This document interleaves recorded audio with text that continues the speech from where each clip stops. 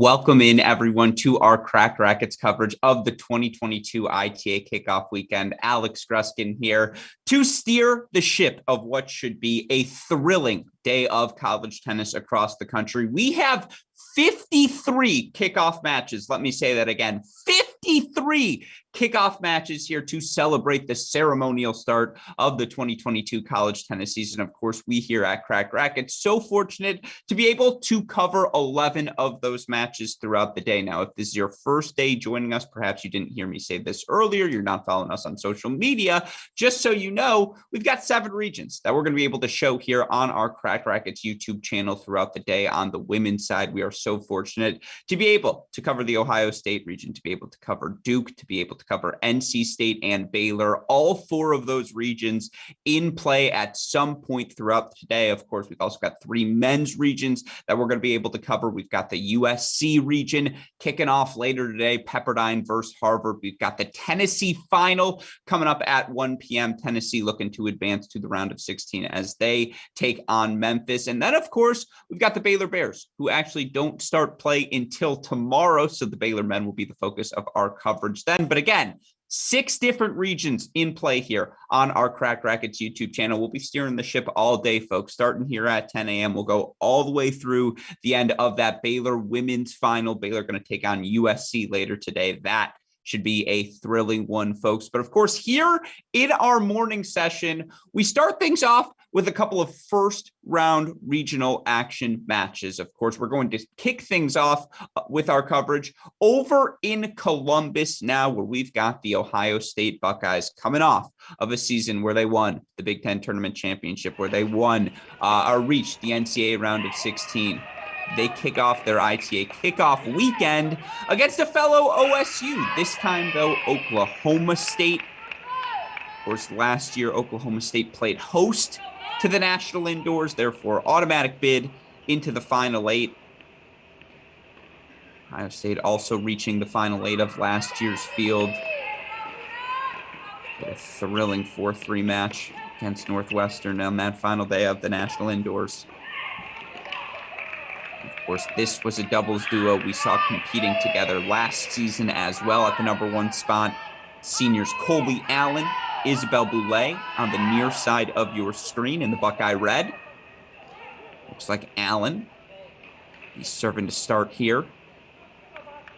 Down 3 early break point chances as they take on relatively new duo for the Oklahoma State Cowgirls.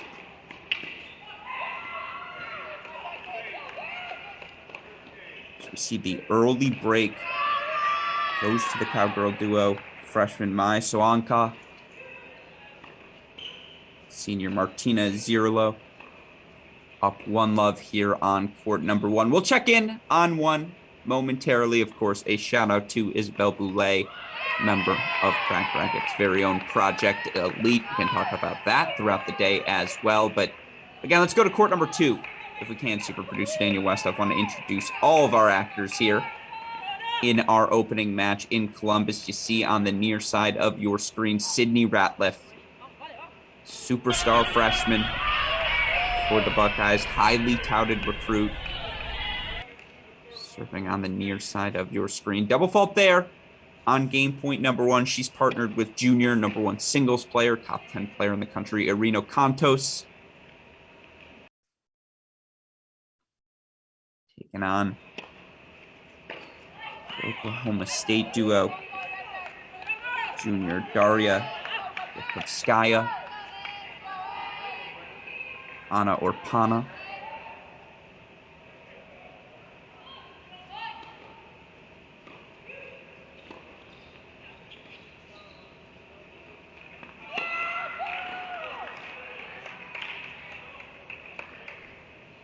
So we see here, quick starts across the board for head coach Chris Young and Oklahoma State as they get another break here on court #2 as well. That's breaks on 1 and 2. With that in mind, let's go to court #3.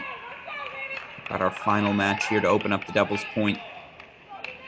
This was an opening break from the Buckeyes.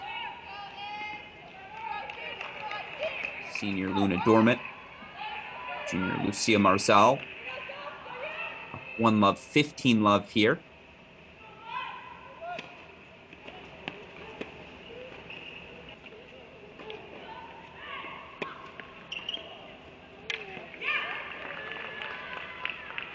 For Oklahoma State here on number 3 doubles, at number 3 doubles, excuse me, junior Ayumi Miyamoto, excuse me.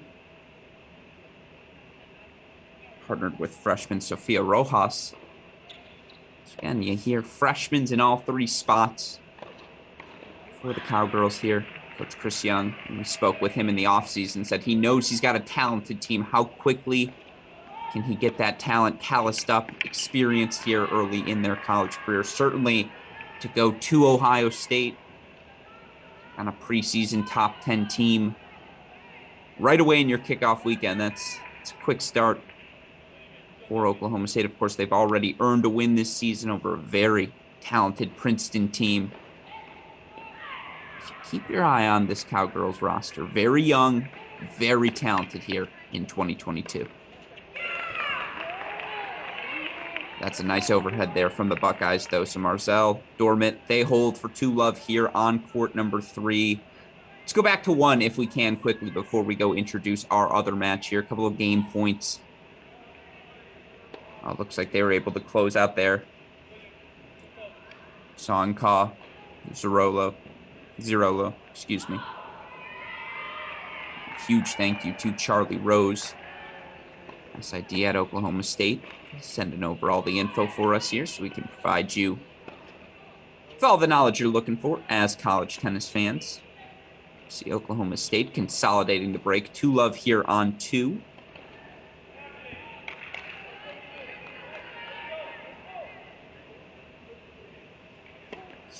Isabel Boulay serving for the Buckeyes, far side of your screen.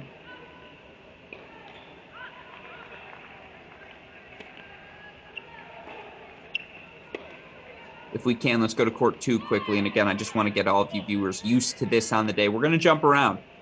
Game points, set points. Try to make sure you see all of the biggest moments of these matches. Certainly a moment here for Oklahoma State as they try and consolidate Detkovskaya or Pana, 30-15.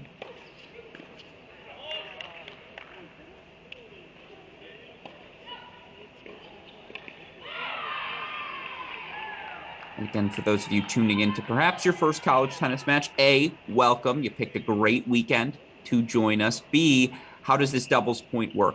3 sets of tennis. Whichever team captures 2 will earn that doubles point and take a 1-0 lead into our 6 singles matches. Of course, each of those singles matches worth 1 point to the dual match. First team to 4 overall points wins the duel. Of course, here in doubles, 1 set, tiebreaker at 6-all, no ad scoring, overrule from the chair umpire there. You can see got umpires on that far sideline right now. So game 2, the Cowgirls, 2 love. Early leads on courts 1 and 2 for them. With that in mind, let's go to our other site here in our morning session. Of course, 10 a.m. matches happening across the country right now. I know there are a couple of 9 a.m. men's matches as well over in Chapel Hill and I believe Charlottesville. But if we can, super producer Daniel Westoff, let's head over to another North Carolina school. Let's go to Durham. Duke Blue Devils. Elite 8 last year. Perennial contenders in the college tennis universe. Looking at their kickoff weekend against the Nebraska Cornhuskers. Nebraska, very sneaky, talented team. 11-6 last season. With 3 of their 6 losses to the top 16 teams in Northwestern and Ohio State. Played Iowa close a couple of times last year. Got knocked out. You feel like if they would have beaten Maryland in that in that Big Ten first round, maybe they could have smelled that NCAA tournament. And this is a team that brings back 5 of 6 starters. So certainly an interesting matchup here on court number 1. You've got 2 veterans for the Duke Blue Devils on the far side of your screen. Chloe Beck, the junior, Been a top 50 player pretty much since she walked into the door of college tennis. She's partnered with senior Margarita Billiken. Taking on the sophomore duo for the Cornhuskers, Christina Novak, Maya Mekarich.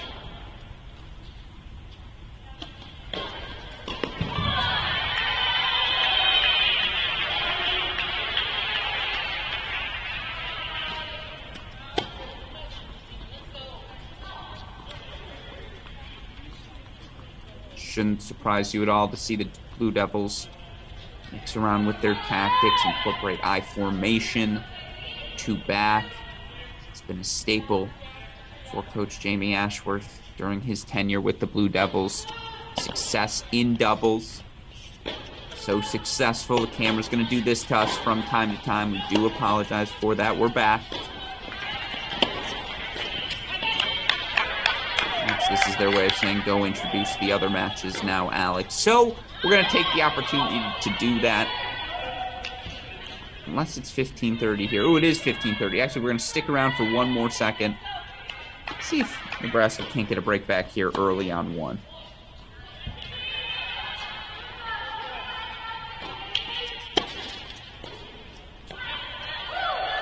All right. 3 break point chances here for Novak and Mekarich. I think this is the Chloe Beck service game. Tough to tell when they're that far away, obviously.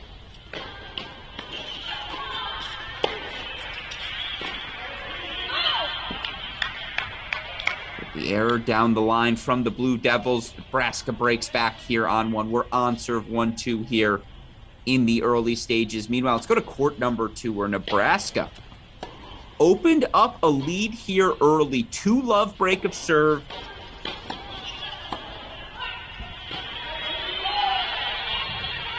And this is an all-sister duo here for Nebraska. And I will say this, not exactly the same. I played a high school tournament with my older brother, was certainly, I would say, a top 3 experience on a tennis court for me here. You have sisters Chloe, Ellie Coleman, I believe Chloe, sophomore, Ellie, redshirt freshman.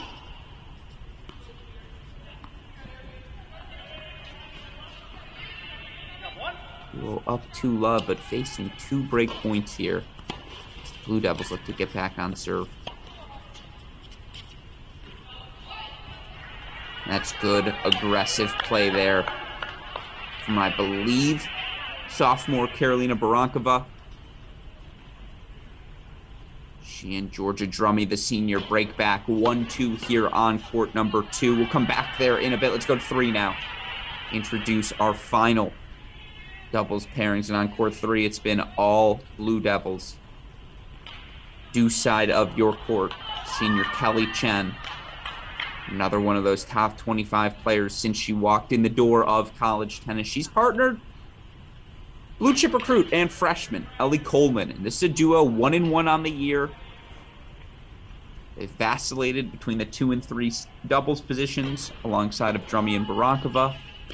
Here they're at 3. You feel like if you can get Kelly Chen at 3 doubles, you've got the most talented player on the court, but tricky pairing here as they take on Nebraska junior Samantha Alicia, sophomore Isabel Grover Gallego.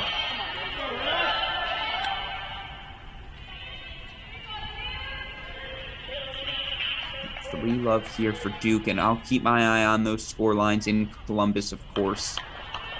You get set points anywhere across the board, break point chances. We'll try to follow all 6 of these doubles courts so that you listeners are in the loop, viewers, excuse me, what's happening across the country.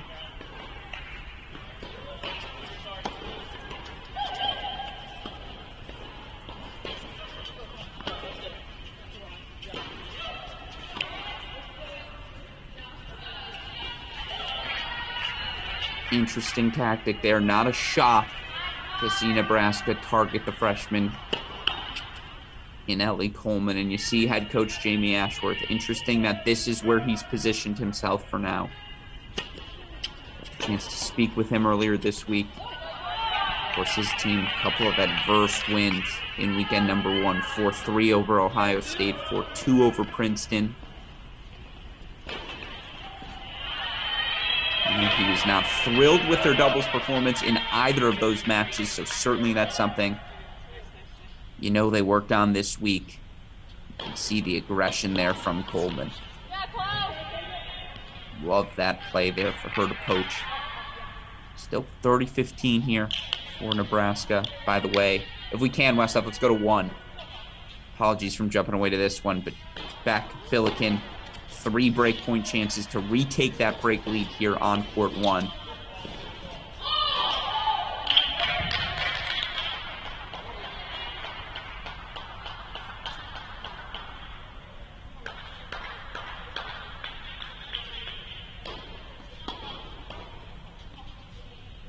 Double fault. So, Blue Devils, back up 3-1 here on 1. Let's go back to 3. Game points right now for Nebraska to get on the board. 40-15 here. Serving to Kelly Chen of Duke.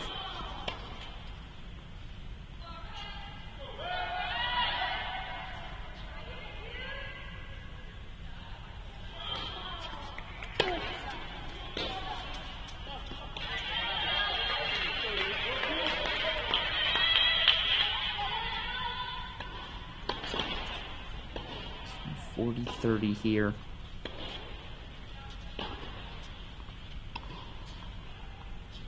You do feel like if Duke can get this doubles point with the depth that they have, no disrespect to this Nebraska team, which again brings back 5 of 6 single starters from last season. Obviously, when you're trying to pull off that upset on the road, the doubles point that much more important. Blue Devils right now, all the momentum in doubles. Deuce point coming up now. Expect them to have the senior take that return.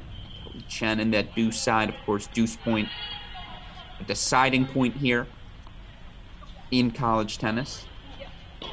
Returners get to choose that side. Of course, shout out to the deciding point. Our weekly recap shows, which you can find every Tuesday and Thursday here on our Cracked Racquets YouTube channel. I form for the Huskers here on the deuce point.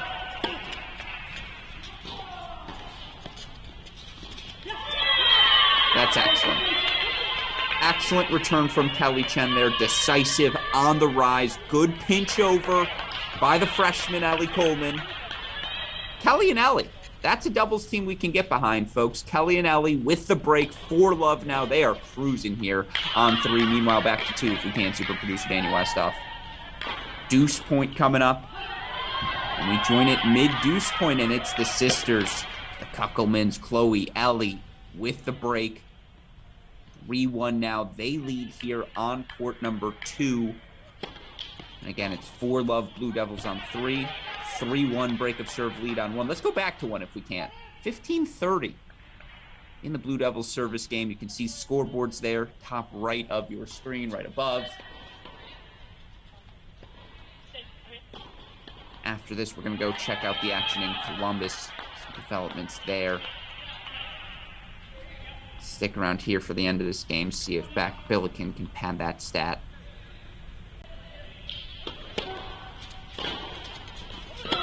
And that's 100%, I believe, Margarita Billiken, serving on the near side of your screen.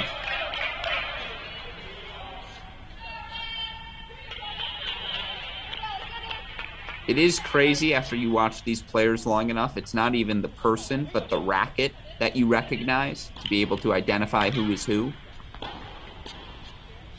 And the Chloe Beck-Babelot combo is just a staple. Again, 3 break chances here for the Nebraska duo. Novak, Markarich. Get us back on serve on 1.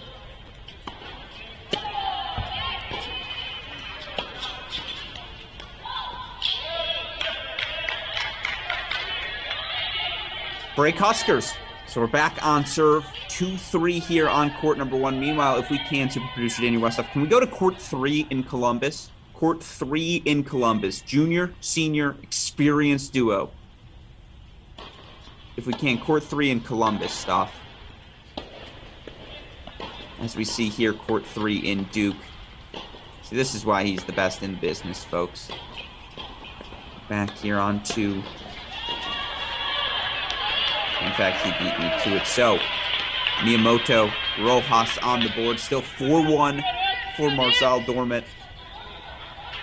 Up a double break here on 3. Can we go back to court 1 here in Columbus?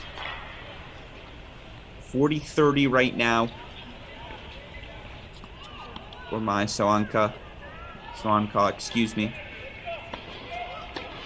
Martina Zirlo. I believe that's the freshman. Soanka serving on the near side of your screen.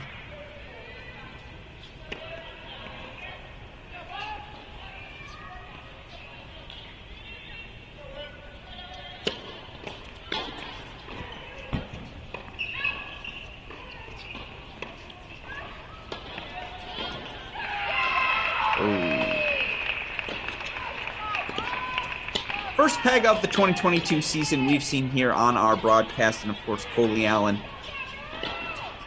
Not going to take anything lightly, spares no prisoners there. Tags up. 0-low at the net, so now deuce point coming. You see head coach Chris Young knows this is on the road again. That doubles point so critical for the team trying to pull the upset. Really working this number 1 spot. And a big serve from the freshman Soanka. 4-2 now, Oklahoma State up here at 1. Checking on 2. That's our on-serve match right now here in Columbus. See, Yakovskaya or Pana 2-3, but 40 love, 4 game points. Junior freshman duo here. Taking on the junior freshman duo of Ohio State. Ratliff. Oh yeah, ball was wide there. 40-15 Ratliff on that ad side. Ohio State junior All-American Rena Cantos playing the deuce. 40-15 here. Court number 2. Meanwhile, Chen Coleman now 5-love lead over in Durham. Check back on them if they get to a match point.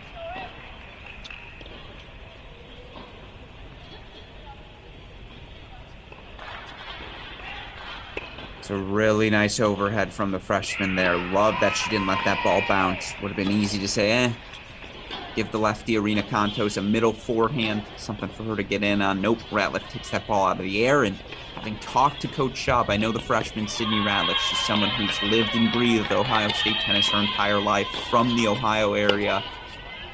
Someone ready to start competing right away for the Buckeyes. That one sails long, though, so 3-all here on 2. Can we go to 3 here in Columbus? Love 40 now. Make that a break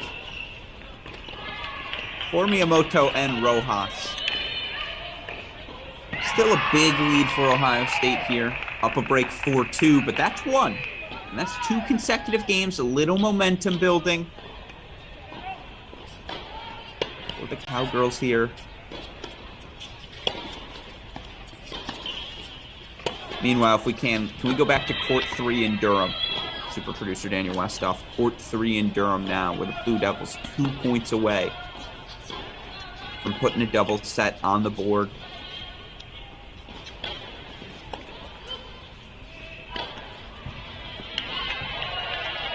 And this is what you worry about if you're this Nebraska team. Again, up top, Novak, Makarich. I think the Kuckelmans, to some extent, just the experience they have. I feel like you can hang up top. It's the depth, again, that always separates these top 10 teams from everyone else in the country. We're seeing that depth manifest itself here. 4 match points for Duke at 3.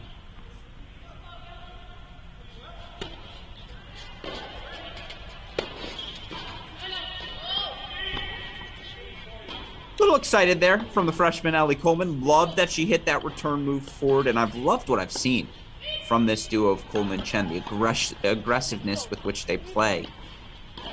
The aggression. There it is. That's the word I was looking for. Pinching forward. Returns on the rise.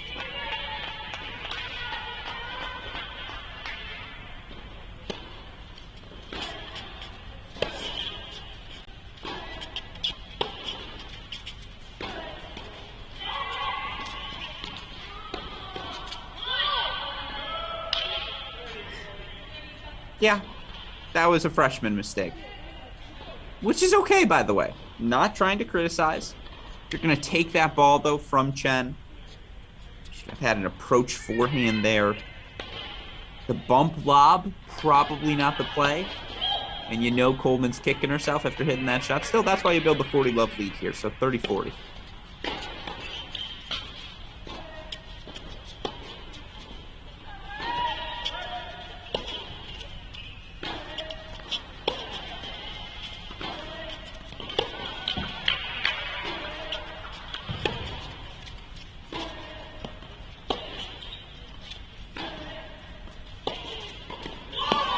That's so good. Textbook stuff from the Duke #3 doubles duo, senior Kelly Chen, freshman Ellie Coleman. They earn a 6-love win to put one set on the board for the Blue Devils. If we can, while we're here, let's go to court 1 here in Durham. Beck, Billiken got the break right back. You feel like a hold might be more valuable than a break of serve at this point. 40-15 here, 3 game point chances. Take a commanding 5-2 lead. And they do just that. So, Duke, 6-love set on 3.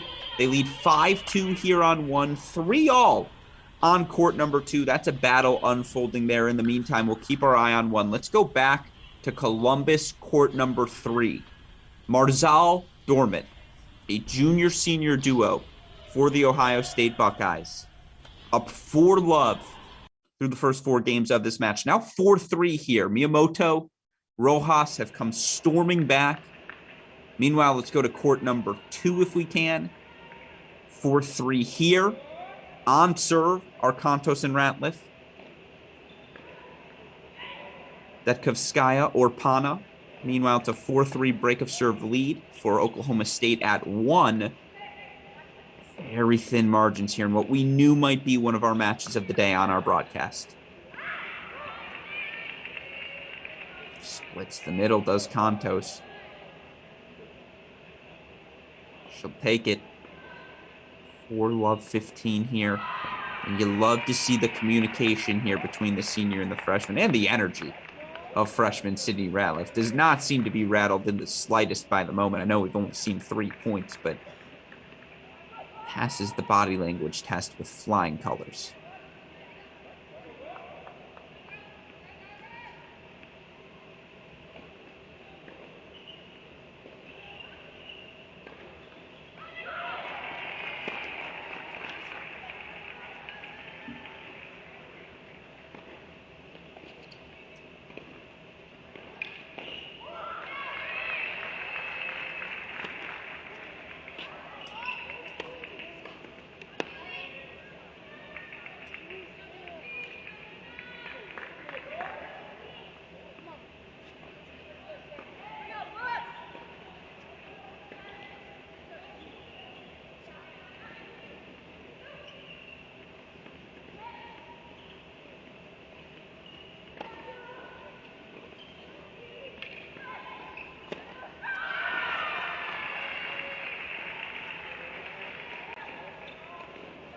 Yeah, Kontos knew at the moment it came off her strings. That's a bad choice.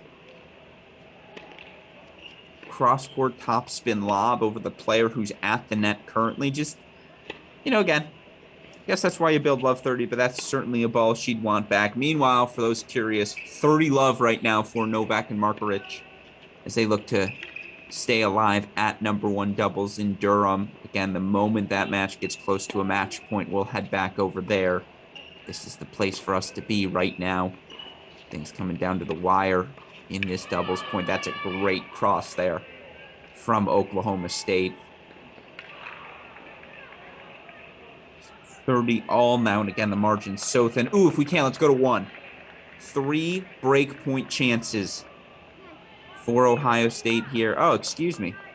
I'm a bit behind. Buckeyes did get the break back. So 4 all here. That's on me. Here at court number 1, let's go back to 2. We're on serve at 1. We're on serve at 2. Ooh, Oklahoma State making a push at 3. We'll go there momentarily if a break point arises. That's another great cross, though, from this Oklahoma State duo. Dekovskaya or Pana. Love 30s become 40-30. Meanwhile, if we can, super producer Daniel Westoff, I want you to keep your eye on court number 3. Scoreboard may be a bit behind there. They may be at a breakpoint chance. Don't want to miss that. If we go from 4 love to 4 all on 3, this doubles point about as neck and neck as it gets.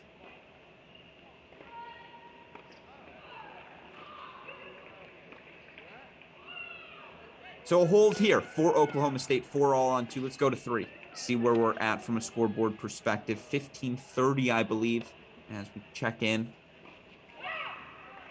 So now 30 all. Again, it's Luna Dormant, graduate student, playing with junior Lucia Marsal.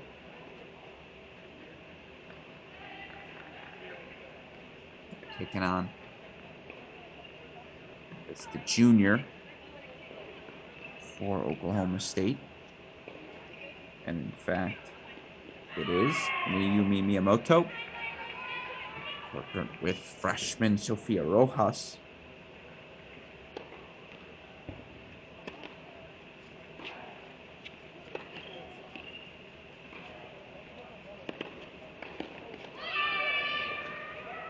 The aggression these Cowgirls are playing with. You see the crosses across the board here.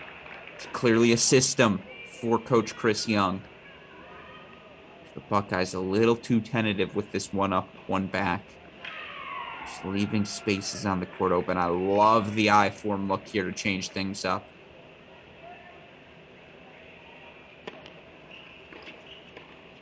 Love that. That's excellent. Fantastic adjustment here from the veterans. Throw a different look at your opponents. Make them uncomfortable. More importantly, give both players the opportunity to hit that forehand on the inside. Brilliant play call, brilliant poach. Big deuce point coming up here.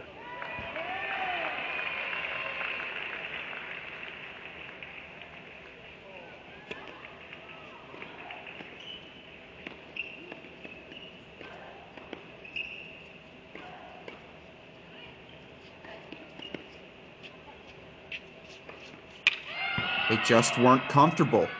2 up, 2 back, and so 2 up, and so again, you saw the volleys floated. I loved the play. I loved the positioning. Poor execution, and just like that, Miyamoto, Rojas, 4 consecutive games. It's 4 all here on court number 3. Now, clearly the action's heating up in doubles, but it looks like we're approaching a match point over in Duke. So we want to watch the clinch of that doubles point. Let's go back to Durham in court number 1. If we can, super producer Daniel Westoff. And again, Duke, I believe the number 8 seeds entering this event, wins this season already over Princeton, over Ohio State. Chance to take a 1-0 lead and the doubles point right now against first-round opponents Nebraska. 15 all here. I believe this is the service game of senior Margarita Billiken.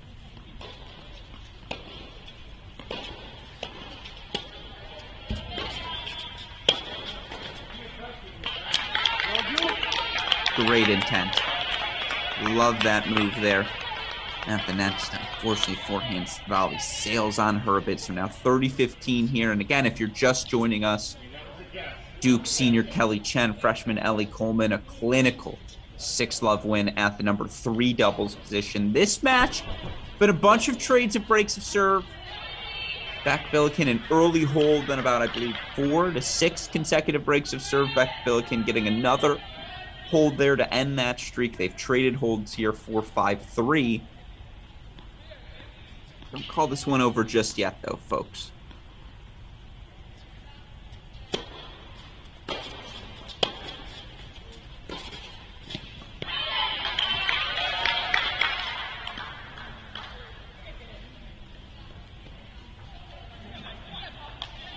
30 all now. Meanwhile,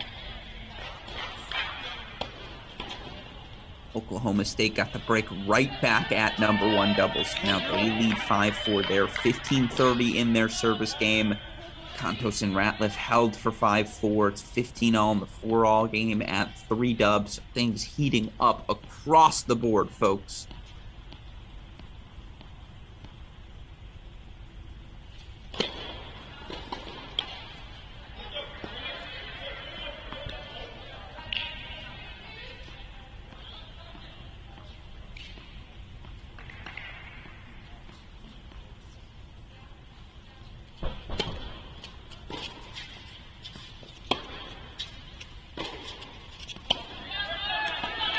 Sails long, so now 2 match points and doubles point deciding points coming up here for the duo of Beck and Billiken. See a little conference between the two of them. Meanwhile, 5-4, 30 all over at number one doubles in Columbus. Again, we're going to go back there as soon as we're done here. 40-30 here.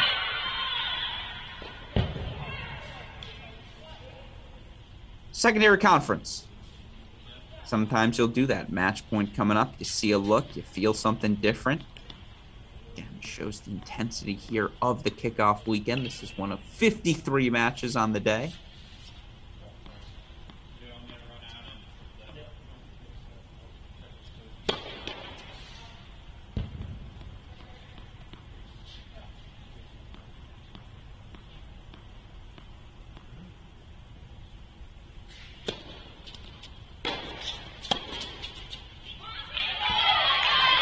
Big forehand return, deuce point coming up now. Meanwhile, I don't want to miss either. Westhoff, do we go to 1 here where there's a deuce point match point in Columbus? Do we stay here? I'm going to leave that choice. Let's stay here. We've invested too much. This is a doubles point deciding deuce point. All due respect to what's going on at 1 doubles in Columbus. It would just be 1 set, but it is deuce right now at number 1 doubles in Columbus. Can we go there quickly while we flash? No, not worth it now. Serve's about to start.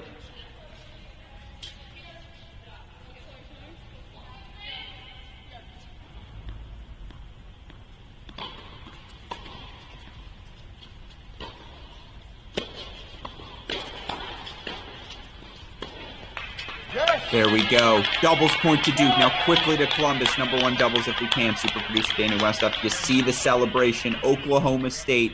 6-4 win at 1. Let's go to 2 right now where we've got 3 match points for the Buckeyes. And there it is. Buckeyes taking the number 2 doubles flight, 6-4. Now it comes down to number 3. And as we left, Miyamoto, Rojas had won 4 consecutive games for the Cowgirls. Now it's Marzell, Dormant returning the favor. They get a break. They will serve for the doubles point, a critical doubles point in this opening match between Ohio and Oklahoma State. What an exciting little 5-minute stretch, folks. You gotta love college tennis, right? We are officially back.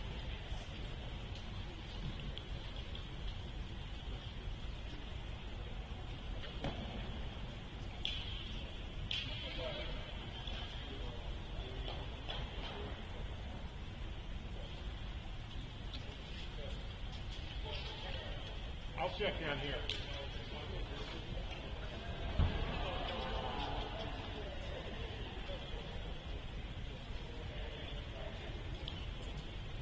It's a good play there. The depth of those ground strokes, again, just not giving anything. So I believe Rojas there to move in on. Excuse me, Miyamoto. See Rojas here, I believe, returning. Due side of your screen.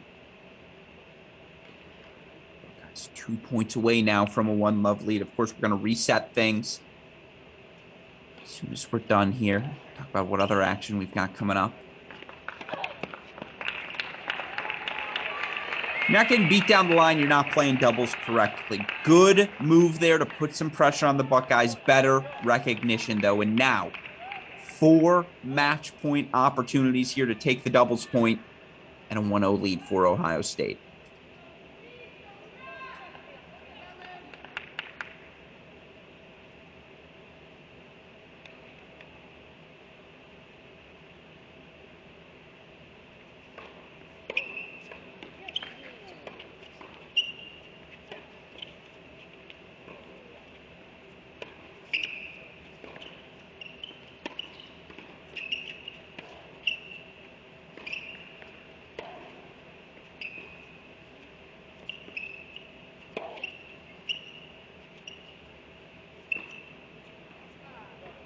Good leave there. Tentative leave, but a good leave from Miyamoto.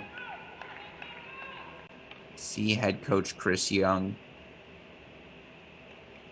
About 5 minutes ago, he thought his team had all the momentum. They'd taken 4 straight games at 3,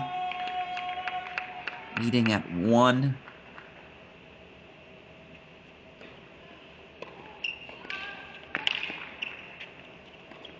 That's so good. Great stretch, great finish from the veterans, Marcel Durham. They take a 6-4 decision. Doubles point to the Buckeyes. 6-4 here at 3, 6-4 at number 2. They will take a 1-0 lead heading into our singles play. With that in mind, let's reset. Talk about where things stand across the country. Again, 53 ITA kickoff weekend matches happening today over the course of Saturday. 53 matches. We're going to have 11 of them here on our Cracked Racquets broadcast. Of course, so fortunate to be the hosting 7 regions here on our YouTube channel. And of course, we're going to have 6 of those 7 in play here throughout the day. Now, right now, we're focused in on the action happening in Columbus as Ohio State, a 1-love lead over Oklahoma State. You've also got the Duke Blue Devils, 1-love lead over Nebraska. Coming up at 11, we'll see another one of our hosts begin play as another top seed here at this event. NC State going to be kicking off their campaign. The NC State women going to take on Penn State in what should be, again, a really enjoyable sort of match. Of course, coming up at 1 p.m., we've got the Tennessee men's final. Tennessee taking on Memphis for a spot in the round of 16, the final 16, I should say, of the National Indoors Field. Then later on today, we'll get to USC. We'll get to Baylor. We've got plenty of fun action planned on our stream as we try to provide the sort of coverage that we know college tennis fans everywhere deserve. Of course, you can see all of Friday's scores up to your left as well. And you can follow all of today's scores there also by turning to our friends over at Slam Tennis. But again, here this morning, 10 o'clock hour, 2 matches we're focused on most. Ohio State, a 1-love lead now over Oklahoma State heading into the singles as they take 6-4 sets on 2 and 3. And for the Duke Blue Devils was a 6-love set on 3, 6-3 set on 1. 1-0 lead for them over Nebraska. Now, I imagine that play at Duke probably almost, if not already, underway, West stuff. So if we can we check out courts over in Durham? Let's start out on court number 1. Oh, excuse me. Get the notice. He is not yet ready to play. If we can, super producer Daniel Westhoff, can you show me some of the Saturday matches that we've got on store there? I know right now we've got all those Friday results there for Slam Tennis, but of course you look at some of the other matches happening across the country right now. I know the Ohio State men was a 9 a.m. start for them as they are taking on, Arizona State over in Chapel Hill. Buckeyes take a doubles point there, and you gotta love Ty Tucker, right? He's got an undefeated number 1 team in the country in Mate Votzel, Robbie Cash. They lined up at the number 2 position here to start the day. You also had, again, I believe right now, they're cruising. You look forward, Kingsley up 6-4, 5-2, Votzel up 6-3, 5-2, Boulay. Looks like the Buckeyes going to comfortably advance over in North Carolina. Again, some of your other Saturday matches on the day do promise to be doozies as well. You've got action happening right now over in Atlanta. Georgia Tech women kicking off their weekend. What should be a fun one against Old Dominion. Sneaky good fall, and that's a pick 'em in doubles. You've also got Western Michigan taking on Old Dominion. That's a consolation match happening in Tennessee. UC Santa Barbara taking on Arizona State down in Orlando, I believe, as well. So plenty of fun matches already happening right now as the clock turns towards the 11 a.m. hour. Some of the other matches you've got on hand: Kentucky, Alabama, South Carolina, LSU, Florida State, UNC, Wilmington, Virginia, Ball State on the men's side. You've also got, again, NC State. We're going to be covering here on our stream. The Florida State women kick off their campaign as well. So it's a full day of action here across the board in the college tennis universe. Of course, speaking of college tennis, huge shout out to two-time NCAA champion, former University of Virginia standout All-American Danielle Collins for reaching the finals, obviously, of the 2022 Australian Open. She falls just short in that final match as she gets knocked out by world number one Ashley Barty. But again, that result, a testament to the quality of college tennis. And who might the next Danielle Collins be? Well, let's try to find out this weekend, as pretty much all of the top players across the college tennis universe are competing now. With all of that said, let's get back to our action happening in Durham. We see players now heading out on court. Let's head to court number one and sort of set our action throughout the day. Now you can see super producer Daniel Westoff has all of the score lines on the right side of your screen, so we can introduce all of these matches to all of you. We start here on court number one. Georgia Drummy, senior for Duke, played the number 2 singles position last year. So much success for them across the board. You look for Drummy, which she was able to do. Just a remarkable 18-3 season, 10-3 at the number 2 spot, 6-0 when asked to play up at number 1. Certainly, she's one of the leaders for this Duke team, and not a shock at all to see the lefty lining up at that number 1 singles position this year. But look, she's got a serious test on her hand as she's going to take on Christina Novak. You look for Novak, again, another one of those sophomores on this Nebraska lineup. Had a very, very successful season. She went 11-6 last year overall at the number 1 singles position for her team, back at the number 1 spot 1 year later. Now a sophomore, certainly one of those promising talents here in college tennis. But of course, again, Drummy, top 10 sort of player, earns herself 3 early break chances here at the start. It's a nice serve down the tee, though, from Novak, 4-30-40. And again, all of these matches, best 2 out of 3 sets, no ad scoring, tiebreaker at 6-all. Nebraska's got to win 4 singles matches to earn a win here today. Duke just needing 3.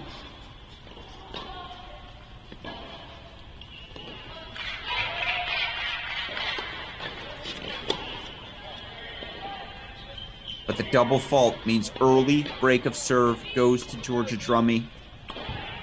They'll take a 1-love lead here to start at the number 1 singles position. Now let's go to court number 2.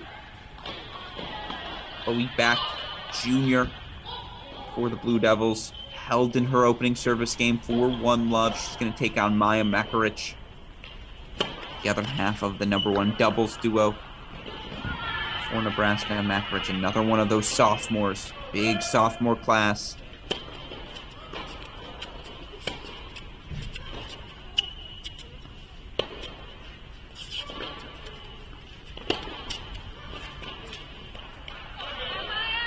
Mekarich, 12-6 overall last season. The majority of her matches at the number 4 singles position, where she went 8-2. Certainly step up for her this year in the lineup, but after all of the success she had last season, you just feel like that's a really good freshman campaign to build off of for her moving forward. And you like this Nebraska nucleus. Maybe not this year, but again, next season when they're all juniors, the year after when they're all seniors.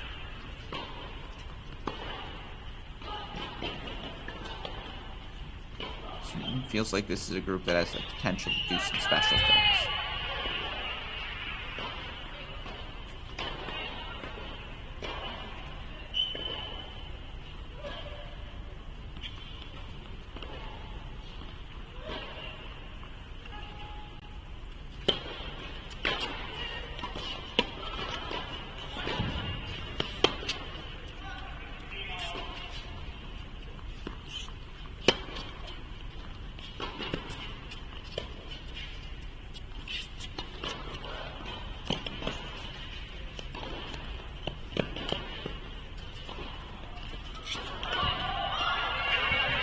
Chloe Beck does to you.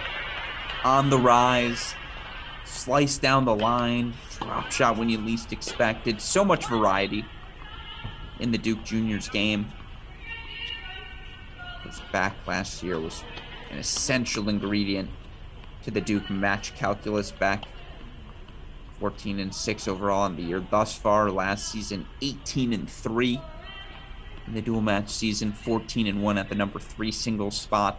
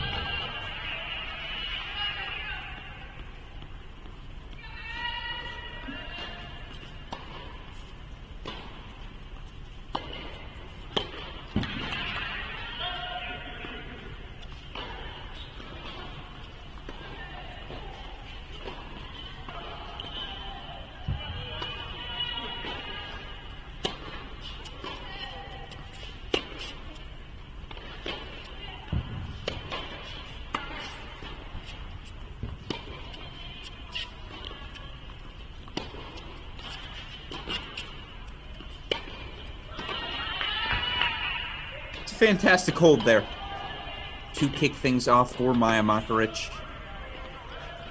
So 1-1 here on court number 2. Let's go to court number 3 now. Kelly Chen, Duke senior, number 1 singles player last year for the Blue Devils. Definitely not her finest year by her standards, but such a difficult ACC gauntlet last year. You play the Davatellas of the world, Navarros of the world, Perez Somaribas of the world. And you play either Alana Smith or Anna Rogers of NC State. You feel like that's a break. Kenya Jones, you're like, oh, thank God, it's just Kenya Jones. And she's a top 25 player. It speaks to just how loaded the ACC was last season.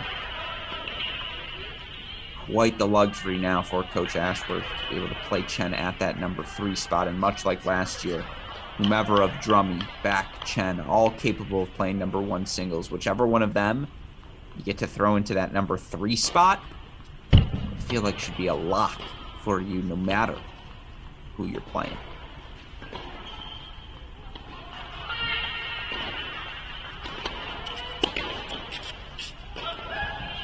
Look, another one of these sophomores for Nebraska in Isabel Gallego here competing against Beck. You look for Gallego last season, pretty solid across the board for her. 12-13 overall, 6-12 in the spring, but was forced to play that number 2 single spot as a freshman, always a difficult task. And one of those situations, I'm sure, built in for the future.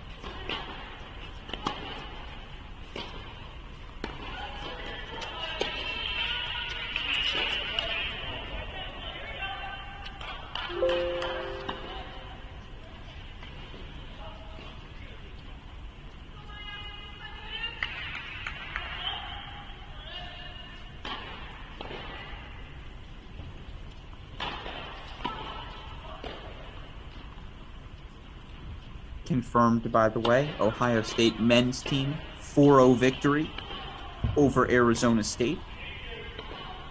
Buckeyes take the doubles point. It wins from Vogtsel at 2. Tracy at 3, excuse me.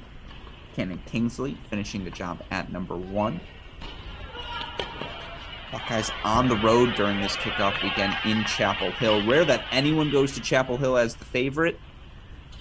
I think pundits would all agree the Ohio State men pretty prohibitive favorites to advance over a now Blumberg and Hijikata-less Tar Heel team. Meanwhile, here again, Blue Devils fortunate to bring back all of their core pretty much from last season. Shannon, a crucial ingredient to that core. She's got 3 early breakpoint chances here.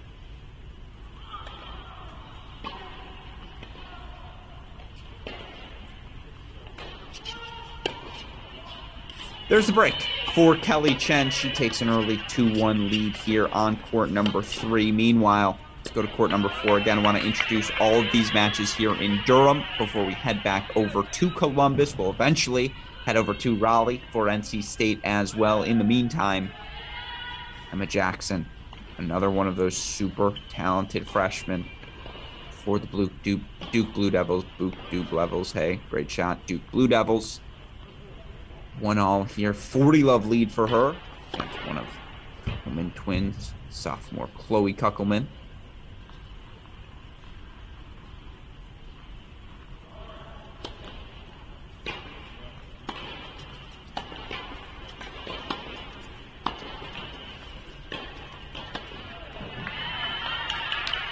Jackson showing off the talent she possesses. Big backhand winner down the line. She holds 4-2-1 on serve here on court number 4. Let's go to court number 5 now. Margarita Billiken facing some early service pressure. Here's a nice bright spot. If you're the Cornhuskers, you see junior Samantha Alicia. 1-all, 2 break chances though, 30-40. Against Duke senior Margarita Billiken.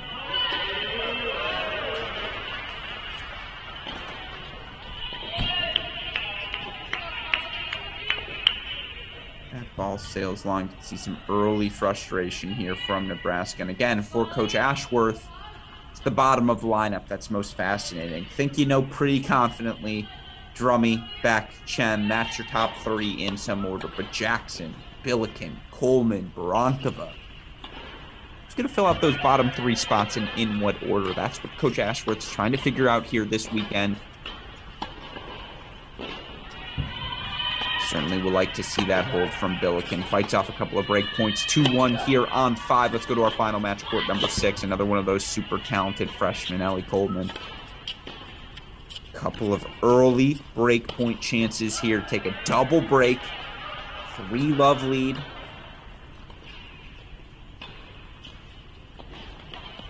Taking on freshman Jillian Roa.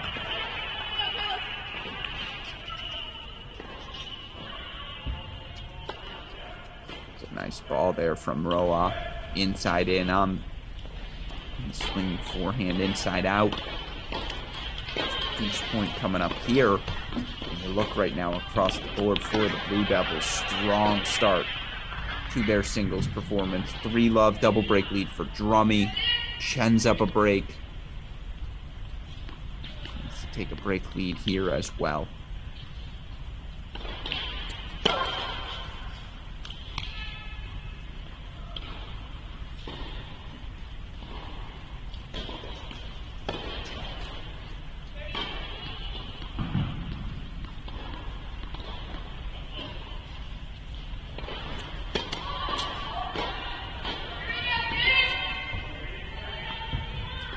Yeah, slump shoulders there from the freshman Roa. Coleman, 3-love double break lead here on court number 6. It is all Blue Devils right now here in singles. Meanwhile, let's go back to our other site. Let's go to Columbus. And I promise all of you, again, we're going to check in on North Carolina State soon. But for now, let's talk about where things stand in our, I would say, highlight match of the day here in Columbus. If we can, let's go to court number 1. I believe this is court number 1. as a matter of fact. And I believe that scoreboard is incorrect because you're going to see here. Well, let's see. Oh, no, excuse me. Okay, so this is one of those things. Court 1, not position number 1 here. As we see, I believe, the number 5 singles flight here. You see Marzal taking on Sofia Rojas. Marzal already opening up. 3-love lead.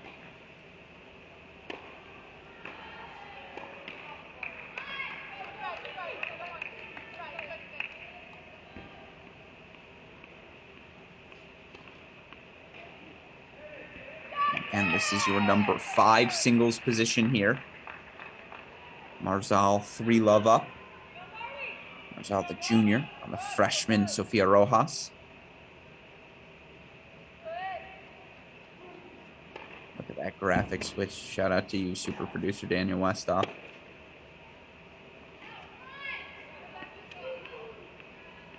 So if we can, we're going to try and flush out now, just for all of you listeners, who's playing where, what courts. So again, this is court number 5, Marzal.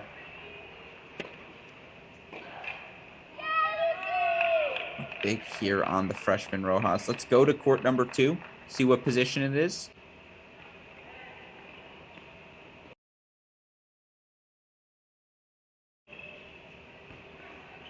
So we see here, this would be your number 1 singles matchup.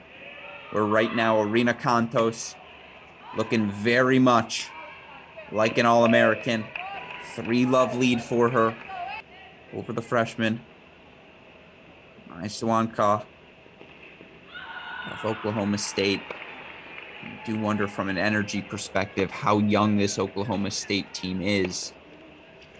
As important as winning the doubles point was to Ohio State. They're veterans. They know that slog, you come back, what it takes to win 4 singles victories, but that emotional letdown coming so close for the Cowgirls. Hope to see them with some energy here. Strong starts, say 3 first sets. Really, really helpful for them overall.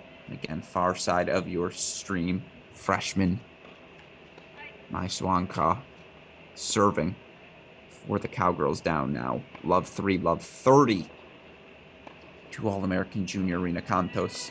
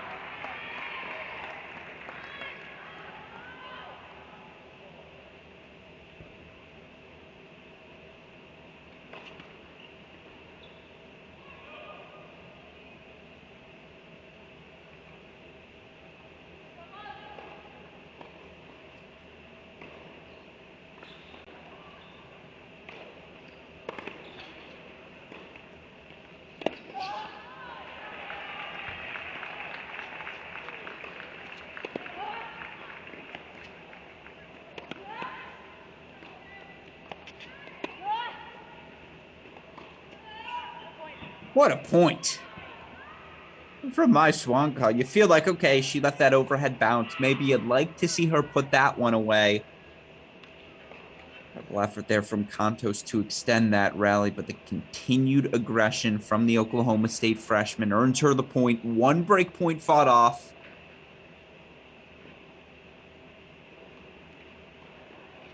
Still 30-40 here.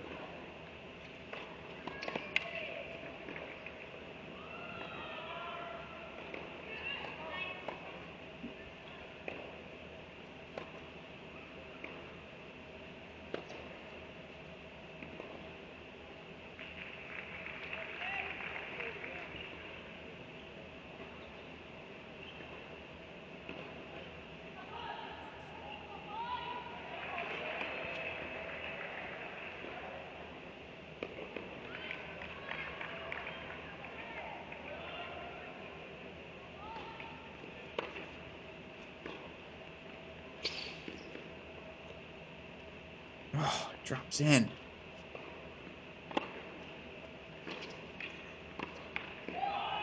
What a point from Marina Kontos, and you can see her staying on the ground there as if to say, you make the lob, and that's the one you miss. I love the aggression. Love how she turned defense to offense there so quickly. That's a good miss.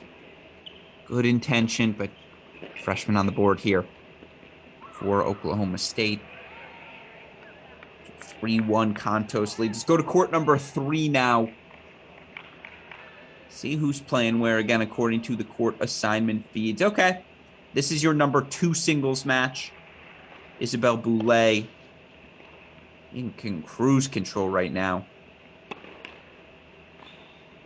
Up 4 love now. She takes on Oklahoma State senior Martina Zirlo.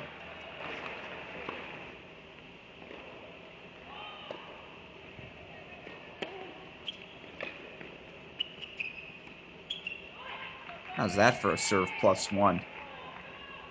Dare I say, Project Elite from Isabel Boulay.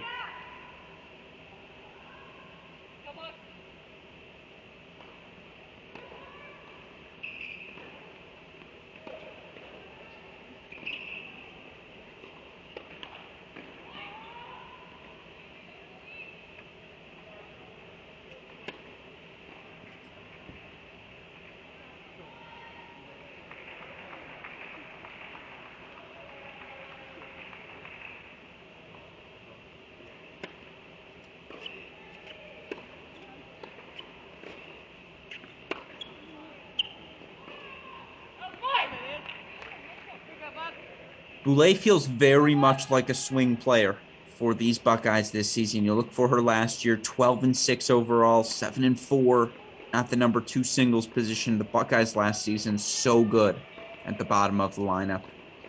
Won 80% or more of the 4 through 6 singles positions. We're still pretty good up top, but you feel like with Kontos' ascension into the top 15 of the college tennis ranks, if Boulay continue her outstanding start to the season, and it has been an outstanding start thus far, and I believe her individual victories over Duke and Princeton,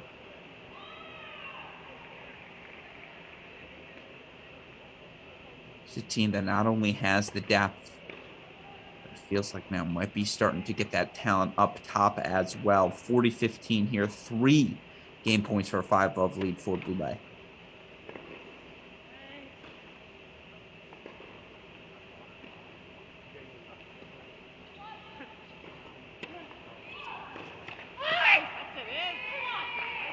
Boulay holds 4-5 love here at the number 2 singles position. Meanwhile, let's go to court number 4, Westhoff, see who's playing on 4.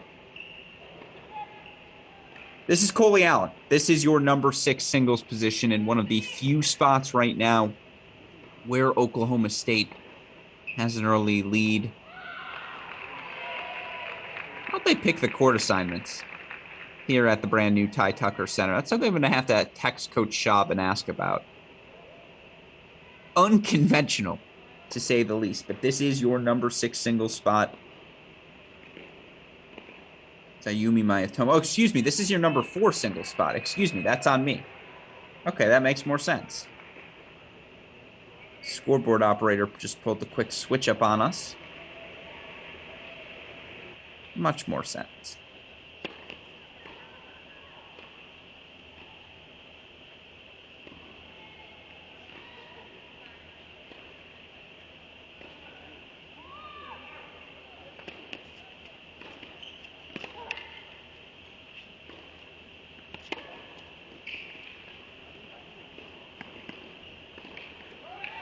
Nice variety there from the senior Allen.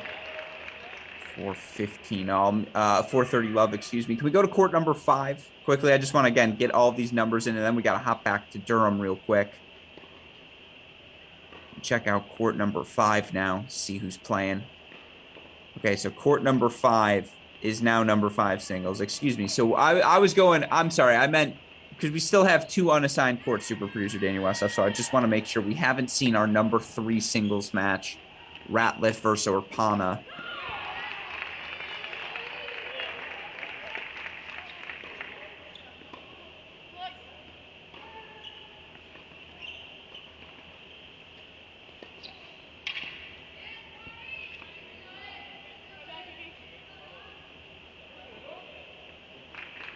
So again, we're going to run through these courts now, make sure we've got all of our assignments set.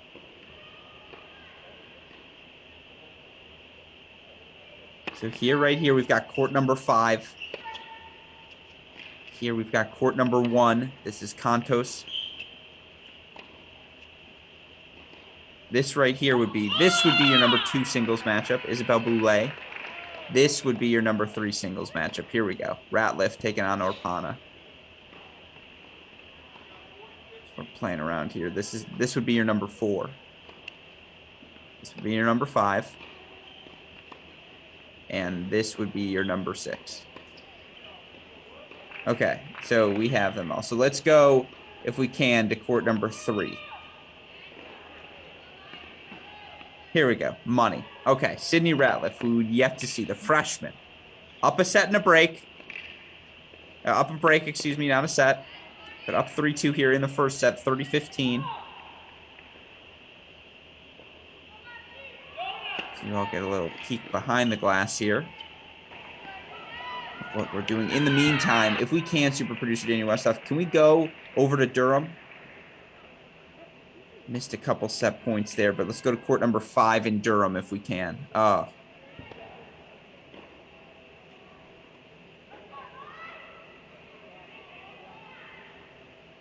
Billiken, after the early struggles, 6-1 there. Can we go to court number 2 right now? Chloe Beck, 5-1, 30-15 lead. And if we can we get the scoreboard for this Duke match? I want to point out Duke Blue Devils, 3 first sets already on the board. Drummy at number 1, 6-1 over Novak. Coleman, 6-love over Roa. Billiken, 6-1 at court 5. We talked about that depth for Duke separating them here. Right now at 5 and 6, it is all Duke Blue Devils. Meanwhile, Chloe Beck 2 points away here, making it 4 first sets.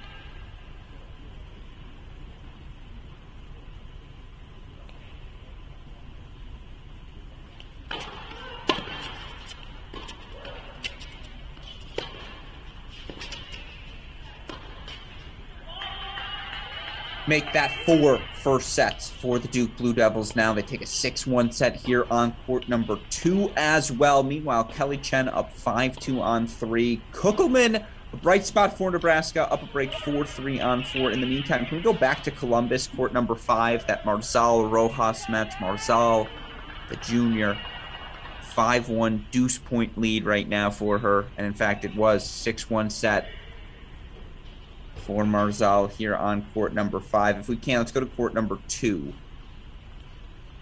right now, where it's all Isabel Boulay.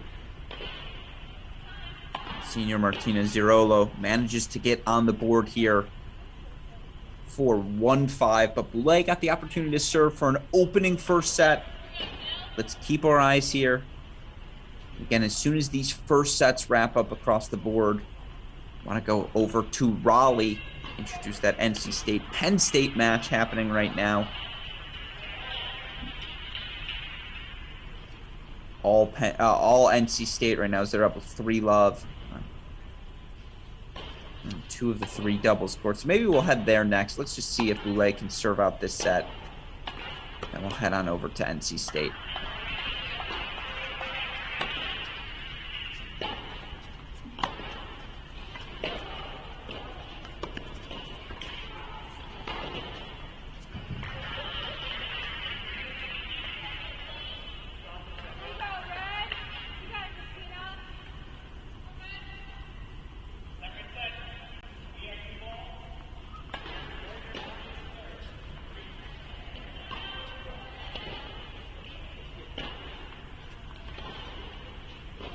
It's a really nice forehand here from Zirolo.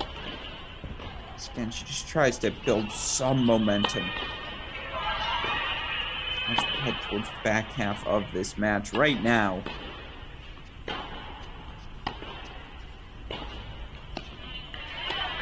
it is Ohio State with 5-1 lead here, 6-1 set at 5.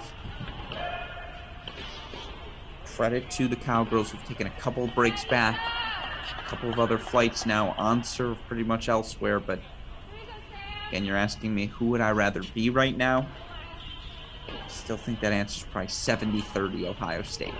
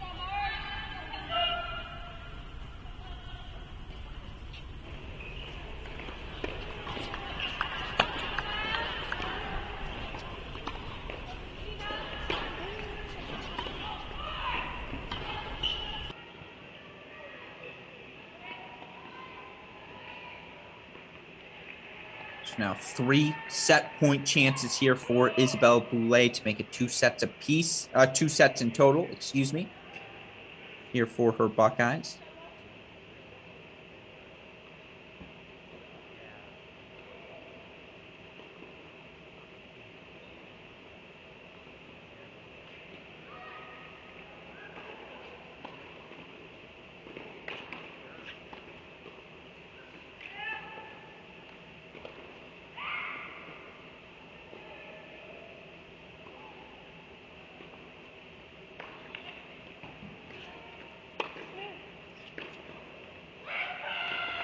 Well, that's one way to end the set.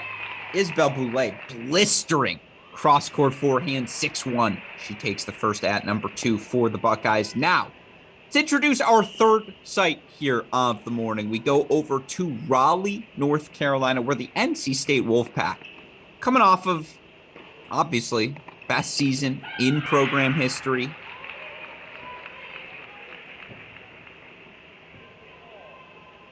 NCAA semifinalist last year before getting knocked out by Texas.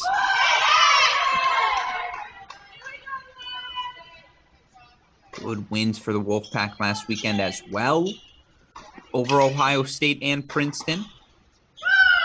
And we're looking to take a quick doubles point here over Penn State. We start off on court number 3.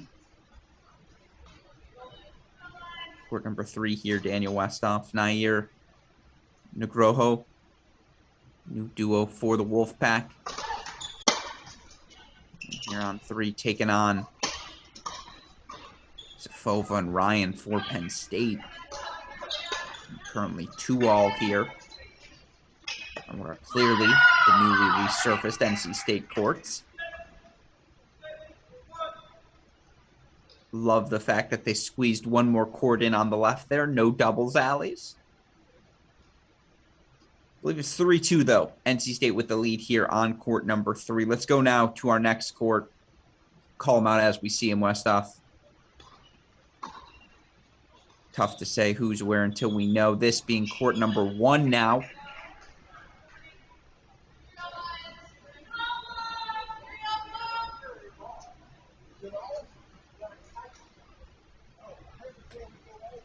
Here on court number 1, your duo for NC State.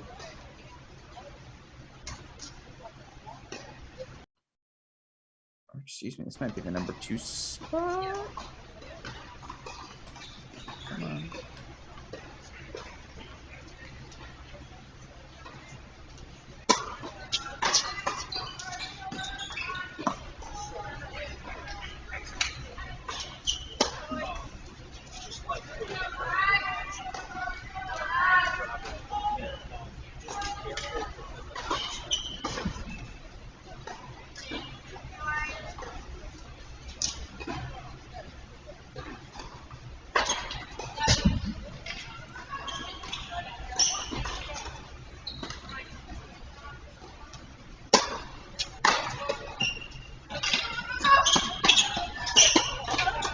Nice drop volley there.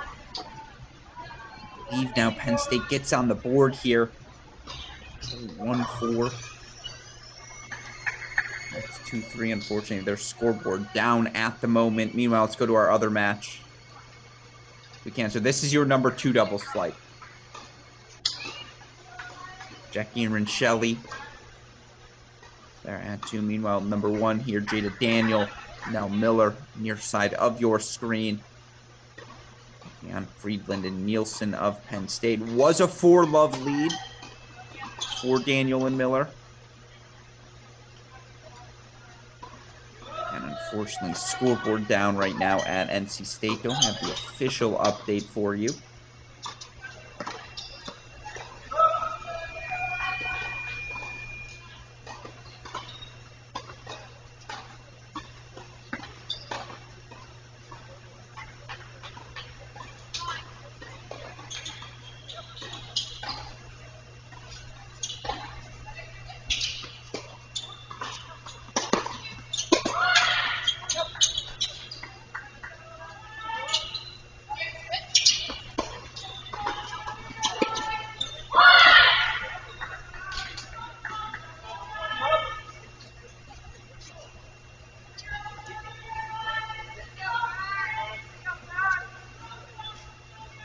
Here again, if Penn State just can't get some momentum going. Heading into singles play, of course, this NC State team. One of these stories over the past couple of months, the late additions to the roster from head coach Simon Earnshaw. As this team now inside the ITA coaches poll top 10. Certainly after you lose the core that they did. Always wonder how you can replace someone like an Anna Rogers.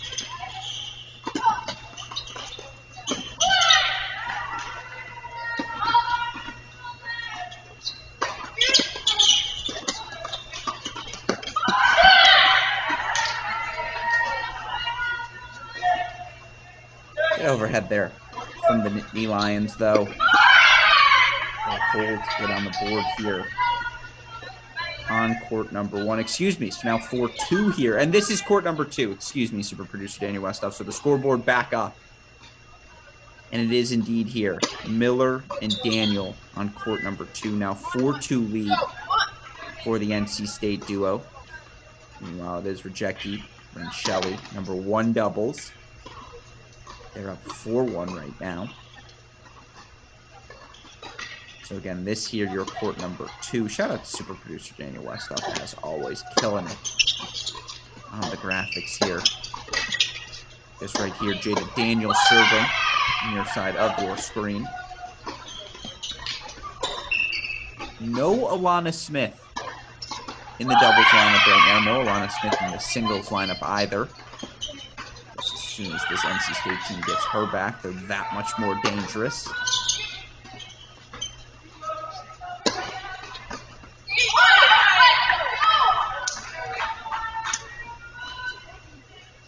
Double success, something Coach Simon Earnshaw has always prided himself on here at NC State.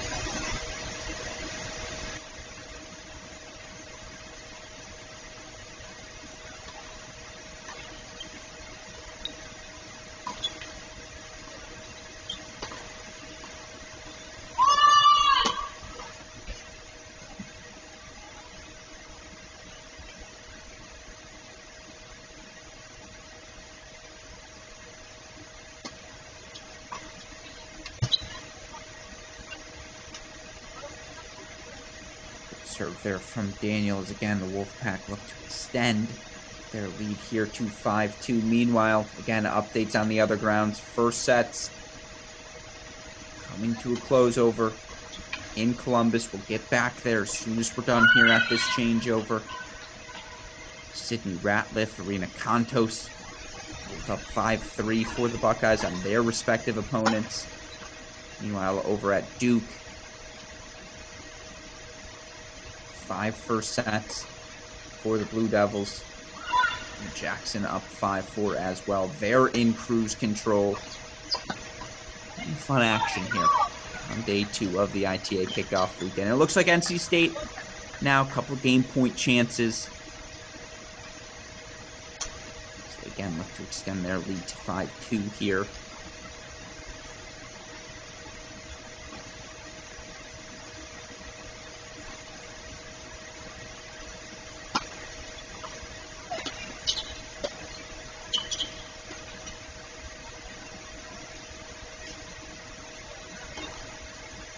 That's why you build the 40 love lead. What the Wolfpack saying in their head right now. Meanwhile, it is 5-1 on court number 1.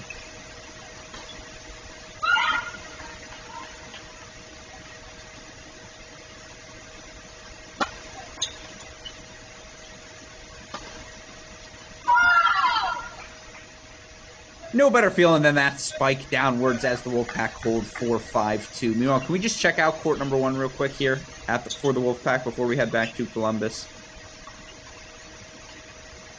Look at that textbook stuff. On top of the net, see head coach Simon Earnshaw crossing there. Has to be happy with his team's performance thus far. Stick around for this one game here on 1, and then we are going back to Columbus, I promise. Where it looks like Arena Kantos about to be broken, serving for the set, up 5-3. Ratliff about to serve for it, up 5-4. Meanwhile, Sofia Rojas comes roaring back. 3-love lead for her after dropping the first set at number 5. So our most competitive match right now, as expected, that Ohio State-Oklahoma State match. We'll get back there momentarily.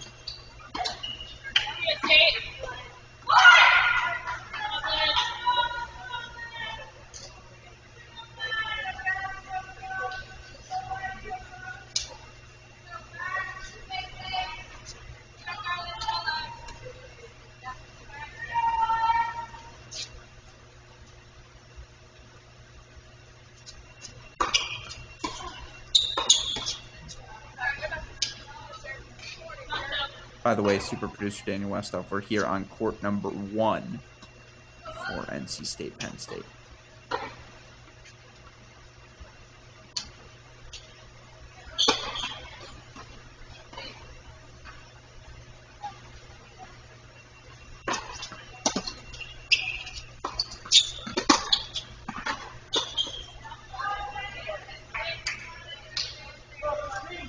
Good swing, better execution from Penn State. They hold 4-2-5 here, so they're trailing in a couple of courts. Meanwhile, let's go back to Columbus right now.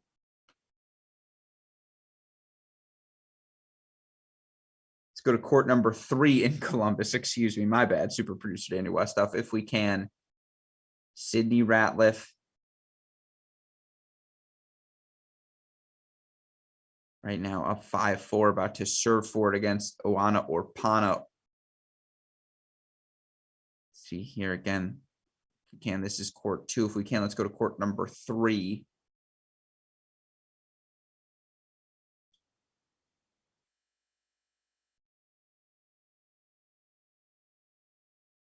Money.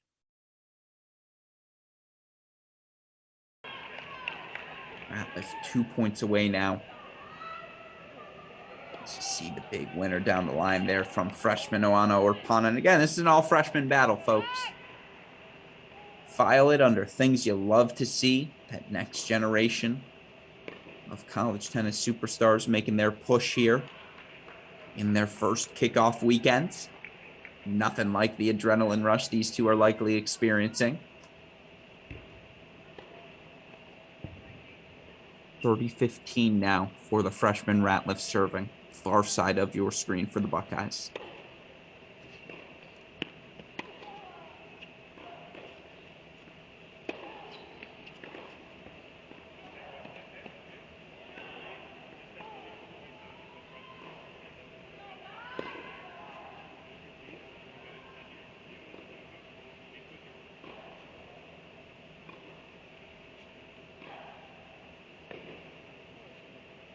Meanwhile, I promise Wolfpack fans, as soon as we're done with this set, we're going to head back over to NC State, catch the end of that doubles point. We'll then go catch them up with them in singles a little bit later on. Do want to see the end of that doubles point, though.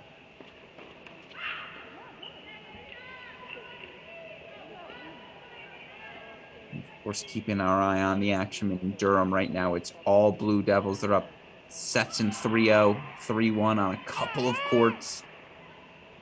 Race to the finish line there.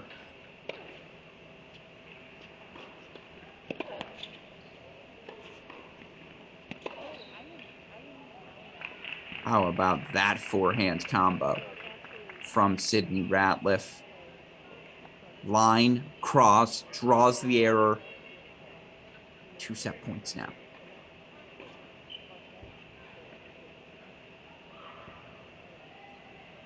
By the way, so it is a 6-2 set for NC State at number 2 doubles. Daniel, Miller getting the job done. Checking on that number 1 spot again as soon as we're done here.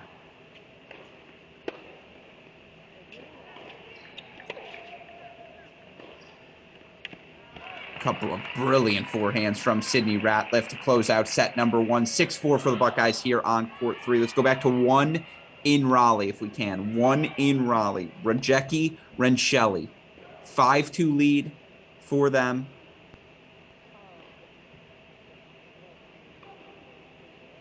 If we can again, here we go.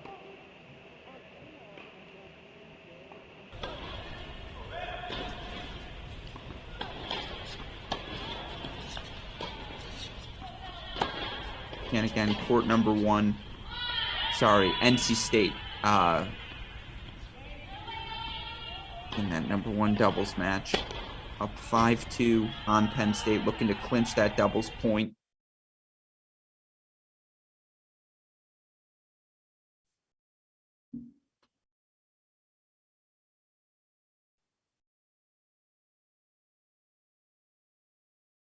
Again.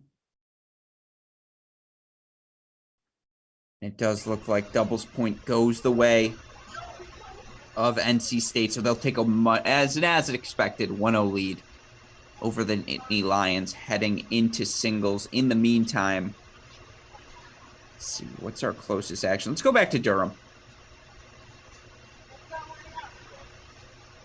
Number 1 singles flight for the Duke Blue Devils, Georgia Drummy, looking very much the role of top 10 player here. 6-1, 3-1, 40-love lead for Drummy right now over Novak.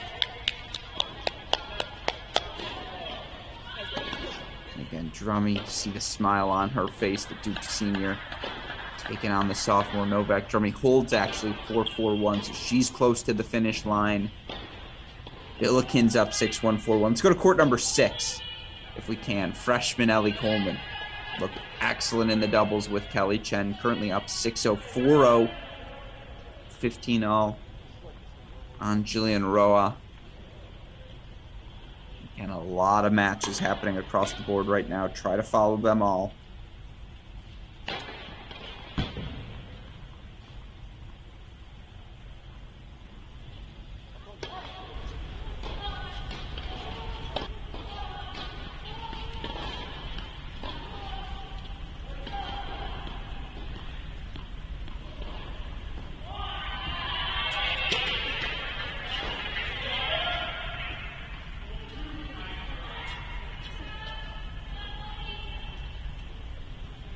Again, the frustration for Nebraska freshman Jillian Roa. And this is a very young Nebraska team.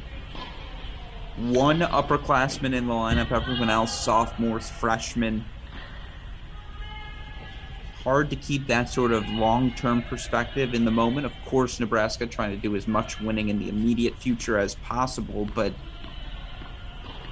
and this is one of those experiences for this young team. Now you see what a top 10 team looks like. Now you know what that standard is.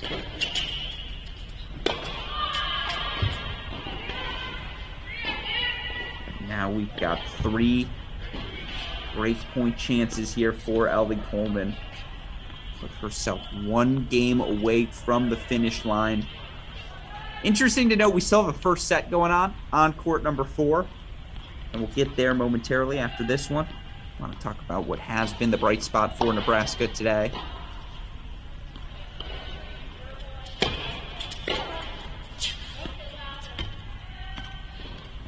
serve there from Roa. 30-40.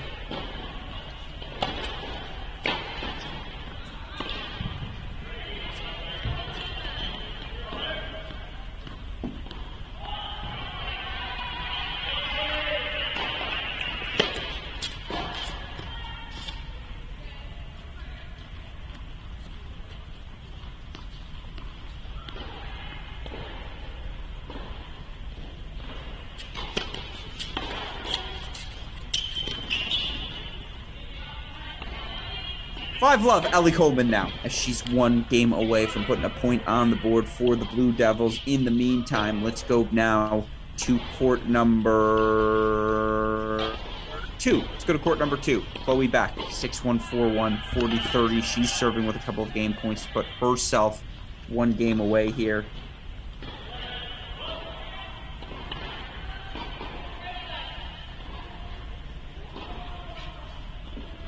From the finish line. And again, after this, Westoff, we're going to check in on court number 4 here.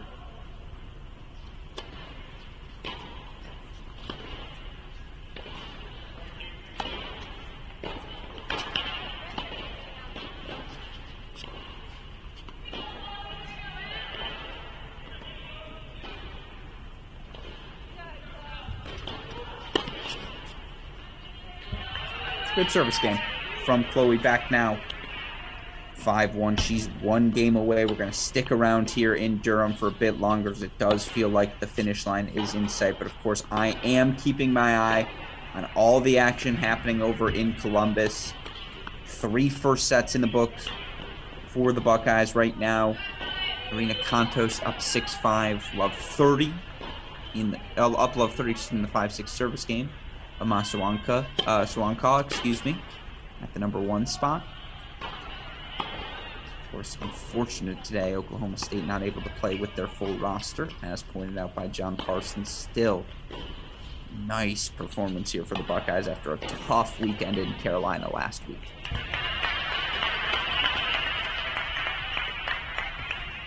Of course, here right now we're focused in on the Blue Devils.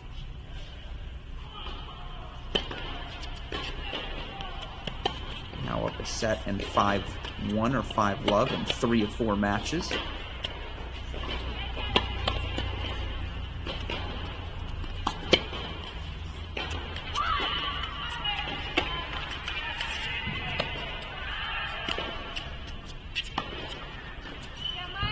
If we can, Westoff, let's go back to 6. Ellie Coleman, 6 love, 5 love, 30 love, 2 points away now. A decisive win from the freshman. And by the way, Ellie Coleman, she's won all 17 games she's played today. Ellie Coleman the chance to go 18-0 in total games in her first match of her first kickoff weekend. I would imagine there's very few players in college tennis history who have done that. This is an unofficial stat. John Parsons, you're on the call. Go find out if this is real or not. Quadruple match point here.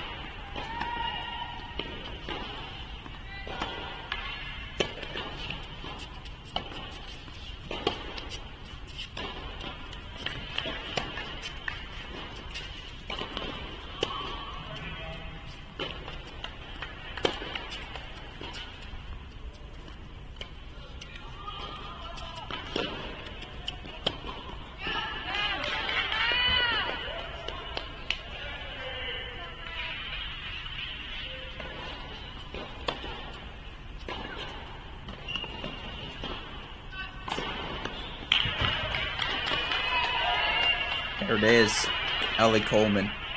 6 love victory. It's 2-0 Duke. Meanwhile, we go now. Let's go to court number 5, if we can. Margarita Billiken. Senior, currently up 6-1, 5-1. 2 points away here in the service game of junior Samantha Alicia for Nebraska. Meanwhile, Irina Kontos does take a 7-5 first set at the number 1 singles position for the Buckeyes. So that's Oh, Coley Allen, 6'4" at 4 as well. So that's at least 5 first sets on the board for Ohio State as they take a commanding position against Oklahoma State. Again, we're going to go back there as soon as we're done here. See if the Blue Devils can close out what will be a comfortable under 2-hour victory for them to kick off their kickoff weekend. Certainly a sort of performance Coach Ashworth to be happy about as he looks to build moving forward.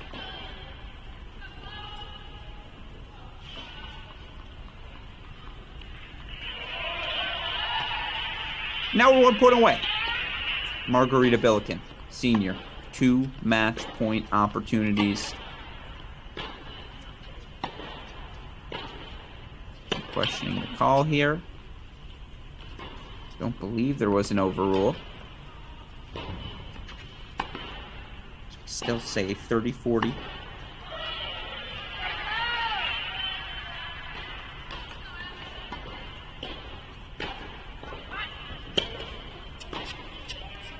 There it is.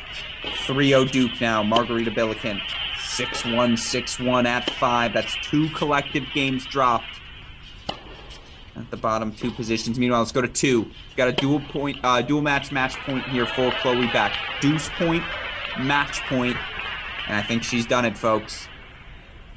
Duke, 4-0 winners over Nebraska as Chloe Beck closes out a 6-1, 6-1 victory. Now, it's worth pointing out at number 4 singles, Emma Jackson, if we can just pop there quickly. I think they're still playing.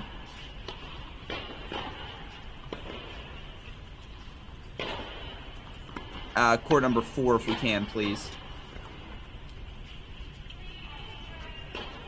As you see here, Emma Jackson. Are they going to clinch? Are they going to stop play? They got to be playing clinch, right? And indeed they do. Play is stopped as expected, but you see here again, if you're sophomore Chloe Kuckelman, this is a positive result, no doubt. 6-all, still in that first set, battling blue chip recruit Emma Jackson. But still, too good today from the Blue Devils. Dominant performance for Love. They advance to the next round at their ITA kickoff region. With that in mind, let's go back to Columbus. And I think the place we have to start in Columbus is court number 2. Isabel Boulay. 6-1, 5-love lead.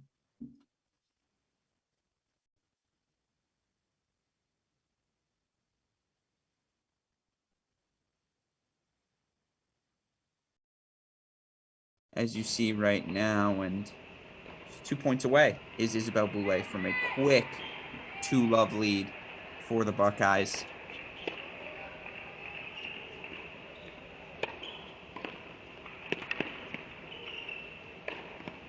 And she's just moving forward so confidently and so decisively. How many times have we seen her hit that big forehand?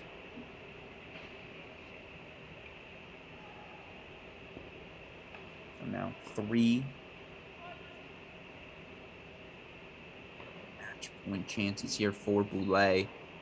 This was the spot we circled for the Buckeyes. Any growth they see in their top 3, icing on the cake. And Isabel Boulay, that's a dominant performance. 6-1, 6-love from the Project Elite athlete. She makes it 2-0 here for the Buckeyes in Columbus. Meanwhile, let's go now. Can we check in on court number 6?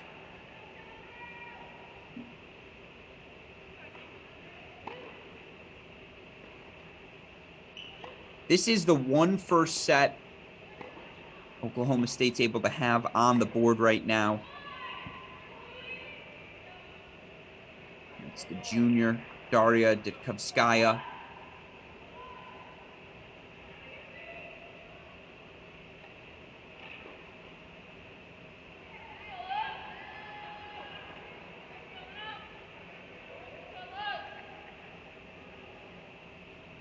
Certainly a bright spot here for Oklahoma State, but for now, all Buckeyes everywhere else across the board here. Let's go check in. Let's reset where things stand in each of our matches. If we can, Westhoff, let's go to court number 1.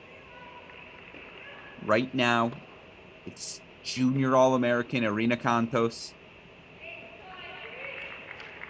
7-5 first set. from freshman Mai. Sonka. Sonka, an early break here.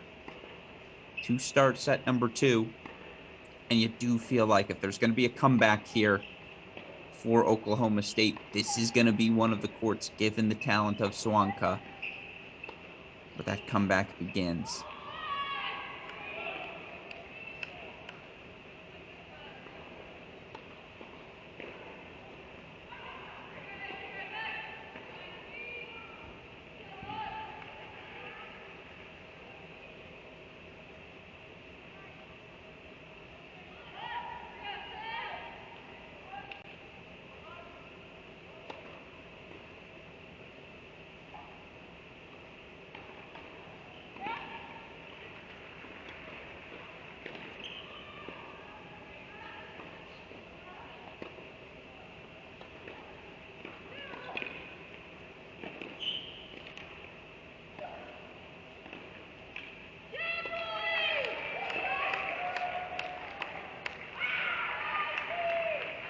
She may not have won that point, but there's an aggressiveness to the footwork of Sonka I very, very much enjoy. Just the way she gets her feet around that ball and is using all these quick mini steps to take that ball early and on the rise.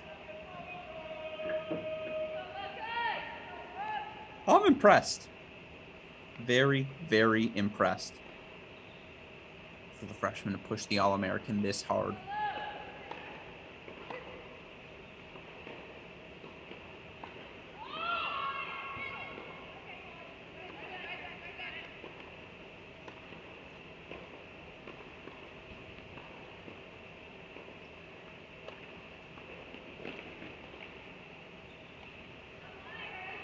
It's a clean point.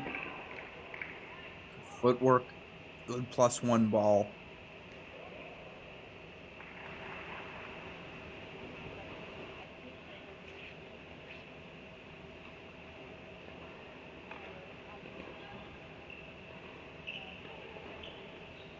Meanwhile, we are aware singles play in action right now at NC State. 4 indoor courts there, 4 singles matches at a time. Head over there to cover those 4. Introduce what we've got going on momentarily. Want to see the end, obviously, of this game first.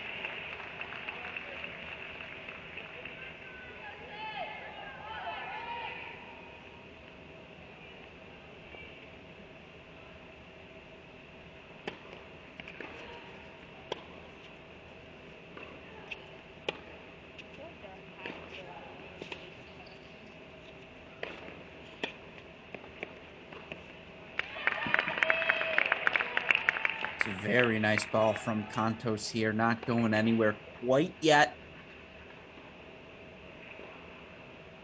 First point coming up.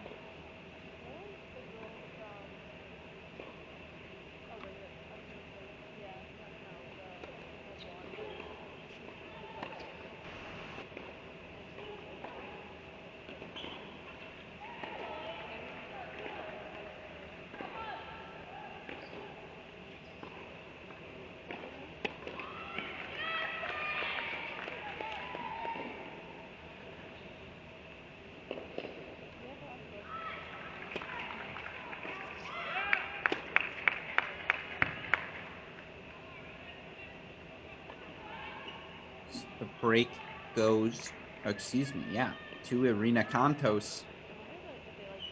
1-all. here on court number 1. With that in mind, if we can, super producer Westhoff, let's reset where things stand here as we reach noon here Eastern time and 11 a.m. on the Central time, noon here Eastern time. Let's just reset, talk about where things stand across the country. Couple of results have trickled in here on Saturday. We've had our first 3 matches in the books. Ohio State men dominant 4-0 performance to advance over Arizona State in Chapel Hill. Also had a victory from the Georgia Tech men, 4-2 win for them. Tricky one over Middle Tennessee in Virginia. Of course, those of you on the stream following along with us got to see Duke, a dominant 4-0 performance for the women over Nebraska as well. Couple of other matches now happening across the country. You look over at the Georgia women's region. We've got a consolation match, Iowa versus North Florida, consolation match for the UCF women. UC Santa Barbara taking on Arizona State. You've got the consolation for the Tennessee men, Western Michigan taking on Old Dominion. So plenty of fun action. Of course, we've got this match here, Ohio State, Oklahoma State. You've got, I believe, Florida State, Illinois on the women's side taking off Florida State, UNC Wilmington. Men have begun play, Kentucky, Alabama, South Carolina, LSU. So plenty of matches, 53 on the day here on this Saturday ITA kickoff weekend. And, again, we're so fortunate to have 11 of those matches for all of you listeners here on our stream throughout the course of the day. Right now, we're monitoring 2 matches in particular. Ohio State, tough doubles point. They managed to grind it out over Oklahoma State. Oklahoma State not with their entire complement of players, unfortunately, today, but it's been all dominance for Ohio State in singles. They take 5 of 6 first sets and, already earn a straight set victory from Isabel Boulay. So 2-love there. They look to race towards the finish line in Columbus. But the other match we have on our stream right now, we're the top seeds entering this national indoor tournament, entering this ITA kickoff weekend and this 2022 season. And that, of course, are the NC State Wolfpack, who we will go to now. Let's start out on court number 1. If we can there, super producer Daniel Westhoff as the Wolfpack right now. 1-love lead on Penn State. They take the doubles point, and here on court number 1, you see the number 1 singles player, number 8 player in the country right now, Jada Daniel of NC State, taking on Sofia Cheklitsova of Penn State. There's 4 indoor courts at NC State, meaning we're playing the first 4 singles matches, obviously. As soon as those matches are done, they'll put numbers 5 and 6 on court. Those matches are only going to be played out if they need to be.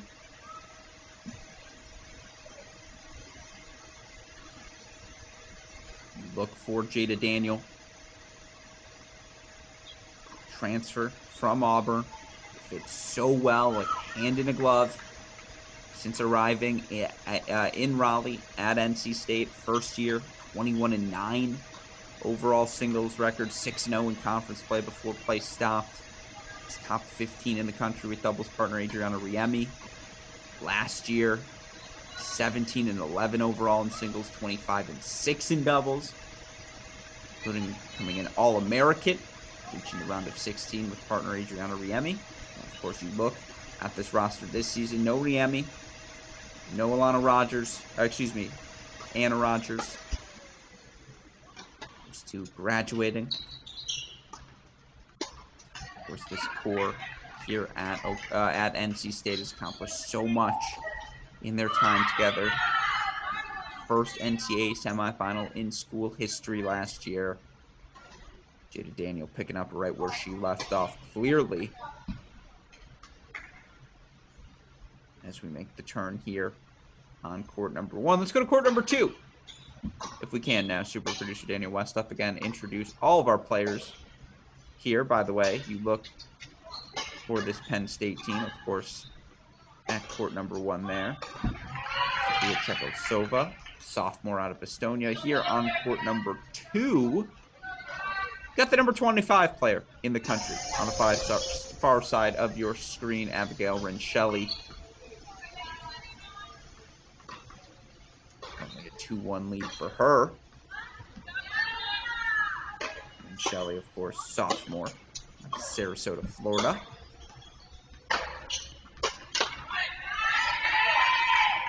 Taking on Ivana Zufova, freshman of Slovakia for Penn State.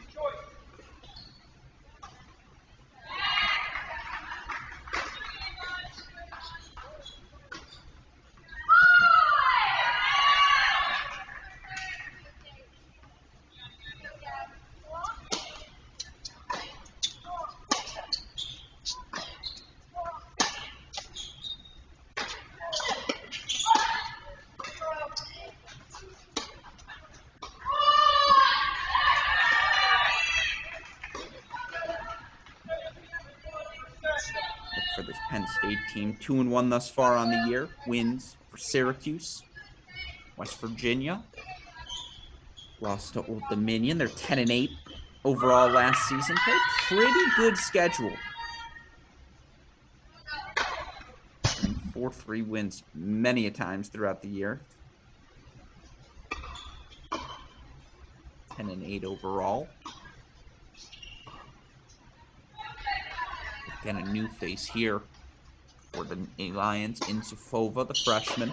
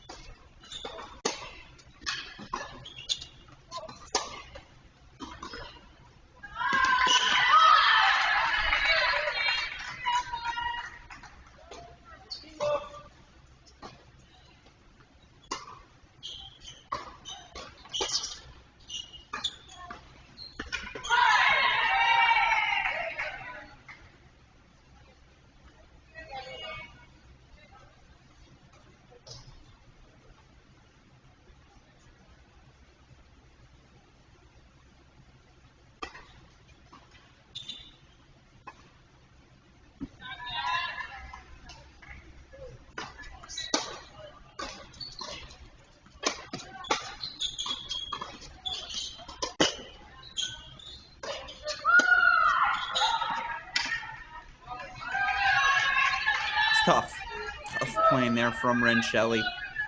And again, I want to introduce all of our players. We're going to get back here to NC State in a bit, but I want to introduce all of our matches if we can. Myself, let's go to court number 3 here. Bright spot for Penn State right now, Gabrielle O'Gorman. We love lead here.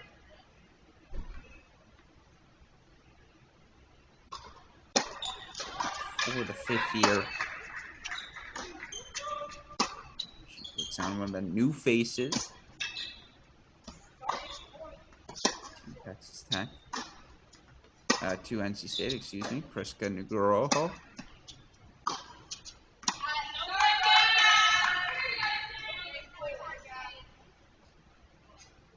The freshman out of Indonesia. One of those late additions. Make this roster so exciting for Coach Earnshaw and NC State. Of course, again, freshman, first kickoff weekend. How do you compete? Come the dual match season. Whole nother monster. But this is an interesting one. The 5th year versus the 1st year. Gorman versus Nugroho. If we can now, let's go to court number 4.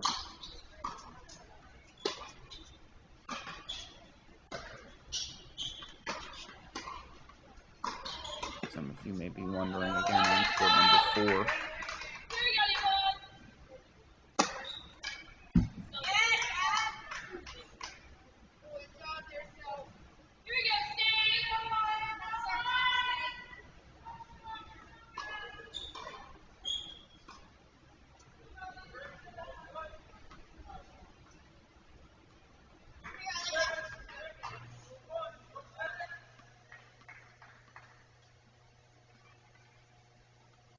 Who actually, if we can, super producer Daniel Westhoff, can we go to court number 6 in Columbus real quick? 6 in Columbus, if we can.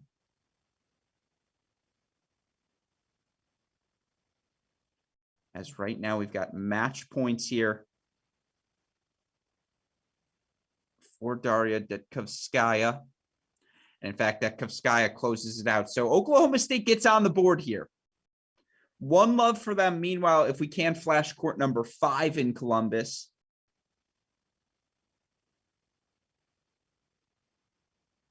Right now, court 5 in Columbus.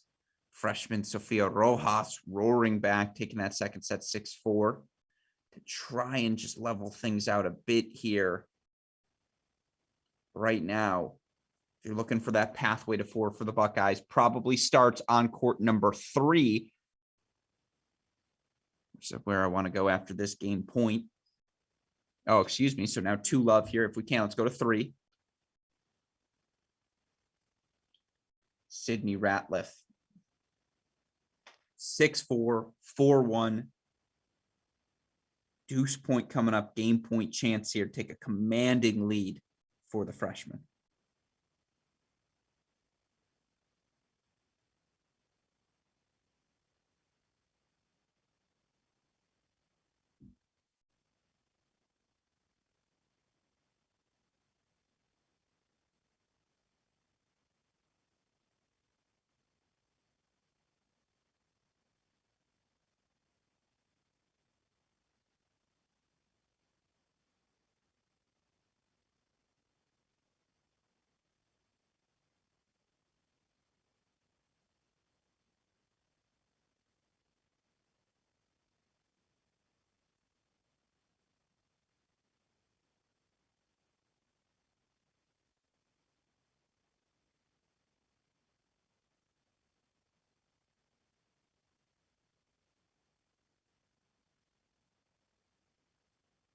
All right, here comes the Cowgirls push. Opana, one of the breaks back now.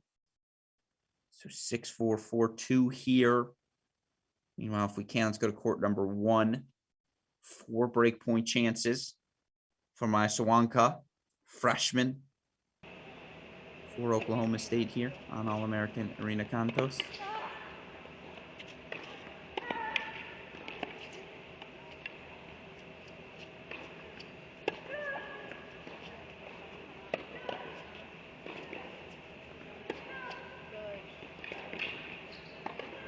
Arena freaking Contos does. Absorbs overhead blow after overhead blow. Just finds a way to survive. And ultimately, she's the one who puts away the swinging backhand volley. So 1 game point fought off, 30-40. You look right now, Colby Allen, 6-4, 4-1 lead for the Buckeyes at 4 as well. They are clearly making that Buckeye push. So with all due respect to our friends, fans of Raleigh, we're going to get to that NC State match, I promise. But I think Columbus is the place for us to hang out right now. Big moment here. Choppy. Okay.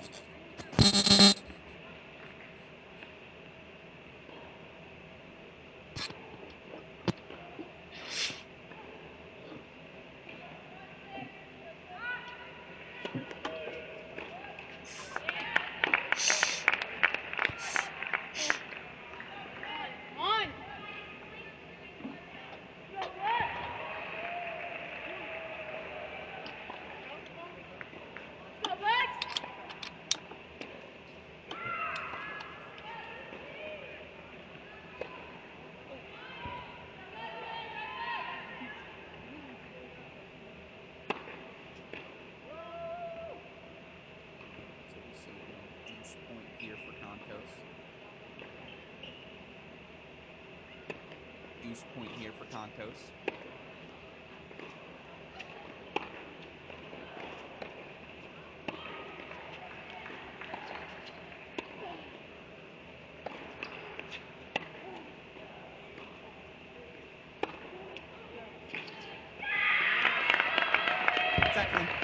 Excellent stuff from the All-American Arena Contos. Big.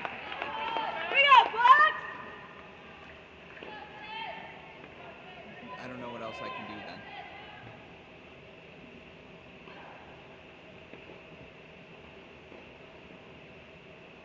Hold on, just type this. Don't type it. Oh, really? Oh, I didn't know that. Oh, that's fucking good. I thought they were hearing this as well. If we can. Oh, okay. Sorry for the If we can, Super Producer Daniel Westoff, can we go to court number 3 in the meantime? Court number 3 while we try to figure out my microphone issues. Excuse me, court number 4. Court number 4.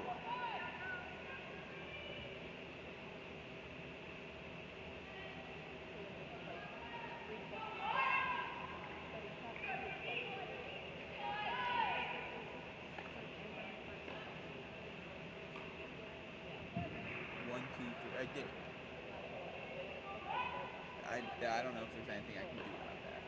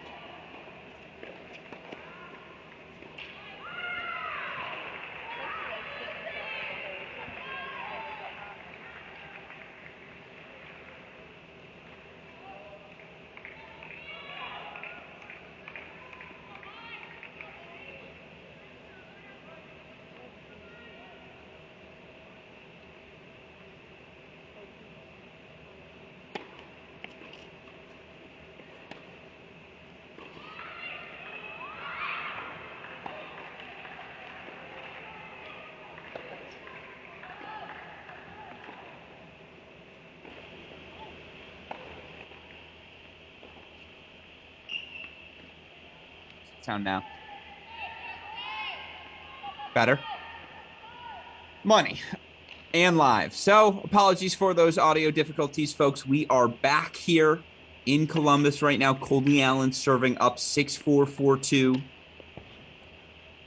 Buckeyes currently lead 2-1 overall. As we update that graphic, top left corner for all of you. Again, 2-1 Buckeyes here.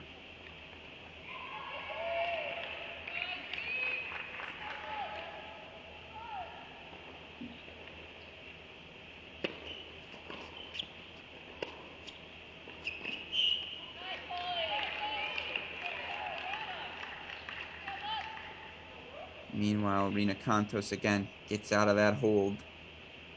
7-5, 4-1 there. Sydney Ratliff, 6-4, 4-3. She's up a break of serve as well, setting a break. Lucia Marzal also cruising right now in set number 3. 3-love lead for her there.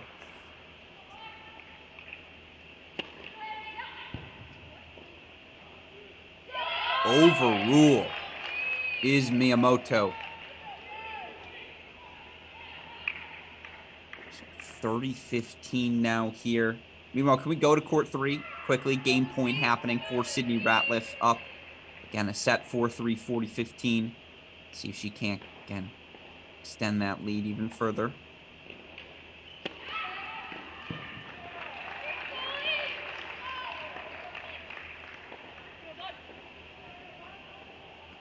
So 40-30 now there.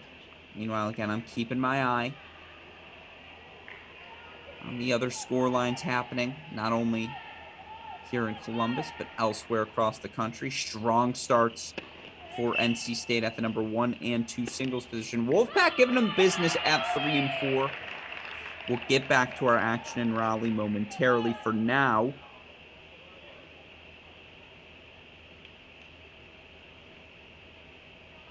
sticking here in Columbus through the end of this one.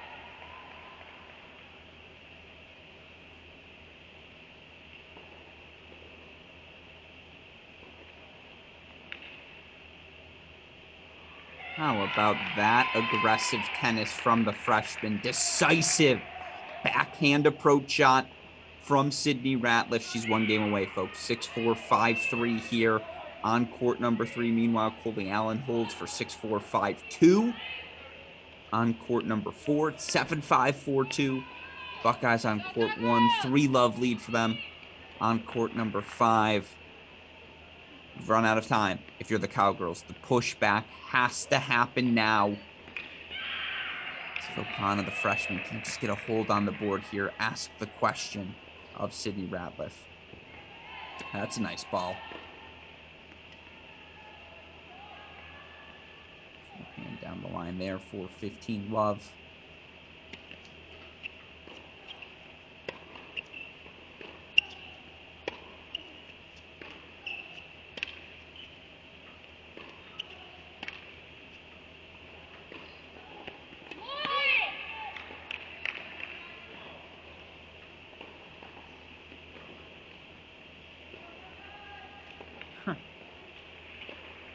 There's just an explosion off the racket of every ball Sydney Ratliff hits. The cut on that slice forehand approach, and just, again, the way her forehand, backhand approaches seem to zip through these courts.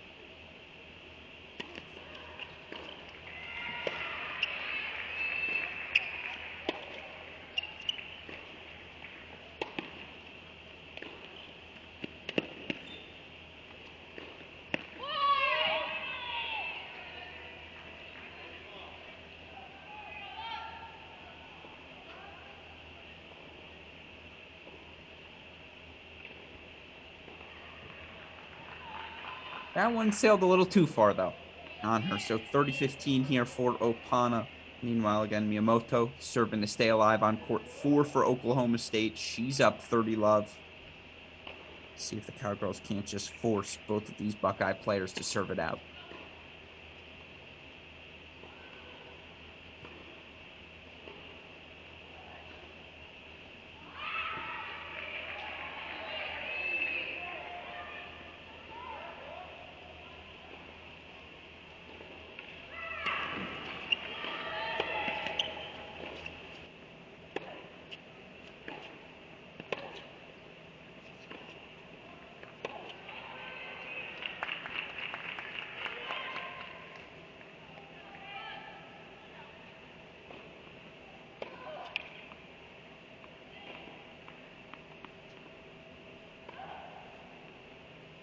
Ratliff 2 points away now.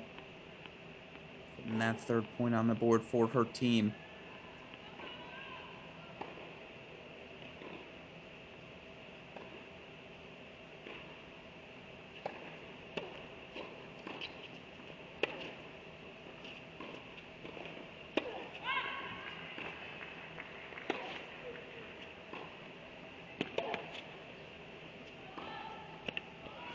There's that Sydney Ratliff forehand. She's been so decisive moving that ball around the court all match long. It's how she's played on her front foot, how she's put herself in this position. 2 match points for the freshman here. Make it 3-1 Buckeyes.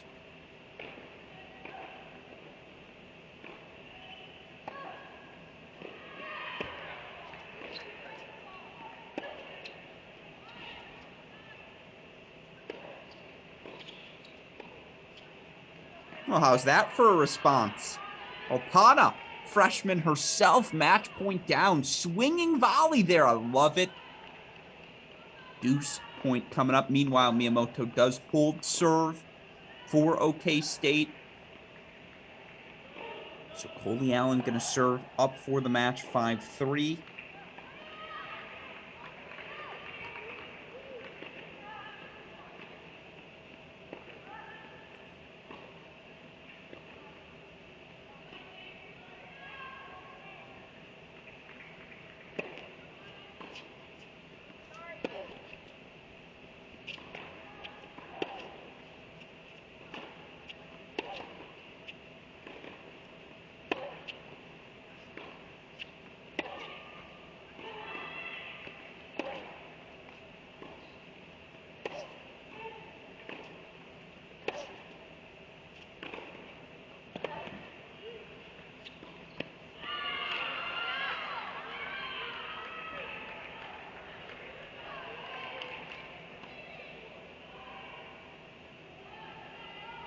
All righty, we play on. Here on court number 3, Opana holds 4-4-5. Ratliff still serve for the match when we come back. Let's go to 4. Coley Allen, speaking of serving for matches. 6-4, 5-3 up. Love 15 down. Got Love 30 down now against the junior Miyamoto for Oklahoma State. Meanwhile, of course, coming up after this one, Vols Tennis going to take on LSU here in Columbus. Matchup will probably be an hour after whenever this one ends. Nice overhead there from Allen down the center. Of course, just our next wave of matches coming up at 1 p.m. All but 2 of the 3 seemingly going to be delayed. Tennessee taking on Memphis. That match will come an hour after Western Michigan Old Dominion. Western Old Dominion, I think 4 matches have gone into the 3rd set there. They're still at least 30, 40 minutes away from being done. So imagine Tennessee's going to get pushed back an hour. Of course, Harvard, Pepperdine, your new matchup over in LA. Have that one for you all later today as well. Still have NC State rocking and rolling over in Raleigh. But for now, we focus on the Buckeyes here in Columbus. 5-3, 30 all. Coley Allen 2 points away. putting point number 3 on the board for her team.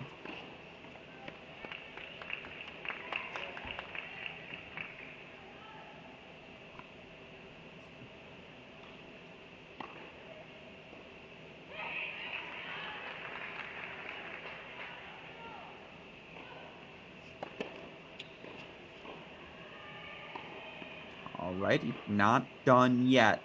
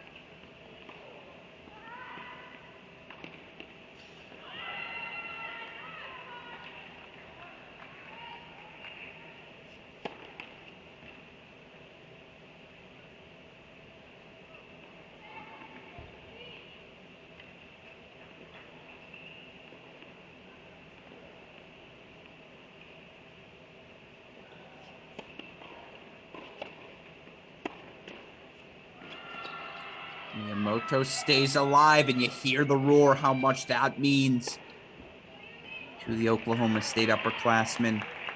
We play on here on court number 4. Meanwhile, let's go back to, actually, if we can, let's go to court number 1. Want to briefly flash in there, Irina Kontos has made her move.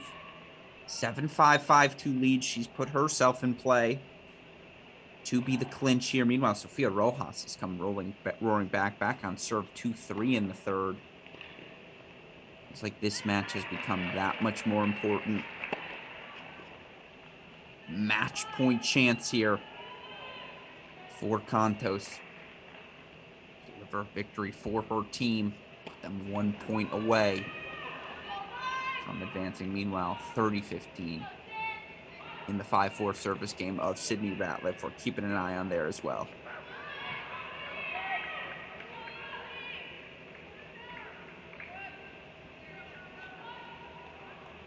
And in fact, super producer Daniel Westhoff, just have that button push ready as soon as we're done here.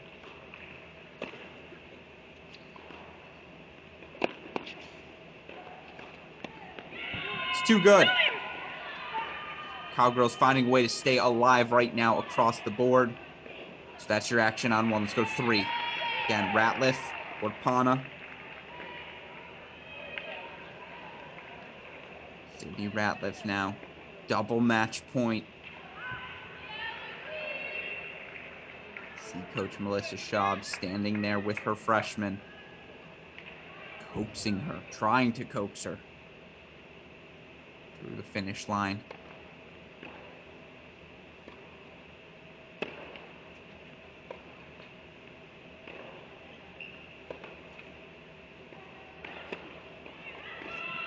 All right, we're not done yet.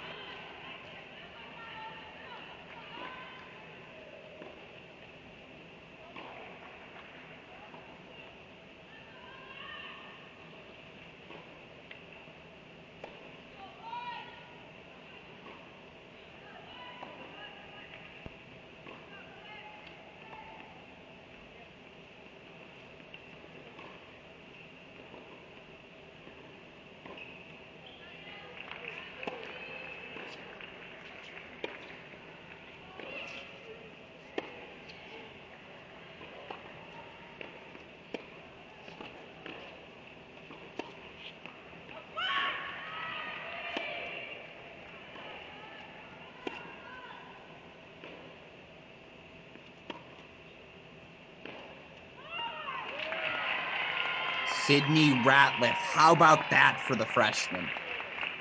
6-4, 6-4. She advances 3-1 Buckeye lead. In the meantime, Miyamoto up 30-love in her 4-5 service game. So we go to court number 1 now. Can the All-American Irina Kontos Siamers put the victory over the edge put her team over the edge, earned the victory today.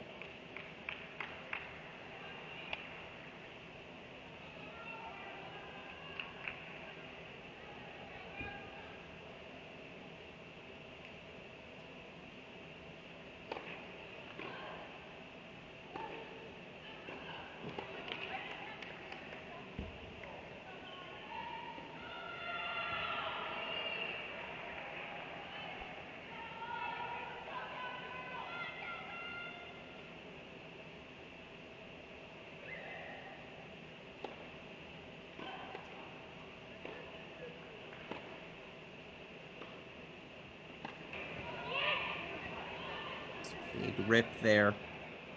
You see the intention.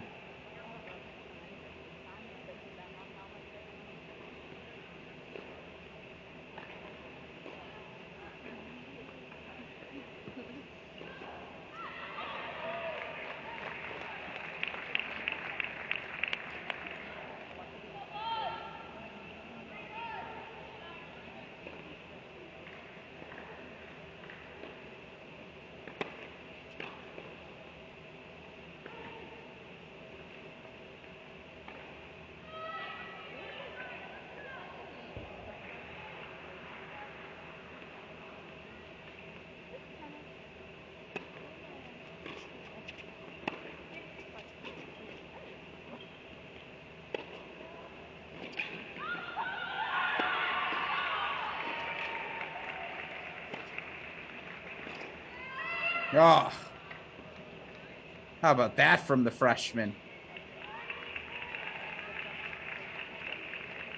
Maya Soangcha. What did we miss here? Oh, I apologize. Without even looking, Coley Allen comes back from 30 love down to break Ayumi Miyamoto. So Ohio State, 4-1 victory today over Oklahoma State.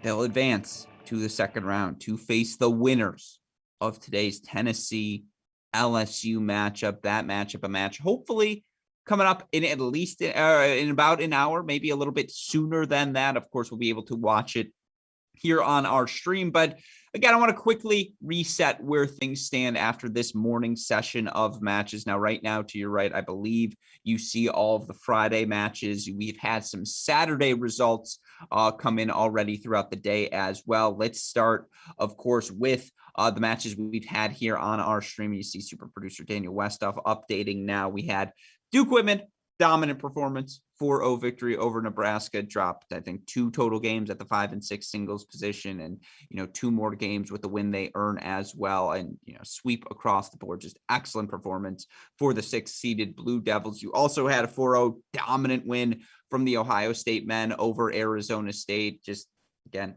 Kingsley, Voetzel, Tracy, top 3. That team can do, that team means business, folks. Not sure how else to say it. Georgia Tech 4-2 win in the Virginia region. They'll now likely face Virginia in that regional final.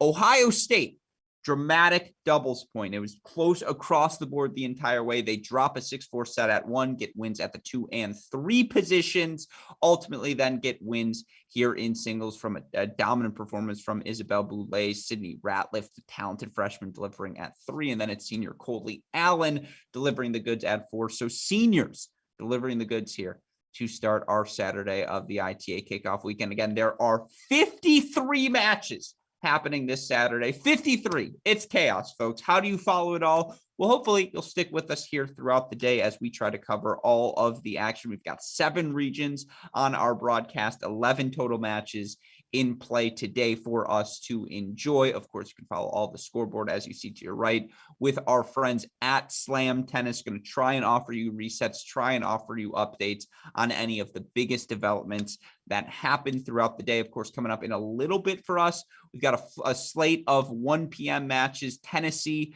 playing their final of their regional against Memphis. Now that match looks like it's going to start a bit late as Western Michigan, Old Dominion is still doing battle in Knoxville in the consolation round, but that's a matchup we've got for you. Harvard Pepperdine over in the USC men's region, a matchup we have access to throughout the day as well. But for now, Let's go to Raleigh, North Carolina, where NC State, your NCAA semifinalist last season, number 8 seed, I believe, entering this event.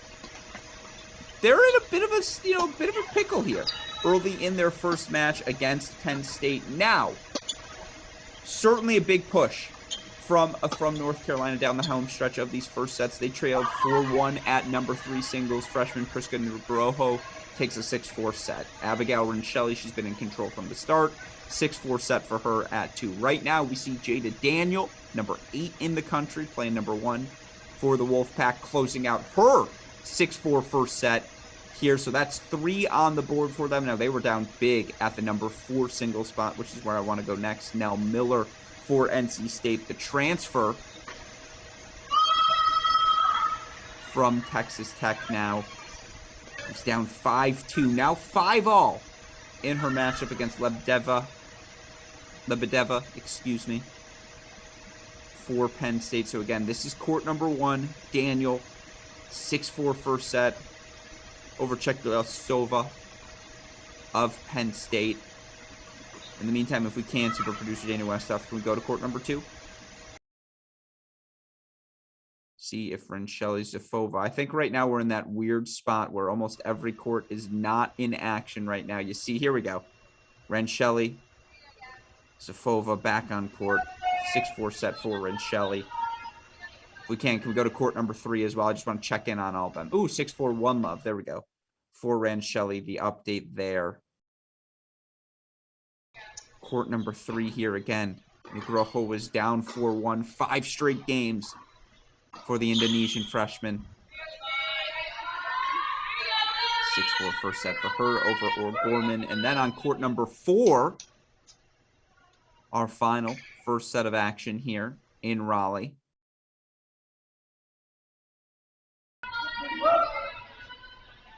Right now it's Nell Miller of NC State, 6-5 lead over Alina Lebedeva.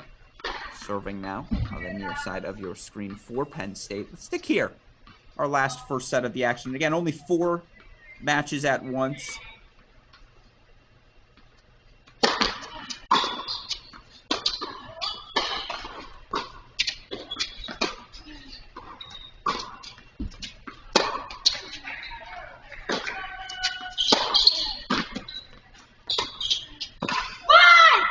By the way, have an official start time for that Tennessee-LSU match. That match going to start 1:05 Eastern time. 1:05 Eastern time for Tennessee-LSU.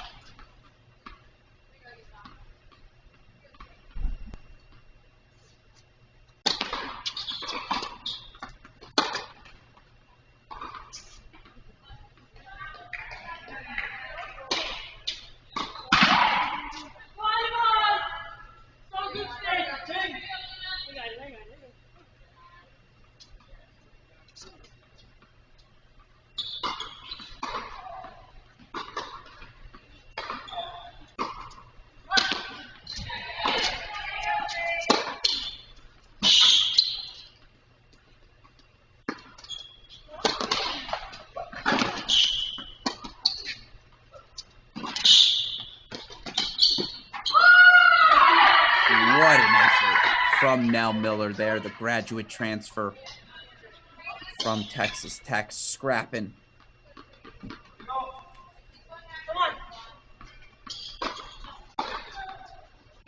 Put every extra ball in play. She takes this set. That's 4 first sets, plus a doubles point for NC State, who, of course, it's worth mentioning, expected to be playing Iowa State here today. Unfortunately, Iowa State just unable to make the trip. Not enough healthy players on the roster. I know how much Coach Boomer, the Iowa State Cyclones, were looking forward to this opportunity.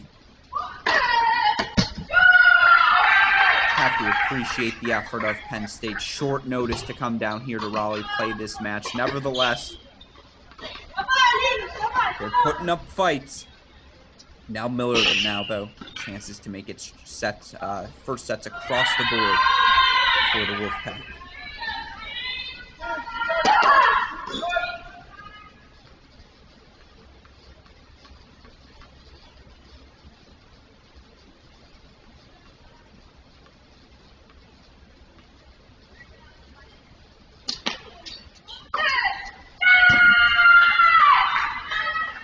There we go.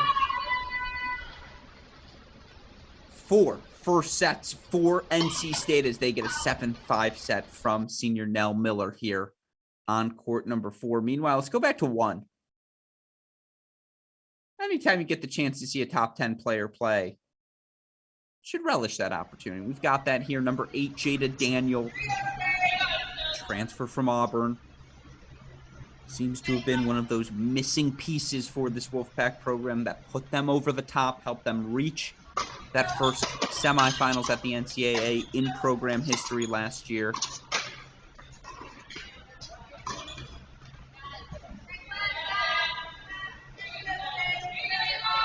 A little erratic there on that forehand, but currently finds herself with a 6-4 one-love lead.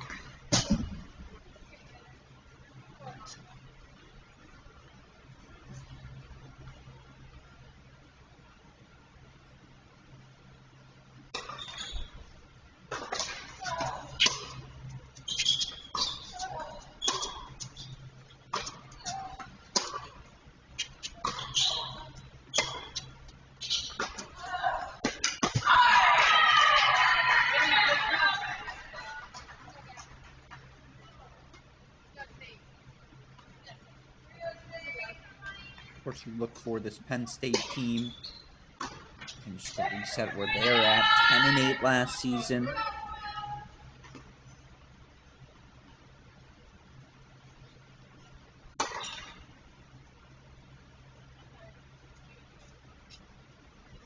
Played 9 4-3 matches of the 18 matches they competed in. 9 of them. It's a lot of returning faces to this team this year. An interesting season for the Nittany Lions, and what is certainly a wide open middle pack in the Big Ten Conference.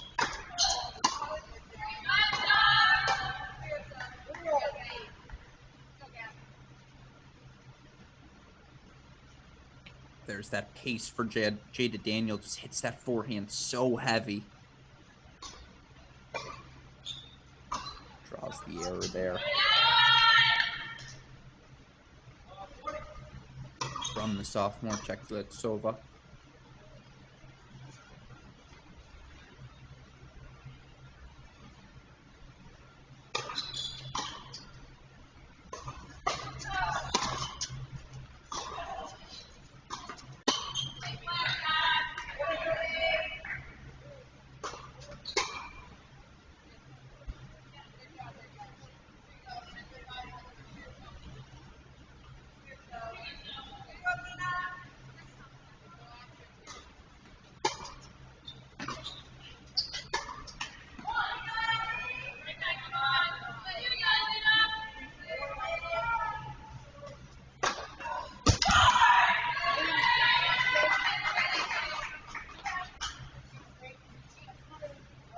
It's a very nice serve there from Jada Daniel down the tee. So Wolfpack hold 2-love early lead here. on court number 1 in the second set. Meanwhile, in the Groho, and the talented NC State freshman also up a set and a break early. 2-love on court 3. Worth reminding all of you listeners again, given NC State took the doubles point, they only need 3 singles matches here to advance. Penn State going to need to win 4 of the 6. Of course, with only 4 indoor courts at NC State, we'll only play 5 and 6 singles. We'll play them as soon as the matches are done. They'll go on court to start warming up, but they'll only be completed if needed.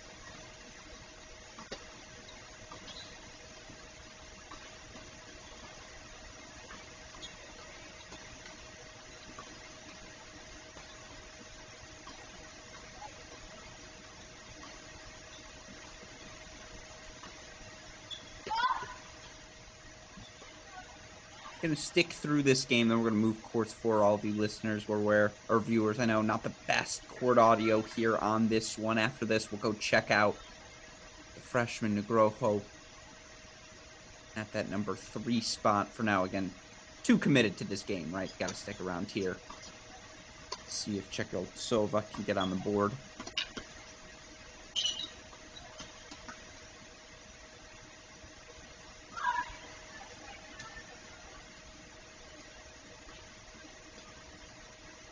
Meanwhile, I do just want to bring to your attention some very fun matches getting started. As it looks like Jada Daniel now commanding 6-4, 3-love lead. Let's go to court number 3 now if we can. Go watch Nugroho. Talented freshman. 6-4, 2-1 up currently. I'm Gabrielle O'Gorman. Again, I do just want to talk out some fun matches starting across the country. North Carolina. The post-Blumberg era begins. No Will, no Rinky. How does that team stack up here this season? Many unknowns, a lot of guys stepping up. Going to face a testy Northwestern squad. Testy Northwestern squad on the men's side. That's a match starting now. You've got Miami, Kansas, deadlocked in a doubles heat right now. That match happening over in Waco. Oklahoma State, what does their men's team look like in the Dustin Taylor era? They're starting their kickoff weekend against Oregon. Pepperdine, Columbia. How do the Waves bounce back after a strange loss? Not strange. Cal played really well, but an unexpected loss to Cal early in the season. And yeah, Texas A&M Princeton. I'm not going to name all 53, but folks, you're going to hear me say this at least once an hour. 53 matches happening across the tennis universe as part of this kickoff weekend. Don't miss out. Share it with your friends. I believe it's 3-1 here. Negroho.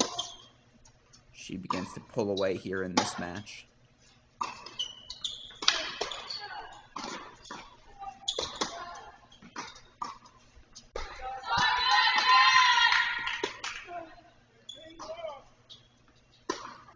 Really good redirect from Gabby O'Gorman. Look for O'Gorman. Graduate student out of Australia.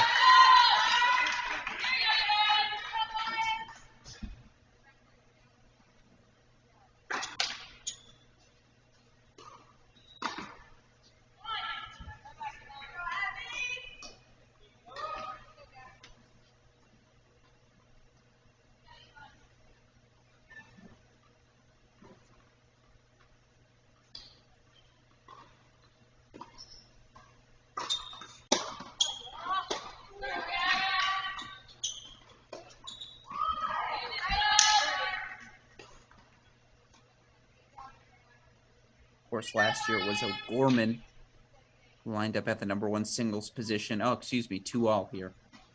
Of course, last year was O'Gorman, who lined up at the #1 singles position. 8-9 was she for the Nittany Lions.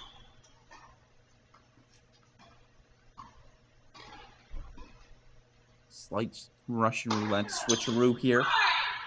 Cheklovitsova was at 2 and 3 last year, now up to #1. Gorman down to #3.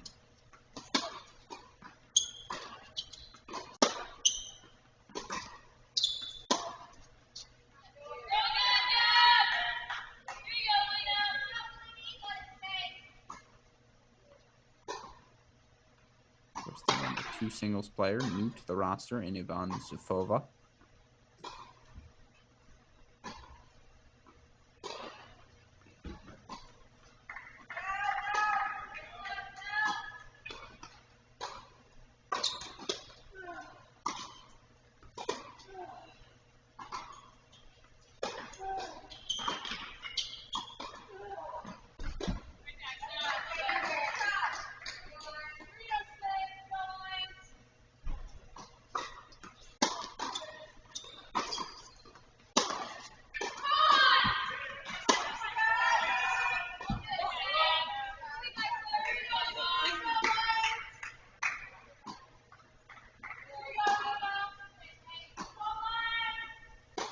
Of course, an extraordinarily talented coaching staff for this Penn State Nittany Lion crew. Head coach Alexandra Angelescu, former top 10 player, her time at Georgia and Georgia Tech.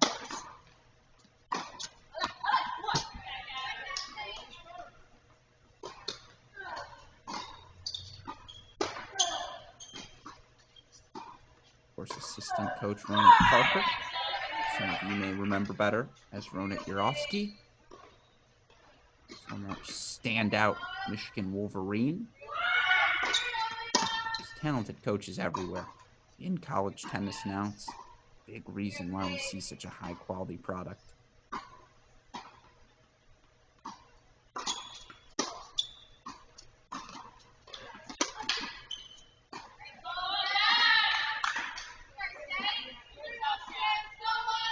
Little wide.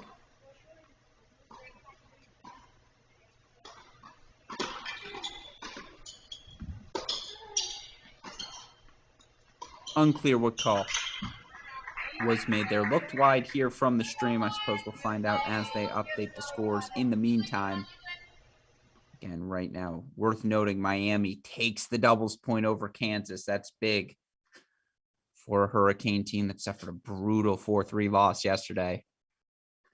in their matchup with USC. But for now, we make the turn here on court number 4. Let's go to court number 2 if we can. Speaking of that Penn State freshman, Yvonne Zafova, she is giving Abigail Ranchelli the work right now. Close match there. Across the board. Tightening up these second sets right now. We'll make the turn here. Meanwhile, let's go to court number 4.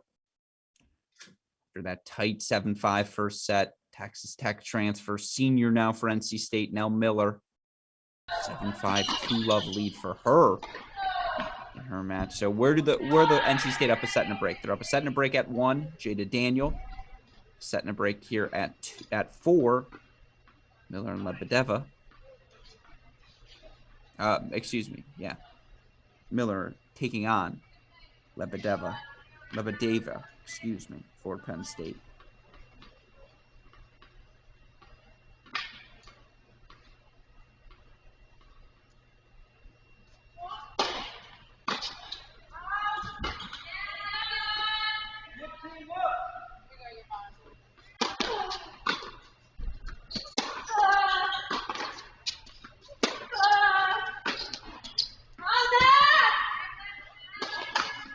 So, by the way, that ball was in from Gabriella O'Gorman, so she's now up 3-2 in that second set against McGraw-Ho. Daniel in cruise control mode, though. We might have to go check back on that number 1 court as she leads by a set in 4-0 now.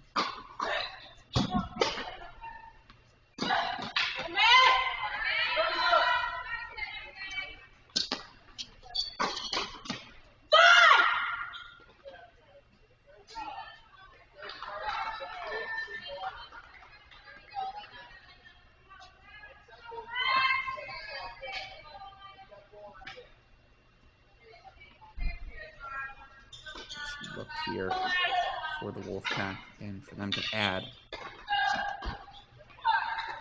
player the quality of Nell Miller. 40 doubles player in the country. Her tenure at Texas Tech. Racked up plenty of singles victories as well. In the bottom half of their lineup, to get a veteran presence like that into your lineup to help replace the loss of Ariemi and Banana Rogers. I feel like you're not missing a beat this season. If you're head coach Simon Earnshaw, I feel like you can very much get the graduations of Graham, Davatella, McKenna Jones. North Carolina's still the team to beat, but it's a new era of Carolina tennis. If there's ever a year to get them this year, whether it's this team, whether it's Virginia, Duke. Like all those teams have been chopping at the bit.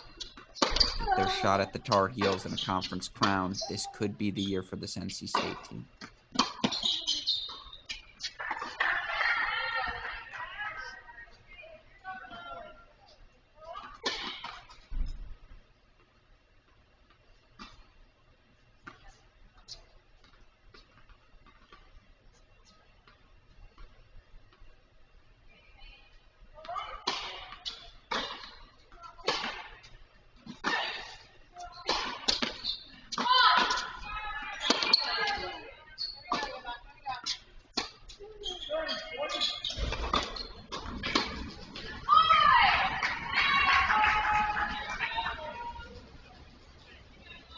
Another score or update from all of you listeners from some result happening around the country. Kentucky. Comfortable 4-0 win for the Kentucky men over SEC foes Alabama. Now it is worth mentioning Liam Draxel, number 1 player in the country last year, as always, drops his first set down when that match concludes. But they call him Liam 3-set Draxel for a reason. 4-0 win, though, for the Wildcats.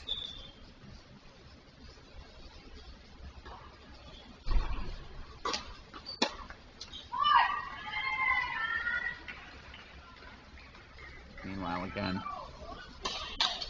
Wolfpack now up 4-love in a set. 2 different courts. Keeping my eye on that Jada Daniel scoreline. The moment she gets close to a match point, we'll head right over there.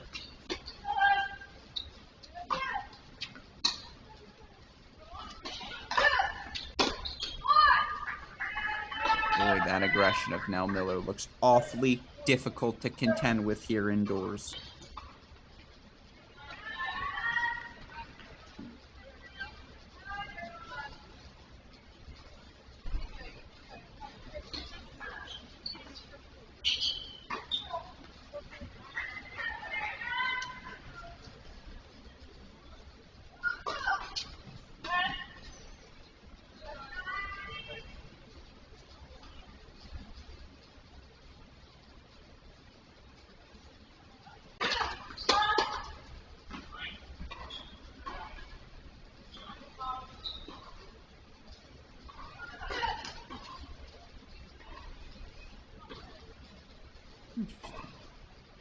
Double fault there.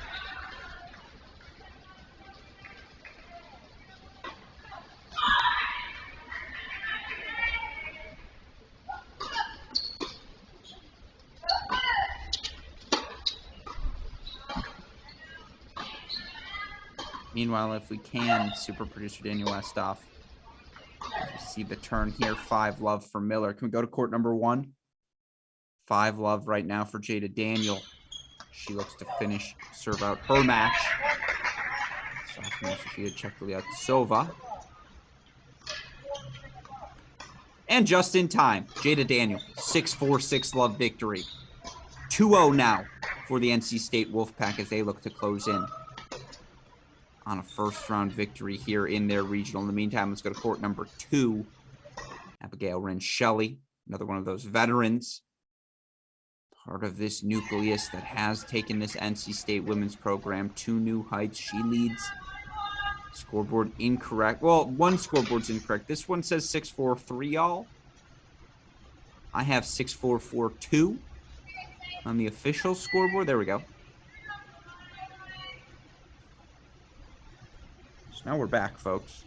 Again, NC State racing towards that finish line. 7-5, 5-0 up on 4. Setting a break up here on 2 as well. Tell you what, there's just an aggression to this NC State team, particularly when they play indoors. They're taking that ball early on the rise, all trying to get forward to the net as well. Very admirable system, impressive system being implemented by Coach Earnshaw.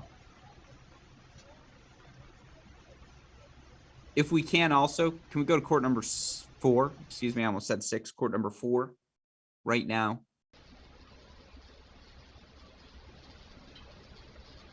Nell Miller. Believe on the near side of your screen. I don't believe that is Nell Miller. Looking to break. Make it 3-love here for the Wolfpack.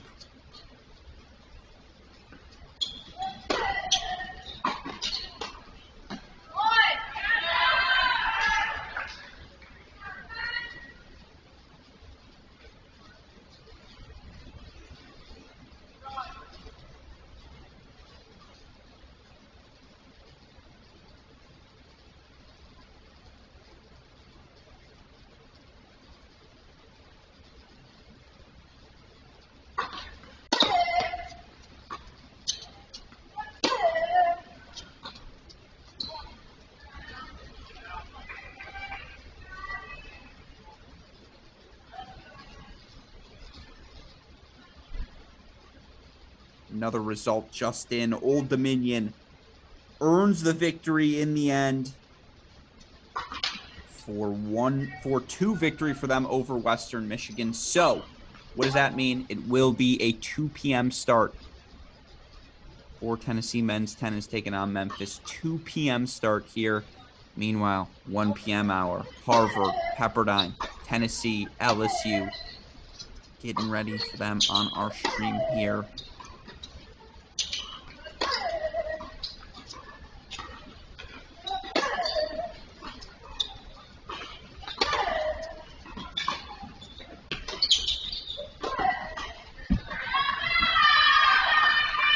Really nice performance from Nell Miller.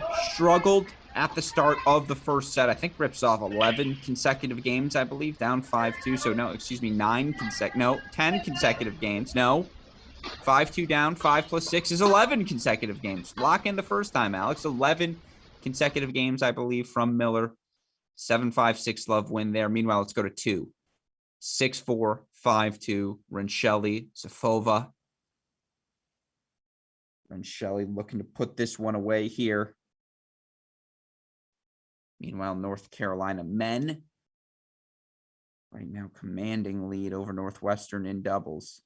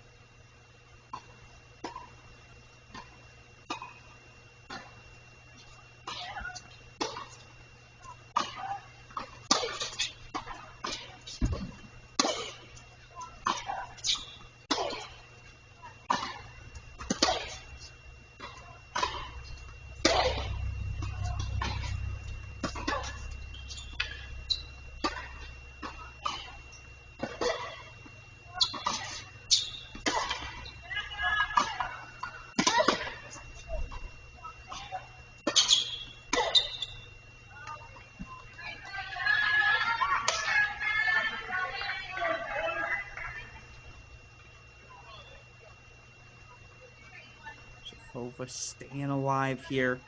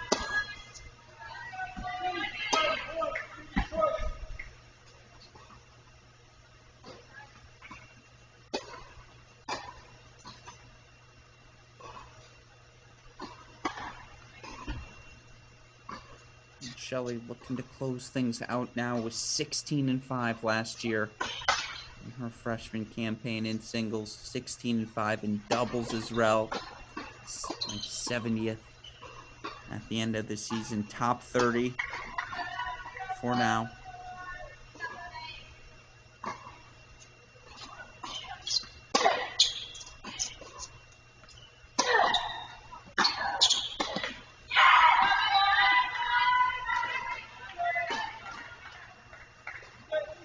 That was the volley she wanted.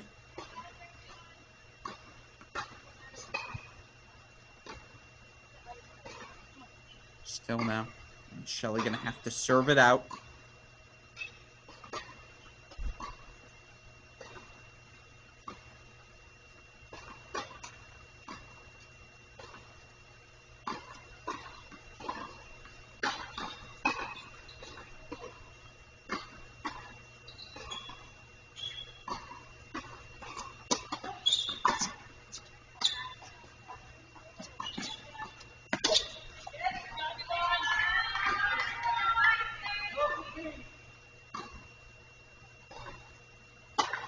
Interesting stuff here, and Shelley just losing her rhythm a bit down the home stretch of this set.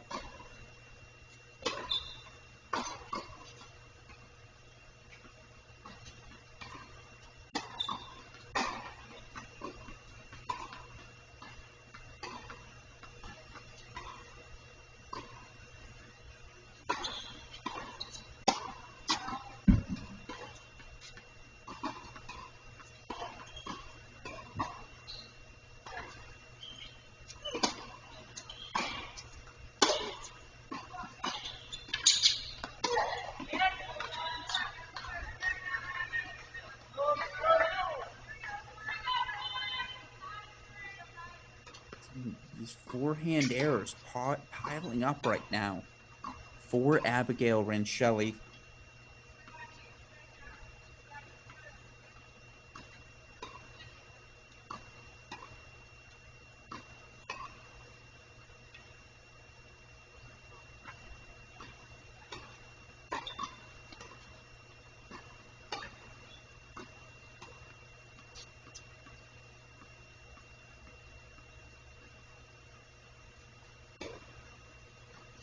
Leave love 30 here.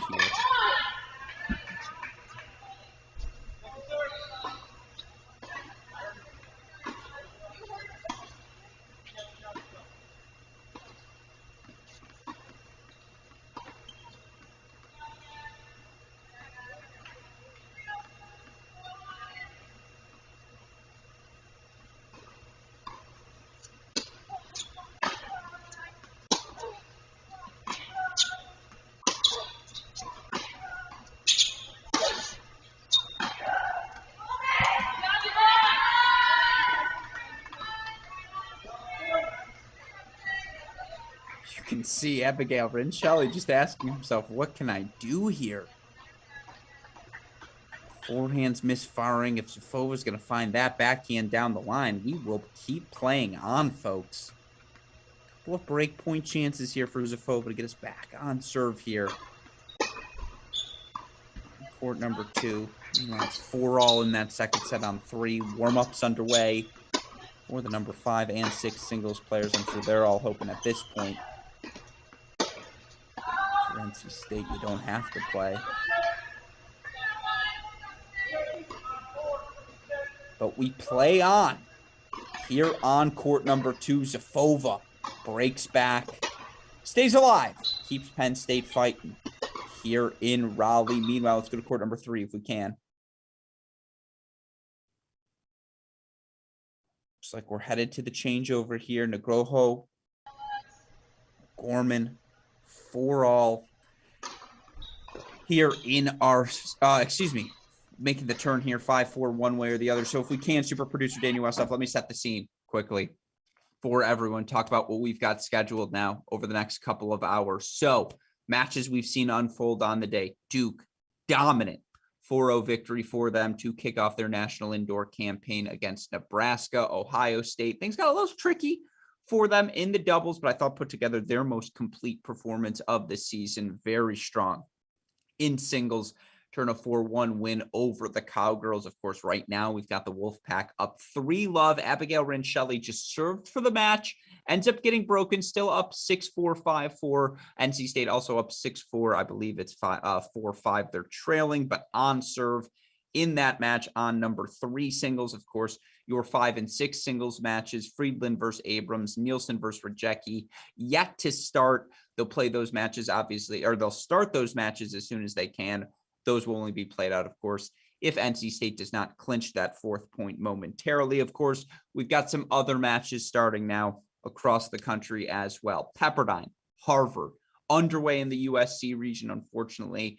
Denver forced to withdraw from that region, just too many injuries, and they weren't able to find a replacement team. So only 3 teams in the USC region. Denver out. So Harvard, Pepperdine playing today. Winner advances to play USC tomorrow. Of course, we do have some other results trickling in worth noting. We got a victory from host South Carolina, the South Carolina men earning a comfortable victory on the day thus far. I believe 4-1 win for them over LSU. Old Dominion wrapped up 4-2 win over Western Michigan. As such, that Tennessee match now scheduled for 2 p.m. And then again, matches we have coming up at the 1:30 to 2 p.m. and further hour. Coming up right now, obviously, you had some matches start over in, as I mentioned, the Pepperdine-Harvard match. You've got LSU versus Tennessee on the women's side happening in Ohio State. That Tennessee men's final going to be happening at 2 p.m. So we're going to take a break after this NC State match. We're going to stick through it, obviously, till the end, but going to take a break for us just to reset things, make sure everything's working till the start of that Tennessee match. But before we take that break, we got to see how this one finishes. So let's go back to Raleigh, North Carolina. 5-4 service game right now. 4-5 service game for Zafova. She had just earned the break to stay alive against Abigail Rensheli, I believe number 26 player in the country right now.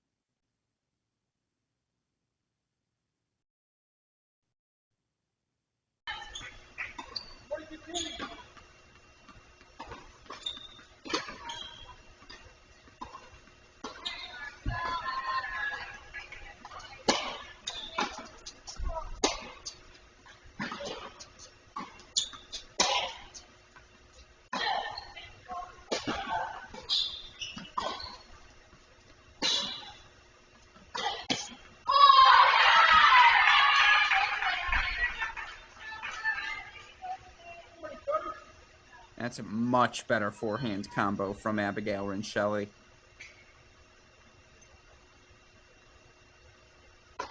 Forehand certainly sprayed on her when trying to serve out this match. That was much more measured. Didn't go for the ripped winner down the line. Knew she'd open up the space. She'd continue to go cross court, just opened up that ankle beautifully now. She's 2 points away from the finish line.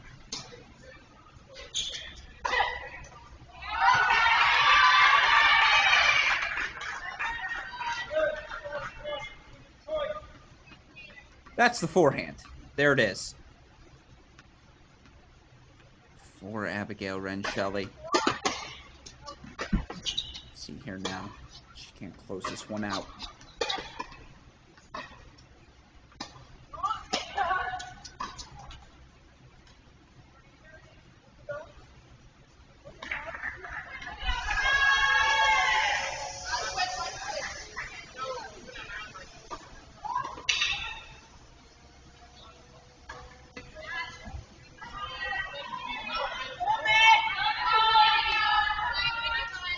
Discussion ensuing, one imagines over a call.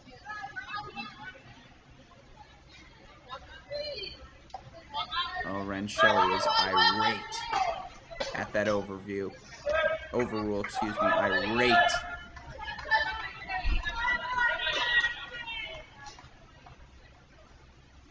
Because that's a game.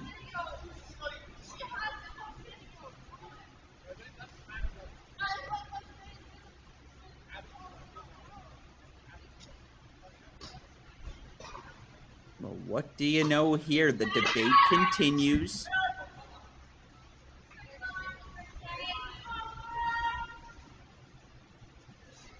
All right. Just when you think you have a grip on the match, you play on here in Raleigh. So 5-all now. Fova holding. Rensheli seemed to call that serve out, seemed to get overruled. Long discussion between Rensheli, coach, and the chair ensued. Meanwhile, Sophie Abrams already up 2-0 at the number 5 singles position. What's going on here? Hold on.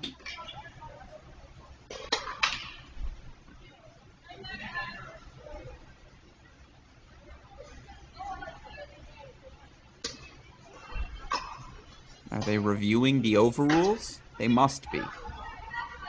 As if to say that was not a point penalty. At some point, if you're the NC State coaching staff, you just got to say enough is enough. Look at the scoreboard, Abby. But you never want your player to be wronged. Again, it's a bit difficult for us to have an exact feel for the situation without being there exactly. Interesting camera angle. I think, what do they not want us to see? The discussion? Here we go.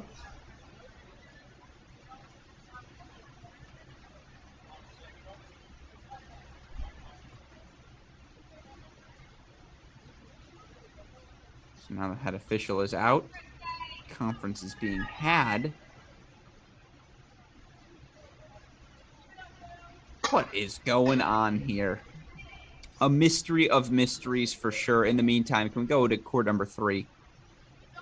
Doesn't do us much good to watch arguing that we don't know the exact outcome for.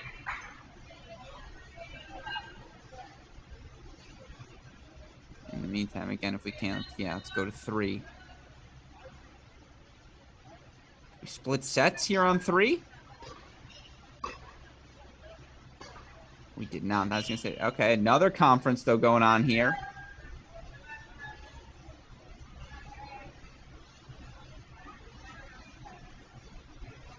I mean, this is just chaos, folks. This is what college tennis is all about. Obviously, there's some sort of scoring confusion. Can we go back to court number 2? Is this a tech issue? Are we stopping play on all courts? No, it seems to be just these 2 center courts. Tell you what, I feel like this is what I do when it's a boys 12s event that we're hosting. It's like, all right, let's bring all the players to the center of the court. What's the last score we can agree on? Is that what we're doing here right now?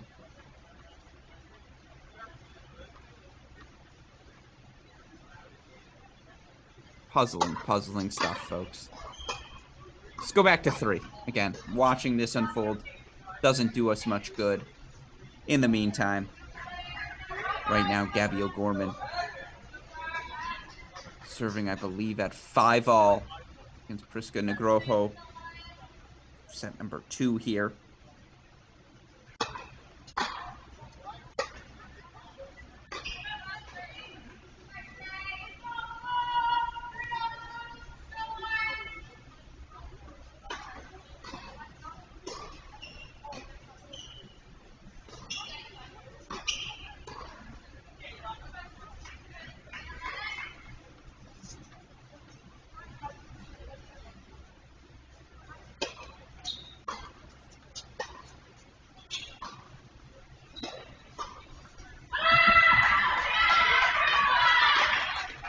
Nice serve there from O'Gorman.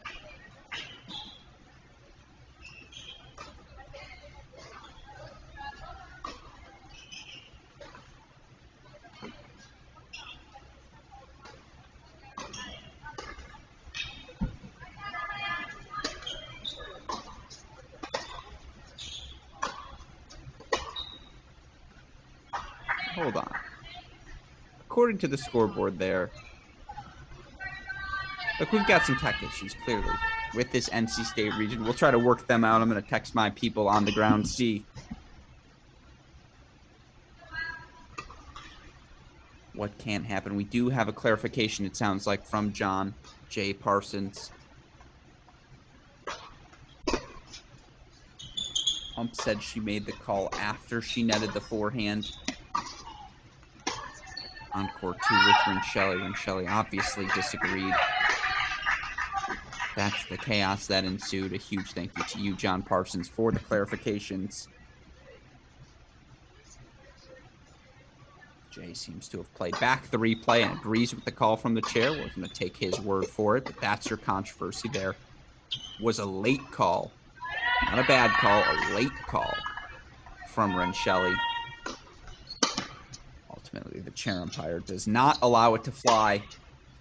John Parsons, folks. No ad, no problem for Jay.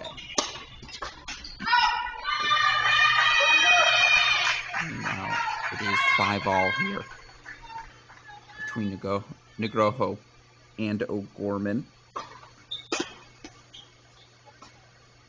5-all now in the second set between Rincelli and Zafova as well.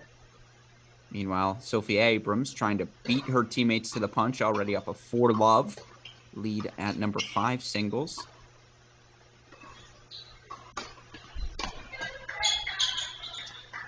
Gabby O'Gorman has made this a match, though, folks.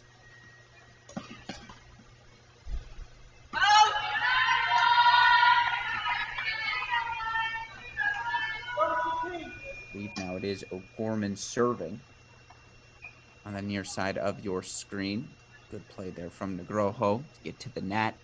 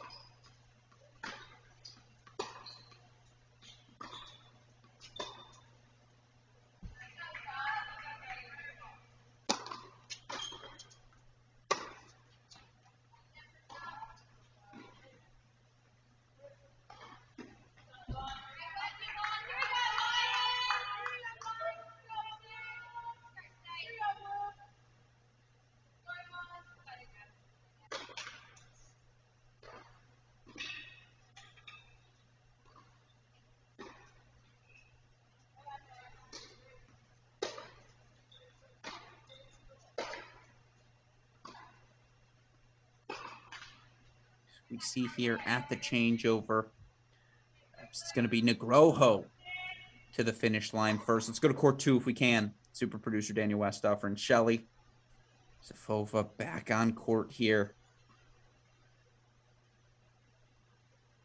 Negroho, by the way, to serve for that match when we get back to 3. I'll keep my eye on that when they get back out there. Right now we're in Shelley. Certainly going to be a bit frustrated.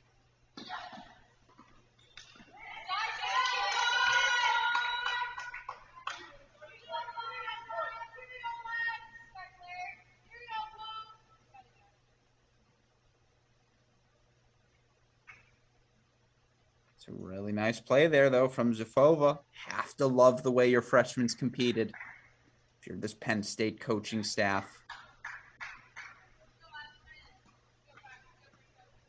Easily quit.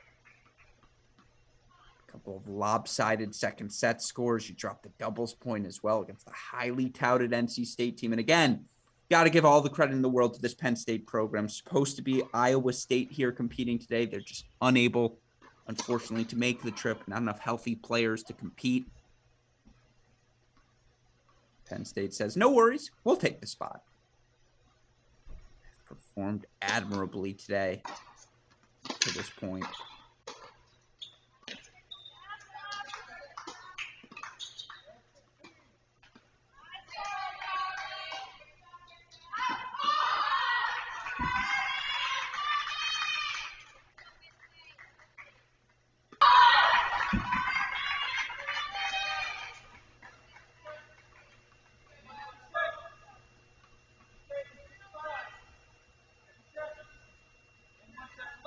So we make the turn here on court number 2. Now we go back to 3 right away. You beat me to it, super producer Daniel Westoff. Bravo.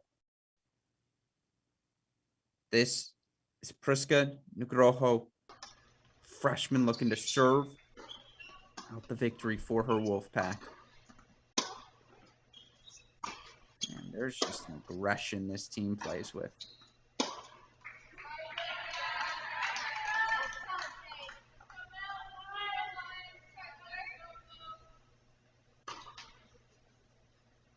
Good response there from O'Gorman. Of course, if you're Negroho, that overhead's got to be one you put away.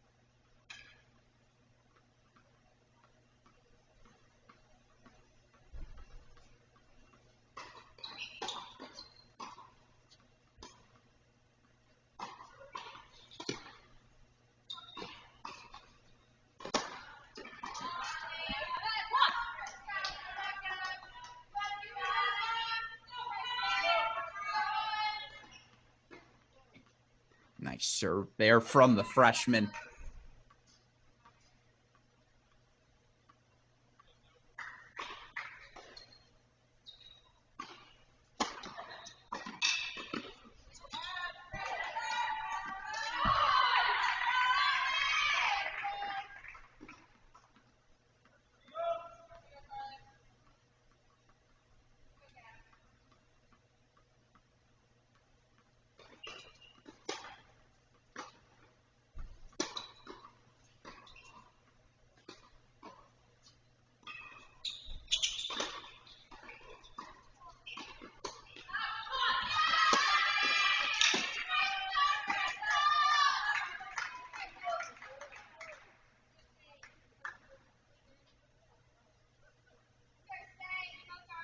Here it is.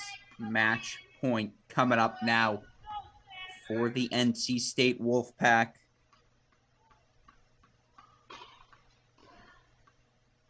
Man, it's a big day of action everywhere. Right now, again, 53 matches happening across Saturday in the college tennis world. Fun results going on across the country. Fun college basketball day as well here. Focused on the college tennis. NC State, chance to advance.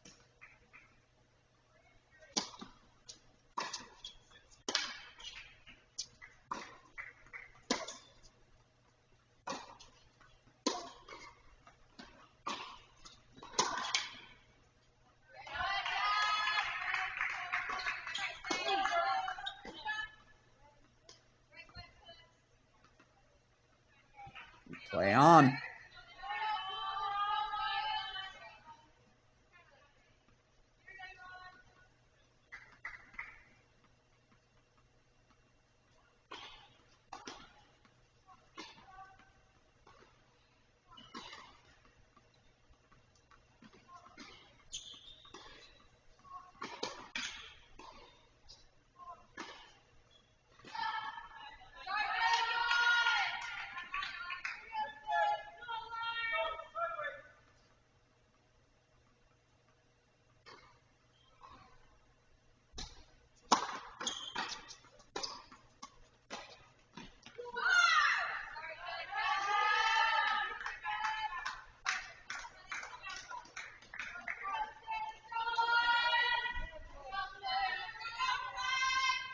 Play on. Here on court number 3, the dropper, a bold choice from the freshman on match point.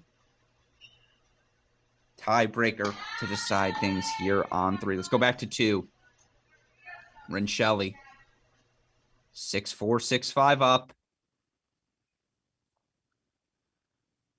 Serving for the match, I believe, here. Near side of your screen. And she get the job done this time. No, excuse me. No, we've already started the breaker here on court 2. So simultaneous breakers. And I'll tell you what. Penn State gets both. We play on. But that's exactly the case. They need both. NC State just needing the one.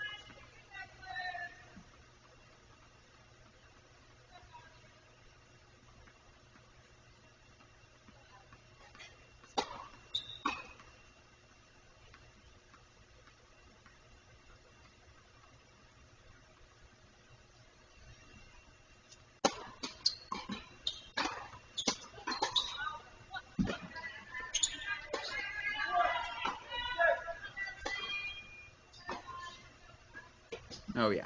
It's been all Rincelli here in this break. That was a long stare as if to suggest it was out. So perhaps I'm wrong there.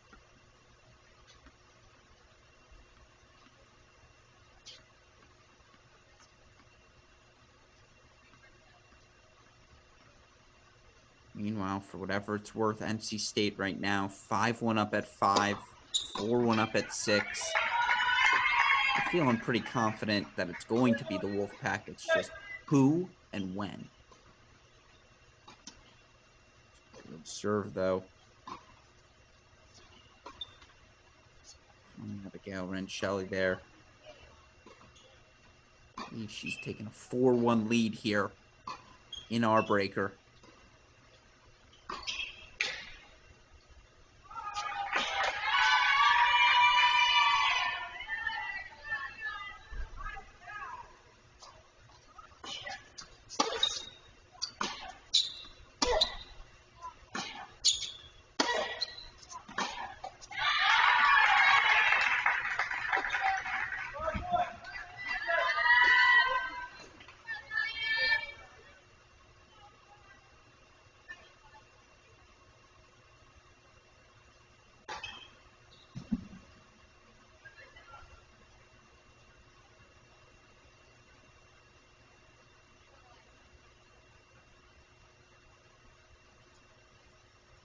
as we make the turn here, let's just check in on 3. See how our players look over there.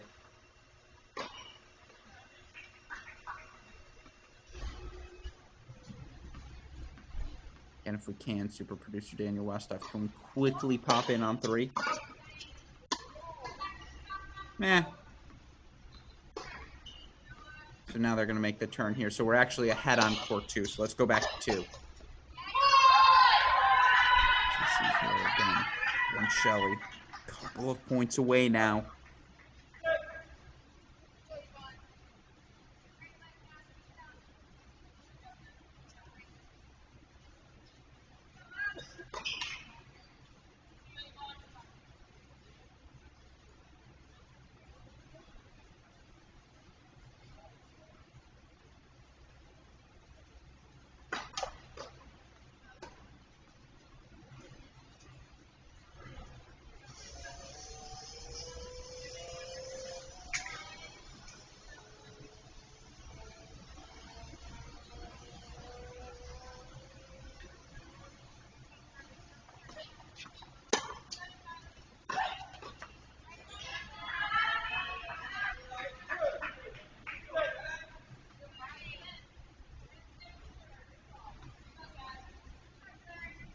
Feels like as close as Renshelley gets. Just unable to get over that hump. Meanwhile, 3-all as they make the turn on court number 3.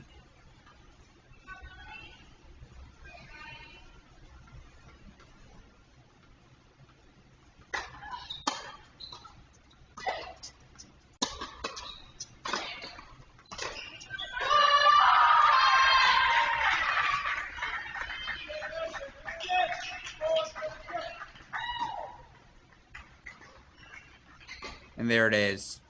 In the end, slowed but never stopped.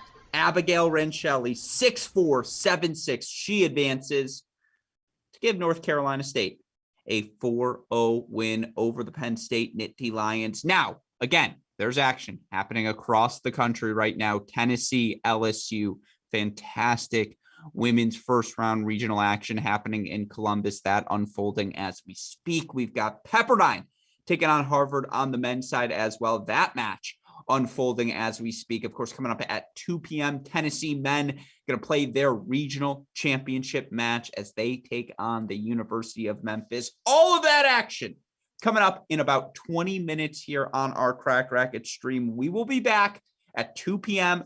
to pick up our coverage, watch the Tennessee men head across the country, do our red zoning like we do. We're going to take a quick break to make sure all the tech works, make sure we are ready to rock and roll for that afternoon session. We hope you'll all stick with us throughout the course of our broadcasts. As again, we try to provide all of you college tennis fans with the coverage we know you all deserve. 53 matches going on here on Saturday. We're going to try and do our best to sift through it all. For now, though, signing off for our fantastic super producer, Daniel Westoff. I'm your host, Alex Kruskin. You are watching our Cracked Racquets coverage of the 2022 ITA Kickoff weekend.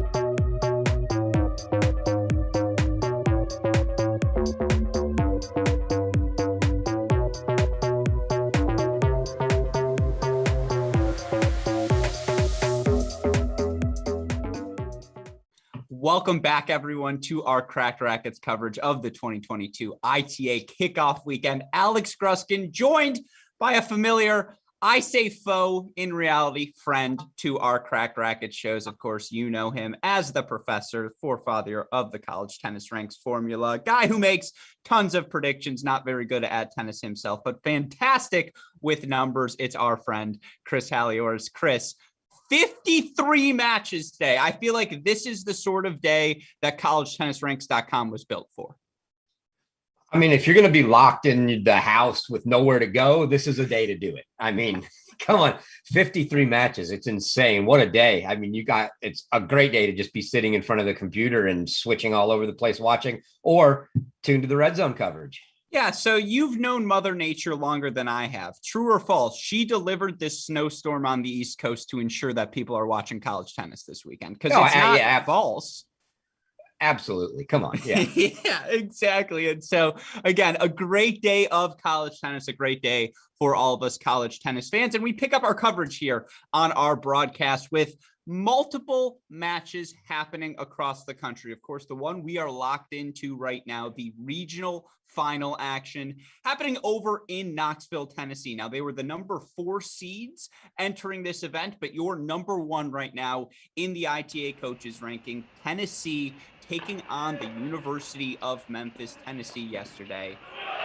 Hour of 36 minutes, I think, in their 4-0 victory over Old Dominion. Now for Memphis, completely different story. They played a 4-3 marathon match, dropping the doubles point, finding 4 singles victories, 3 of them in 3 sets, as they earned a 4-3 win over Western Michigan. We pick things up here now on court number 1 at the number 1 doubles spot for Tennessee. It's returning champions, 2 faces college tennis fans will be quite familiar with at this point. Pat Harper, Adam Walton competing in their final season at the University of Tennessee. They're at the number 1 doubles spot, taking on the Memphis duo of Stevenson and Taylor. You look, David Stevenson, the redshirt junior out of England. Jeremy Taylor, also redshirt junior out of Australia.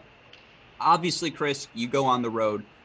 Winning the doubles point, that much more important to the road team always than it will be the home team. But we look here across the board as, brief changeover action. Give me your overview. Give me this Memphis team doubles, what we can expect. Yeah, it's going to be obviously Memphis needs to look to get this doubles point. We've talked about how good Tennessee doubles is, yet they've gotten off to a slow start this year. So if you're ever going to take advantage of being able to sneak a dubs point out of them, now's the time. But yeah, very talented Tennessee team out of Memphis. Obviously, this year they lost their top guy James Story to South Carolina, so everybody's kind of sliding up. It's a match that I think even they would admit they're probably they're in a little over their heads, so they need some things to break their way for sure to be able to compete here, and it's got to start with doubles because they're not going to get 4 singles matches off of Tennessee. Now, will break being the operative word here as we change courts to court number 2, where Tennessee has opened up a break lead. And you talk about the slow start to the season for Harper and Walton. They were excellent yesterday in a decisive victory. The number 2 doubles team for Tennessee may be their best doubles team of the season to date. And it's 2 newcomers to Knoxville this year. You see serving on the near side of your screen, Shinsuke Mitsui, freshman, former top 15 junior player in the world, pairing with a veteran, but now wearing a slightly different shade of orange, Emil Hudd, coming over from Oklahoma State. Of course, this duo now 14-2 still overall on the year, unable to finish yesterday, but had 3 match points, up 5-2 in their match against ODU. Going to be an interesting match for them as well, though, as they take on the duo of Oscar Cutting, redshirt junior for Memphis. He's partnered today.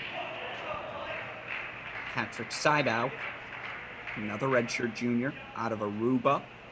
And you will say that about this team, right, Chris? Yes, they lose James Story, but this is a team with a bunch of returners back from last year. A lot of experience on this roster. Yeah, it's a bunch of guys that have been together for a while, so that they've definitely got some team cohesion working for them. No, absolutely. And by the way, too, Andrew Damon, currently stuck in quarantine. This is getting you through it. Just so you know, Andrew, Chris, same deal right now. He's stuck in quarantine. We're getting him through it.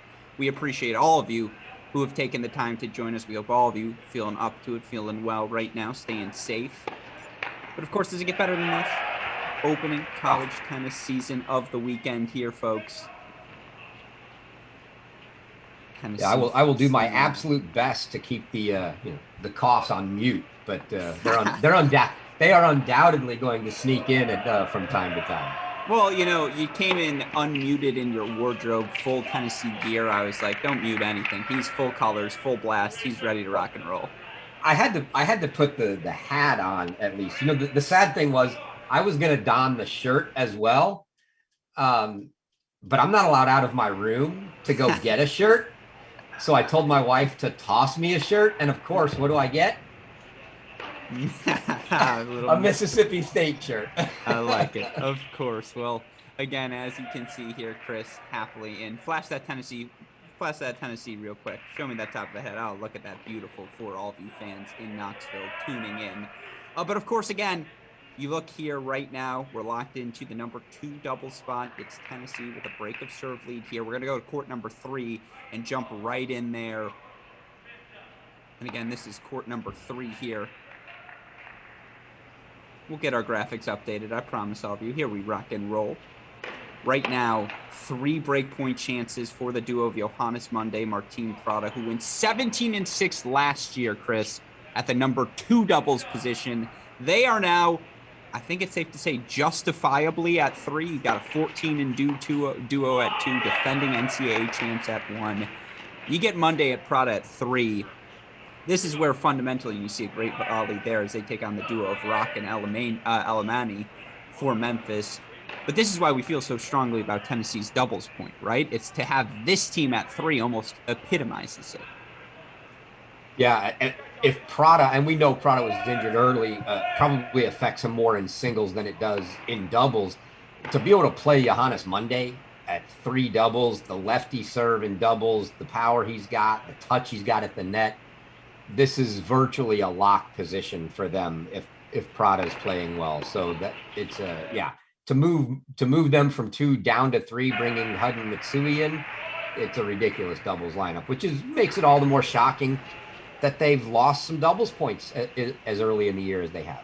And it makes it that much more impressive what they've done this weekend. 4-1 now for Monday and Prada here on 3. Let's go back to 2 if we can. 3-1, 30-all, Mitsui, Hud looking to take a commanding double break lead as well. And we talk about all of the time on our Cracked Racquets shows, which hopefully all of you viewing today have tuned into. If you haven't, we'll be covering the college tennis season all season long. Tuesday nights here to talk about the women, Thursday nights here to talk about the men on our shows we call The Deciding Point.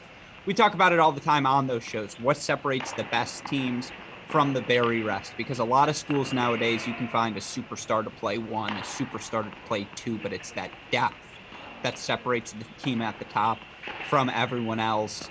I mean, Tennessee's got 6, 7, 8, 9 options to play in their lineup. They have those superstars. We see that depth manifesting itself thus far in doubles. Ultimately cutting Cedao hold, but it's 3-2 up a break for Tennessee on 2. And again, we're back here on 3 where it's 4-1 Monday and Prada. And yes, we're well aware action happening elsewhere around the country. Harvard, a huge doubles point for them over Pepperdine. Also have Tennessee taking on LSU. On the women's side, that matchup happening in Columbus. I believe right now over there. Gonna have to update that scoreboard, see where we're at, but that's a fascinating one as well. Now we lock in here to our number 1 ranked team in the country. We do have an update. Tennessee takes the doubles point, 1-0 lead for them over LSU. So good feelings right now if you're a Knoxville fan.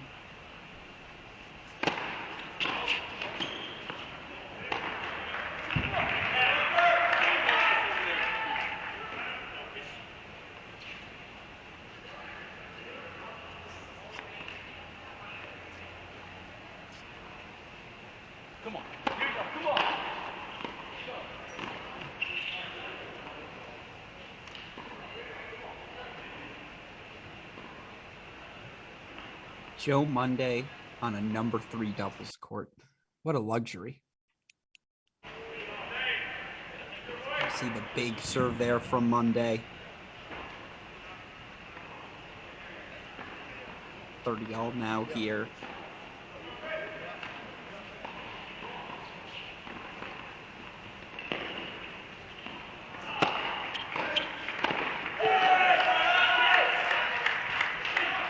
You've always got to mix these guys up. You don't necessarily put, the power guys together, but part of me would just love to see Monday and Hud play some doubles together. I'm sure they considered it. I think that they really like having Mitsui with Hud because you just get that freshman. You get Hud to coax along the freshman and just keep him calm and focused. Plus, this duo of Monday and Prada is just like, how do you break them up? Yeah. I mean, that was a routine hold. 5-1 now. They're cruising here at the number 3 position. Meanwhile, can we go to court number 1? We've got NCAA champions on our hands. We should probably enjoy some Harper Walton as well. Game points for them here, 40-30. It's really dumb at this point, but how do I recognize players? It's by the rackets they have, and that's so clearly Adam Walton's Babolat. You're just like, that's Adam Walton. Yeah, they make it a little tough when they wear the hats because for me, with Walton, it's always the hair. Long locks there into a long, loving serve. Hold for Tennessee here, 3-all again. Stevenson, Taylor holding their own here at the top. Right now, it's all Tennessee at positions 2 and 3, and of course, we'll keep our eye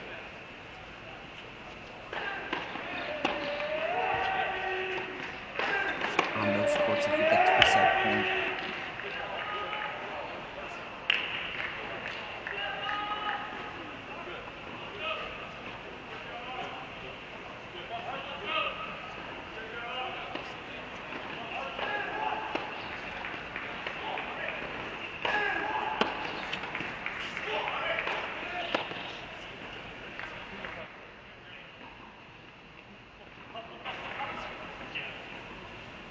Of course, again, sometimes the play site gets so excited, it'll do this to us.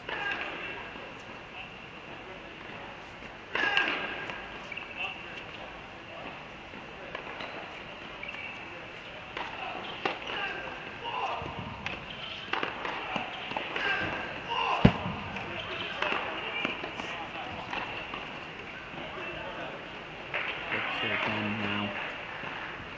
Chance for, again, certainly a positive result here. 40 love. Memphis looking very good at this number 1 spot. Looks like they're about to hold at 3 as well to force Martin Prada. Still coming back from injury to serve it out there.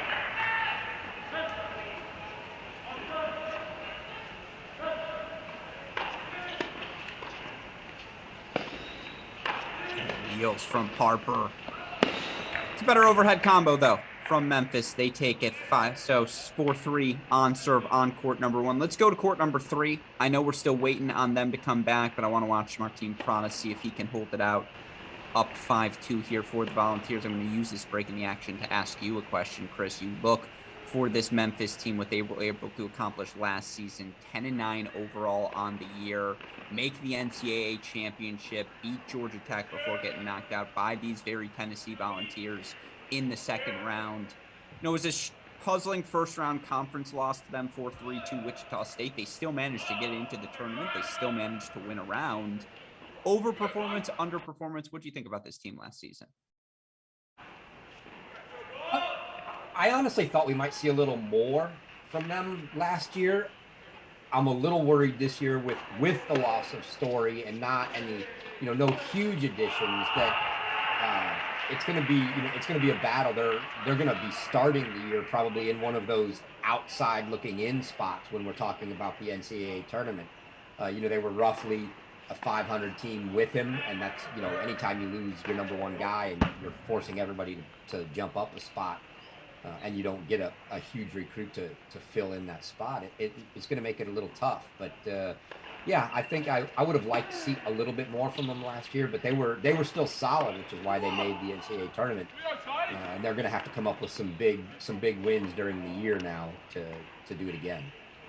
Played a bunch of 4-3 matches last year. Got a big 4-3 win at Alabama, big 5-2 win at Arkansas, 4-3 at Ole Miss to start the season. That'll get you into the NCAA tournament, and that's something this Memphis team is accustomed to doing over the years. You look for head coach Paul Goebel. Had a ton of success throughout his tenure. 2004, when he first got the job.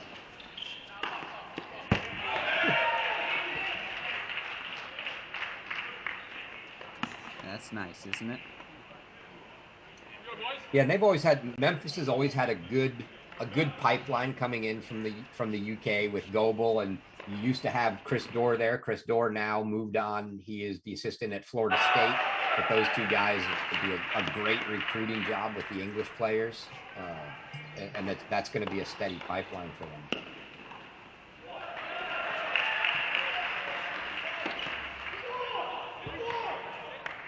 Nice return there. So 30-all here as they try to stay alive. Meanwhile, Mitsui Hud get a double break lead. So Shinsuke Mitsui going to serve for the set there, up 5-2 when they get back. We'll keep our eye on that.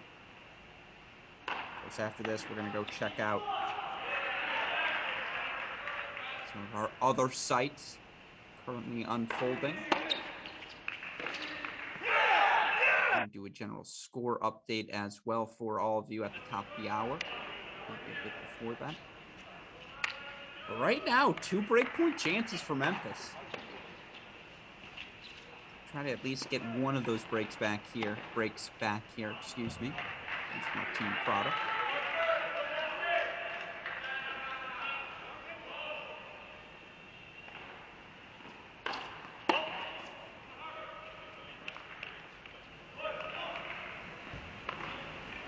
For the Monday cross here, second serve coach.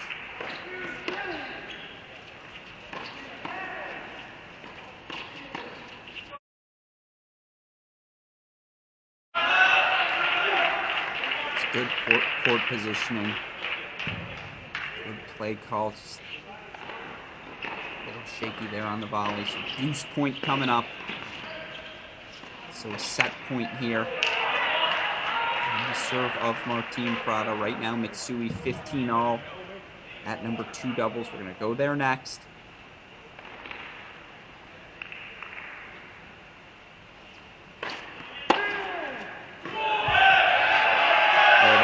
Monday, Prada, 6-2 at number 3. We go now to court number 2, where it's 15-all in the service game of Shinsuke Mitsui. 5-2 are he and partner Emil Hud. And the Tennessee duo of Cutting and Sidao. Excuse me. It's almost unfair for a big guy like Hud to be able to have those kinds of hands. They were just battering him, and every ball just kept coming back, and they had to go the other way. It's crazy to me that they're like, well, we can't attack Mitsui, so let's try to go to Hud. That'll work. It's too much thinking, because you're thinking to yourself, we can't go to Hud at the net. You know, we need to go at Mitsui at the net and Hud at the baseline. And you can't process that when the ball's moving that fast. 100%. And it's also, again, what's made Tennessee's losses to TCU and Wake Forest and doubles so confounding. Because on paper, in practice, you watch this team play. They've got all the parts.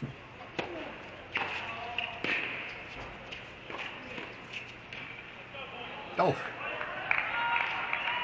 Maybe not there. So again, late push here from Memphis. Better late than never. 2 breakpoint chances here. And I will tell you this, Chris. I'm pretty sure in every match to date, James Mackay has plopped himself on the court of Shinsuke Mitsui. That's his project. His goal to get the extraordinarily talented Mitsui where they need him to be come May, because that could be the difference between a championship and falling short. And he does, by the way, feel like one of those inflection point players. Oh, yeah, absolutely. And I think, we watched that match with Wake and they were playing HUD at 4 and Mitsui at 6. So, is the case in most places where you've got a 1-3-5 on one side, 2-4-6 on the other, he was plopped right between HUD Mitsui and singles.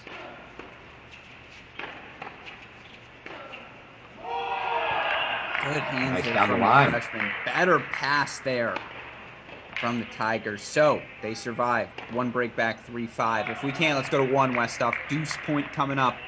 Break point champs for the NCAA champs. Harper and Walton. Stevenson, Taylor. Kept pace so far. By the way, HUD's still going to have the chance to serve it out for Tennessee, so they're still comfortably in control here. After this, though, Pepperdine has come out swinging. In singles over NSC will get there. Meanwhile, how about that? Big serve from the Tigers. 5-4 here on court number 1. Let's go to 2. Cutting, side out, serving. 15 love up. This is more a hiccup than anything else. This is why you build that double break lead.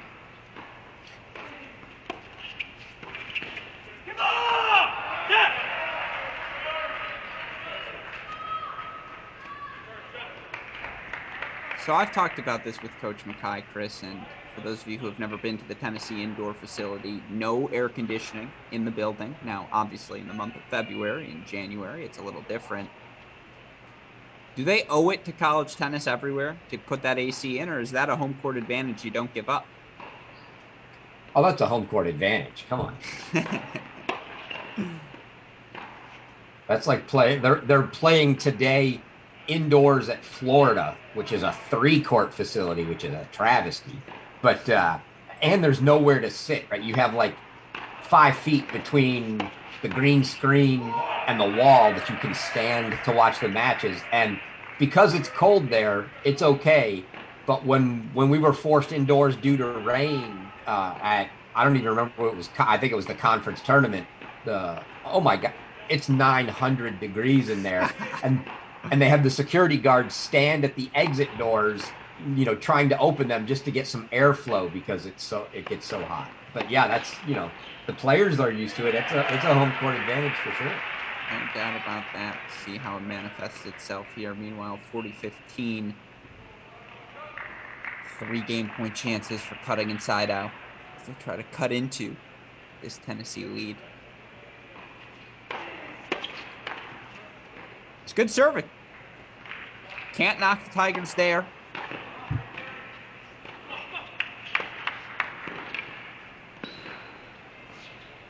He missed that? Guess he missed that. That looked like a spike down to me. But okay then, just kidding. You can fault the Tigers.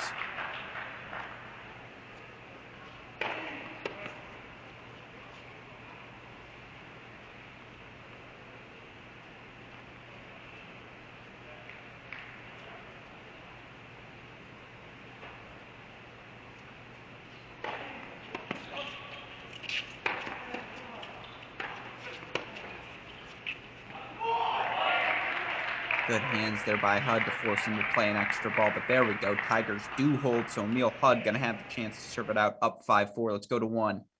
Harper, Walton. 40-15 lead here now. Trail 4-5 on serve at the number 1 doubles position. Tennessee already earning 6-2 win at number 3. Monday, Prada over Rock and Almeni.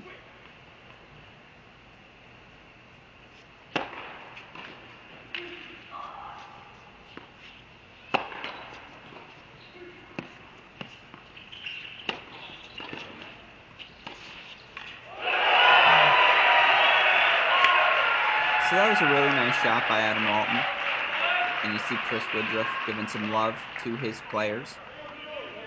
Woody. As fast as I've seen Coach Woodruff move in a while. That's what I'm saying. And a hug?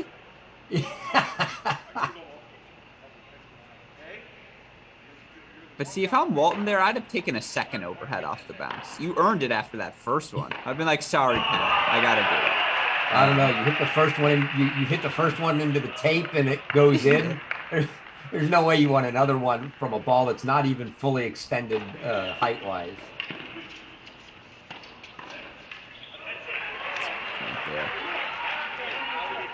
Woodruff giving his guy the sign. Let's go back to 2 if we can.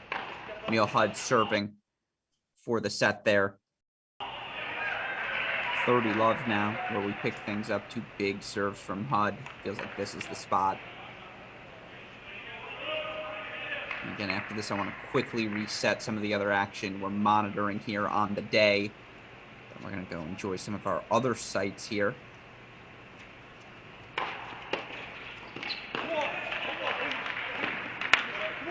Huh.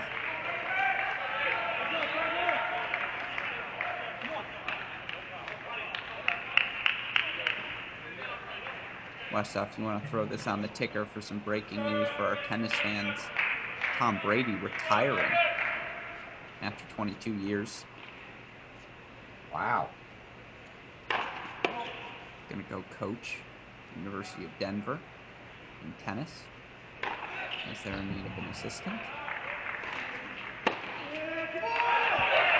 You know, if Memphis can get the returns down here, this is actually the formation you like to see them in. You're starting with Hudd back and Mitsui at the net. The problem is the Hudd serve. But if you can take advantage of either a second serve that you can get down or just make a good first serve return, you know, it's all about the return here.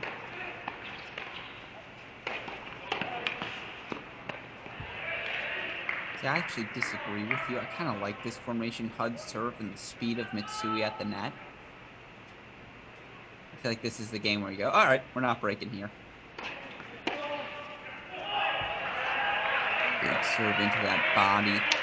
Chooses to take that as a one-handed backhand. That's a great choice from Hudd. Put him in a tough spot. That's a brutal return. You know, I wish we had the stat keepings in college like they do on the Pro Tour, Gruskin, because I have said many times, until you get to the elite level doubles in college tennis, I would be willing to bet 80+% of the matches are won by the team that places more returns in play. 100%. And you see there, though, Mitsui, Hudd, 2 up. That's why they've had so much success in their young career together. Tennessee, 1-0 doubles point. They take the lead now here as they are now 3 points away from clinching a spot in Seattle. With that in mind, let's reset things here quickly, super producer Daniel Westhoff, as we start looking towards some of the other matches happening across the country. Chris, when you look at the results we've seen coming out of late and the results we've seen here on the day, any shocks, any surprises to you thus far? Certainly Iowa 4-3 over North Florida. That was surprising. Old Dominion going to Georgia Tech, beating the Georgia Tech Yellow Jackets, hosts on the women's side 4-3. We saw Old Dominion have a pretty good fall, but that's a standout result, certainly for that team, and creates that Michigan-Mississippi match later today. It makes that much more exciting. But, you know, outside of that, anything in particular surprise you? No, I mean, that was obviously the big result. Nothing too terribly surprising yet. You know, and looking through a lot of the men's matches, just getting going. Nothing big yet on that side. So I think we'll wait and see. I'm interested to see how this Pepperdine Harvard match gets going, with Harvard sneaking out that doubles point. So that could be really interesting. I think Harvard clearly is going to have to show a little more at the bottom of their lineup than they did when they were at Virginia. Although we understand that they had a little issues with a little injury at Virginia, but that's a good match to be watching for. But I mean, not obviously, as you said, 53 matches and it's only 2:30 in the afternoon. We're just getting going. No, absolutely. And I'm glad you bring up that that Harvard Pepperdine match. That's where we're going to go next. And if we can, super producer Daniel Westhoff, can we start at court 2 at Pepperdine, at USC, court number 2 at USC? Because right now, Pietro Fellin, number 2 singles player for Pepperdine, serving to give a fourth first set on the board for the Pepperdine Waves. Now, Harvard takes the doubles point there, as you mentioned. Pepperdine getting first set wins from Danielle DeJong at the number 1 spot. They get first set wins at the number 4 and 6 single spots as well. This is a nice little peek in at what's happening at Tennessee LSU right now over in Ohio State. But again, if we can, super producer Daniel Westoff, let's go to court 2 over in USC. Got it. So I got the note from our super producer. Here's what we're going to do. We're going to run through all 6 at USC right now, just let you know who's playing where, give you our court assignments moving forward. So with that in mind, let's just head over to USC and see where we're at with this Harvard-Pepperdine match, because certainly things heating up there. By the way, wanted to throw this result in there also. Texas A&M, pretty impressive 4-1 over Princeton. I think Texas A&M women can be very, very good here. Top 10 sort of good, as we said in our Cracked Racquets preseason poll. But if we can, super producer Daniel Westoff. Gotcha. So we are still working our way for those Pepperdine Harvard feeds. I do apologize for that fact to all of you viewing at home. For now, we're locked in here to Tennessee LSU. Might as well give you the update on where things stand. Strong start for Tennessee, and this is an LSU team that was, you know, what was it, a 5-2 lead in the third set over Michigan in the round of 32 in that 3-all clinching match or something like that, and Michigan manages to come back, knock them off. It's certainly been busy times for this LSU women's tennis program over the past couple of years, but they're facing, in my opinion, an on-the-rise Tennessee women's team that brings back a lot of talent from last season and some new faces in as well. You look for Tennessee, not only do they take doubles, Chris, take 5 first sets across the board here, whether it be, you know, 1 through 5 positions. The fact that you can get someone like Kutzer down to the number 4 singles spot in this lineup, Tennessee can play. Yeah, they're a team even last year that you got, you know, a lot of upside, but, you know, kind of an up and down. Some really, really good matches and good wins over ranked teams. And then, you know, every now and then a little head scratch or something you thought shouldn't be as close. But they've definitely got some talent on the team. No, it's going to be fun to watch. And you look today, again, the lineup they go with, it's Tanika McGriffin at 1. She currently leads 6-3-1-0 over Sophia Carrington. Rebecca Martena, currently a 6-1, 2-1 lead. Elza Tomase, 6-2-3 love lead. Daria Kutzer, 6-1-3 love lead. Eleonora Molinaro, 6-4 lead in the first set. Of course, Mia Rabinowitz for LSU takes a 6-4 set at number 6 singles. So right now, again, Tennessee up doubles in 5 first sets. We haven't seen a team blow that lead since Michigan USC at the National Indoors, Chris, right? So hopefully. Making friends with Coach Macy already, huh? Yeah, exactly. I'm buttering him up early. Yeah, no, again, this is the match to watch. And you see here, I believe we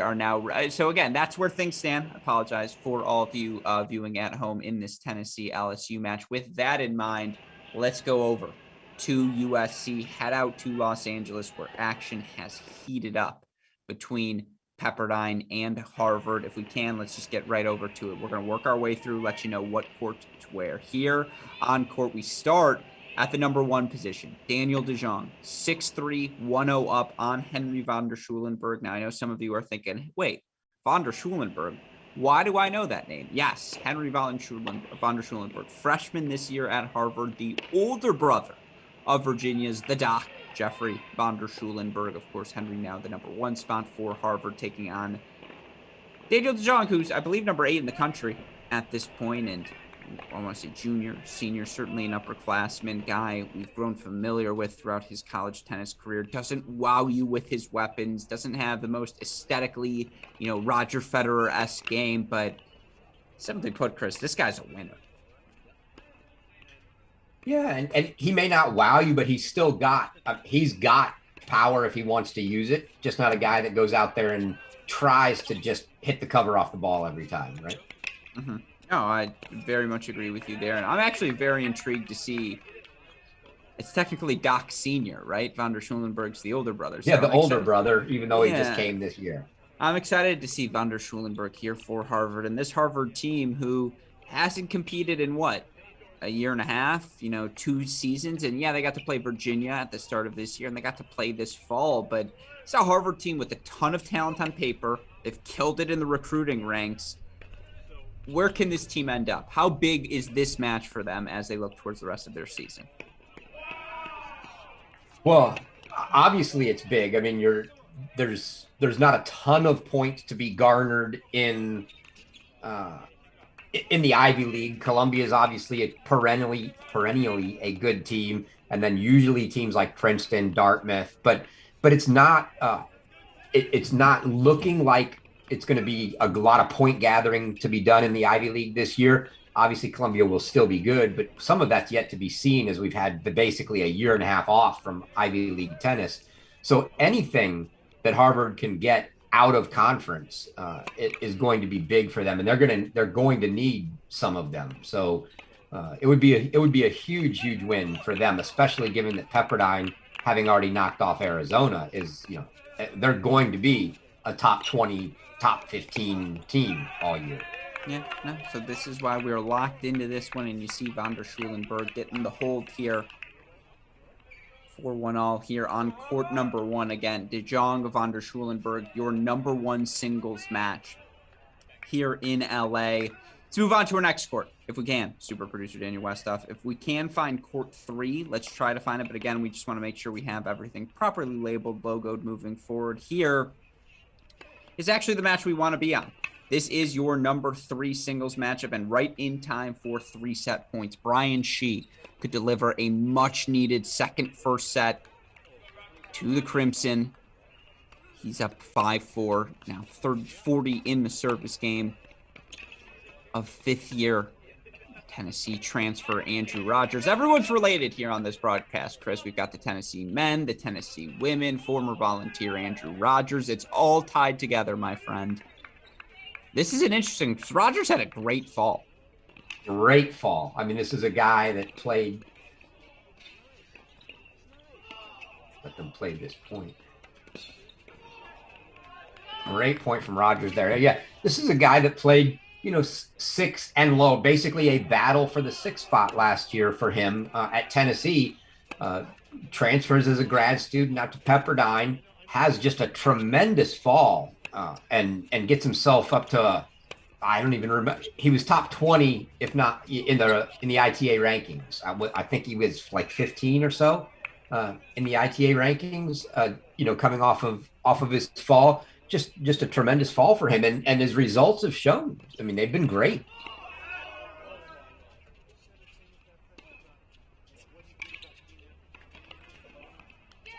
Oh, Brian.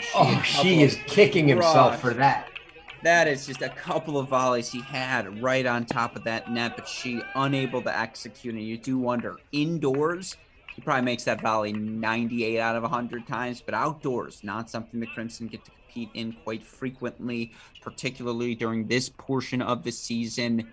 Big hold there from Andrew Rogers as Pepperdine tries to mount its comeback here in this match. So 5-all. Here. And again, this is your number 3 singles match. Super producer Daniel Westoff. This is your number 3 singles match. If we can, let's go to our next court. Let's go to court number 4, where Timmy Zietvogelj, talented, I believe, junior now for Pepperdine. Quick start. Yeah. Very quick start here. Up a set in 3 love over Daniel Milovsky. Zietvogelj lefty, far side of your screen. Milovsky of Harvard serving on the near side.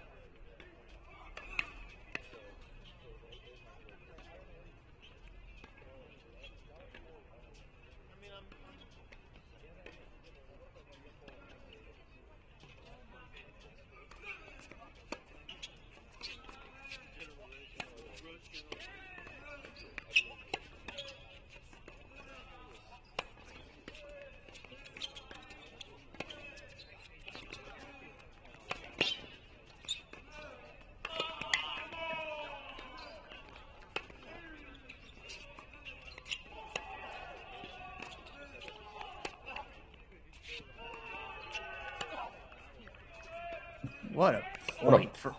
Yeah, what a point. Zietvogel's a guy, missed a lot of time last year for Pepperdine. Most of the first half, if not more, of the season. Finally got in some action late. And Coach Schachterly described him to me as the heart of the team, and you could see that as he came back, that team got better and better as the year went on last year. And every team's got that guy that may not be their number one player, but he's kind of the leader amongst the guys. And Timmy's definitely one of those guys for the Waves. No doubt about that. And you see the lefty there, not the biggest guy. I think he's what, 5'10", maybe? Like that might be a generous listing for Timmy Zietvogel. And again, his ability to move the ball around the court, you see it here on display. So special. 6'4", 4-love lead now for the senior, from Baden-Baden, Germany. And you look right now, again, across the board here. Pepperdine making a big push. One court where they are not. Court number 5, where I want to go next. Ronan Yachuk, court number 5 here at the USC site. Currently a 6'2", 4'1", 30-love lead over your hero, Chris, in Pepperdine's win over Arizona, Eero Vasa. Haven't seen Yachuk play. I mean, this is a convincing result, though. Yeah, I've not seen him play. He has played a lot of ITFs, and I've seen a lot of his results. And he was kind of, we were looking for him to be an impact player for them coming in. But yeah, this is to this point, a great result against an Eero Vasa that, yeah, as you stated, was just, he was the MVP of that Arizona match.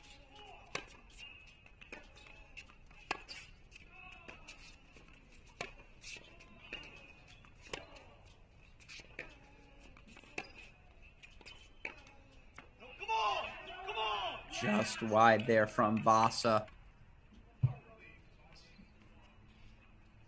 No chance here. Make it a commanding 5-1 lead. A quick second point up on the board for Harvard. Given their 5 first set deficit. Boy, would that feel, 4 first set deficit. Boy, would that feel nice. Get a quick 2-0 lead. How long that 2-0 lead lasts remains to be seen, but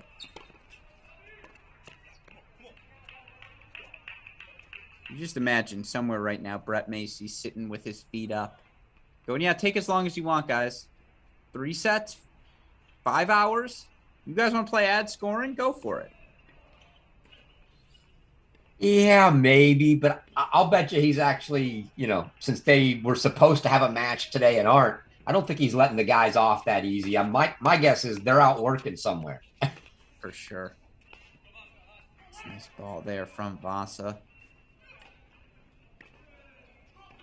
Here, meanwhile, Timmy Zietvogel point away from a 5-love lead himself in the second set.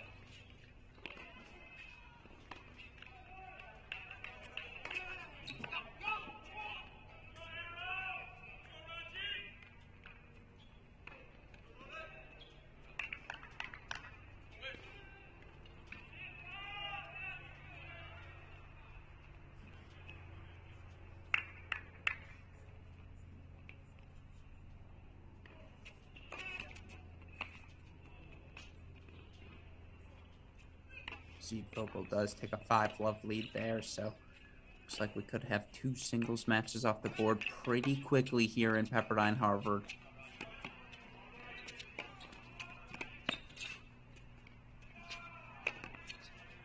Not sure if we did mention it, Gruskin. Northwestern did end up going down to North Carolina 4-0, so that match is done. A good one with Tulsa and Wichita State going. A couple 3-setters there, 3-1 lead for Tulsa.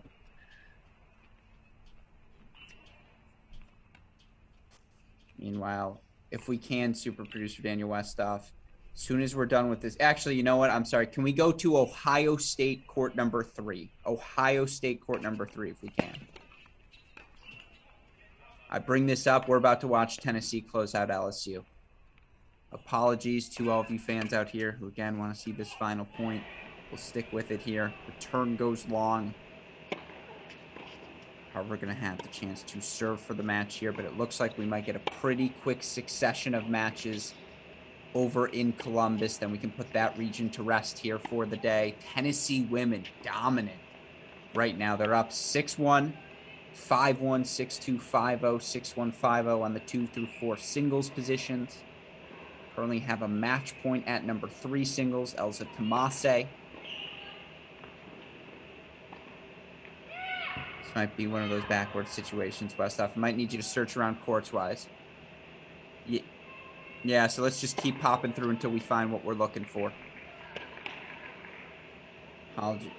This right here is court number 6, I believe. No. Excuse me.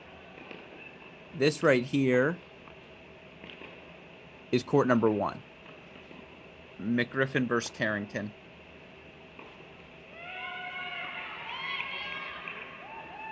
This right here is court number 6. And in fact, we did have Elza Tomase close that out. If we can, let's try and find court number 2. That was court number 3. Yeah, that was number 3. Here we are on court number 2. Looks like Rebecca Martena closes out a 6-1, 6-1 victory. Again, this was your number 2 singles spot. And now we lock in here. Daria Kutzer. Number 4 singles here. 6-1, 5 love lead. 15 love. Now love 30. So she's 2 points away here.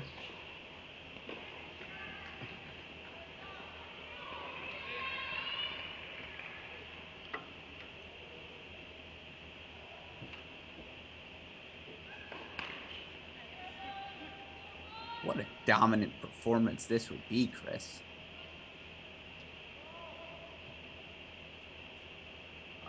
It looks pretty inevitable.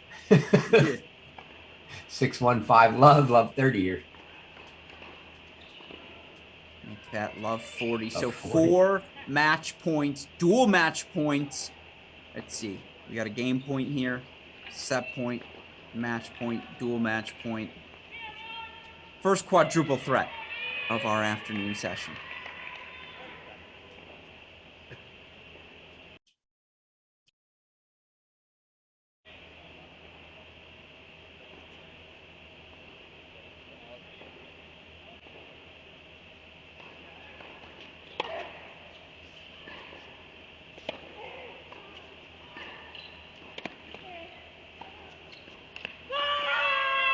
Tennessee.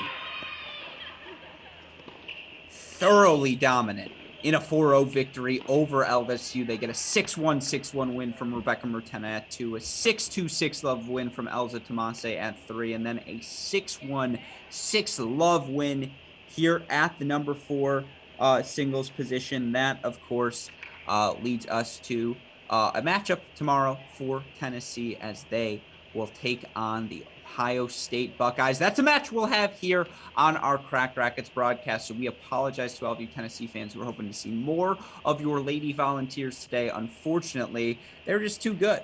Dominant in a 4-0 victory. They advance to the next round. Now let's go back, if we can, to the Knoxville men's site where we have singles action underway. And let's start at court number 1 right now, kind of list our way through what's happening. Actually, while you prepare those sites, super producer Daniel Westhoff, oh, he's there to rock and roll. I was going to say we can take a moment to reset as there's a ton of fun action. We're going to do that at the top of the hour. We'll reset, but we look here now. Let's just pop through, again, all of these singles matches. Adam Walton, number 1 singles here. He's now in a commanding early break lead, 4-1 for him at number 1 over Cutting. Let's go to court number 2 if we can. Right now, Monday for Tennessee. He's up an early break of serve, 2-1 lead, down 2 break points though, 30-40 here. You see head coach Chris Woodruff on the sideline talking to his super sophomore Monday, arguably the best freshman in all of men's college tennis last season. That's why, right? Just erase a big definitely say with a big lefty out wide serve. He's taking on Stevenson here today.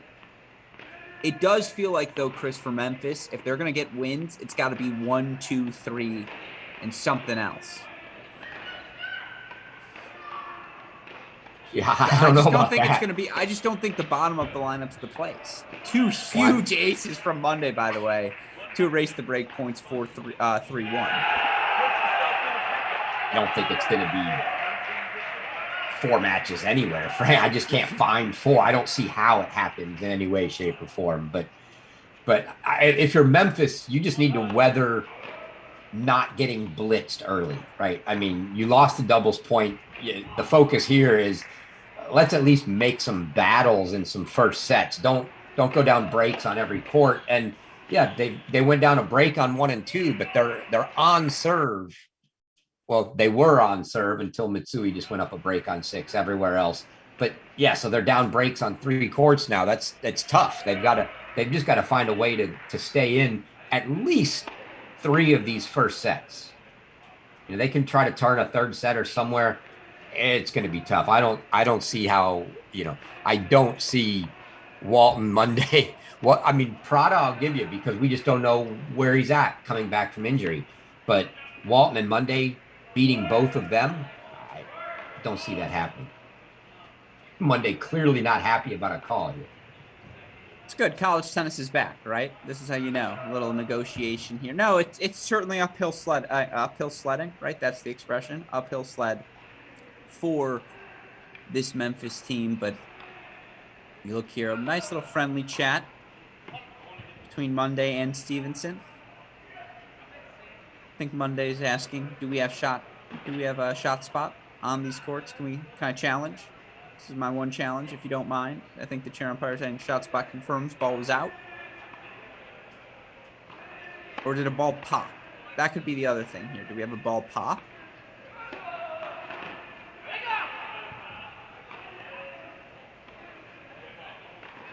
Either way, little drama here unfolding on court number 2. Let's go to 3 if we can as we just work our way around here. Across the board right now.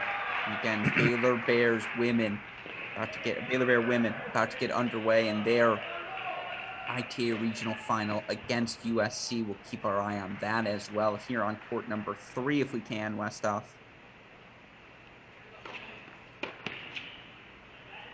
Court number 3 right now. I think this is 1. Yeah. Here we go. Court number 3. Martine Prada. Part of that core. He, Walton, Harper. Guys like Wiedemann.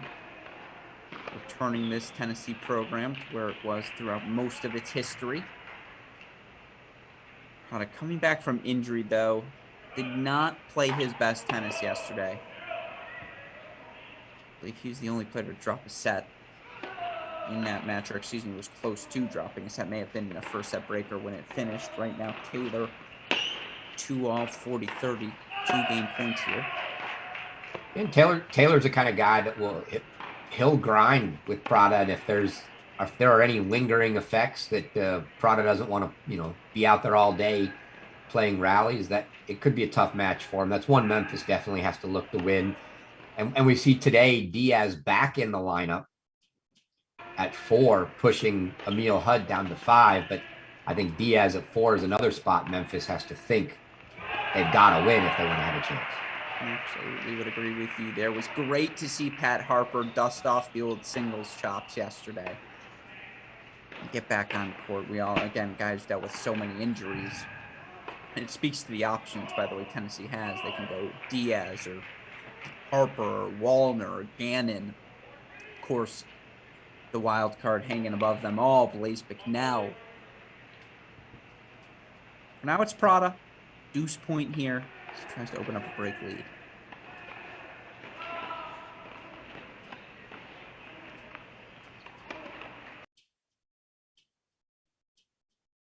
Prada sends the forehand wide. Taylor holds 3-2 on serve here on 3. Let's go to 4. The aforementioned Angel Diaz.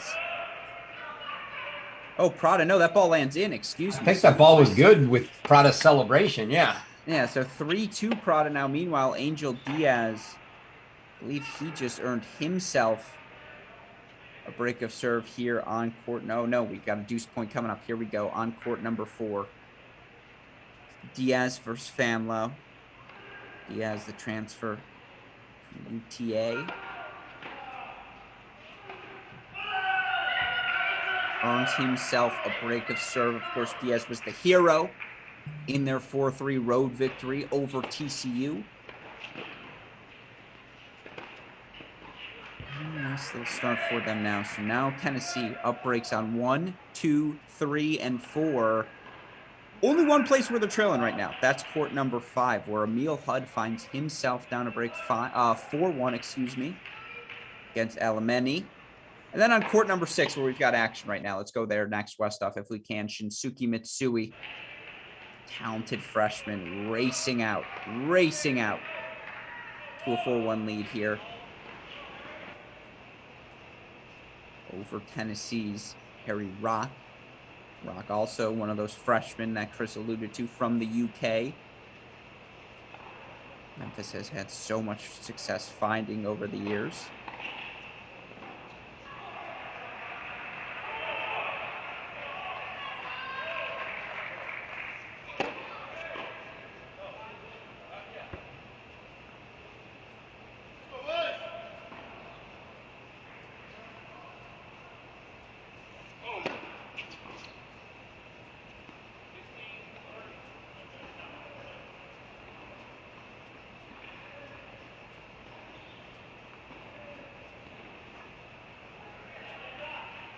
Timmy Zeke Vogel, by the way.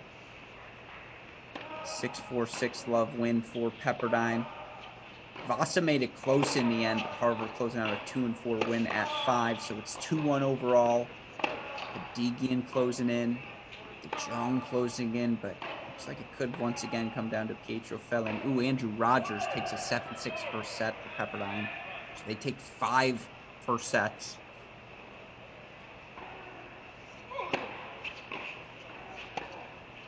Yeah, and they're a point from a set and a 5-2 lead on 6, so it could be 2 singles matches down for them here shortly. Wow. It's all Shinsuke Mitsui here. The freshman continuing to rock and roll. 5-1 lead here on court number 6. Meanwhile, again, play now officially underway over in Baylor. Baylor taking on the USC Trojans. Doubles play just getting started there. Opening games just about everywhere. Get there momentarily as well as we try to cover all of the main draw action happening across the country here in our 7 sites. I think if we can, we should take a look in at court 5, Gruskin. Emil Hudd, the lone volunteer that's kind of dug himself a little hole here. He's down a break, 4-1. The guy also with the biggest indoor game on the team, I think. You heard the man. Let's go to court number 5 if we can, super producer Daniel stuff. And a break in a love 30 spot here. I will never remember the volunteer's name at Tennessee. It will forever bother me. Ian Van Kopp. Ian might be my favorite character in all of college tennis. Ian's roars at the end of matches. You can hear them 3 states over. Oh, yeah. His tie into getting that. Wow, what a return. Love 40 now for Hudd. Ian's tie into getting that volunteer job, I think undoubtedly goes back to he played in his playing days. He played for Tulane when Coach Mackay was the assistant at Tulane.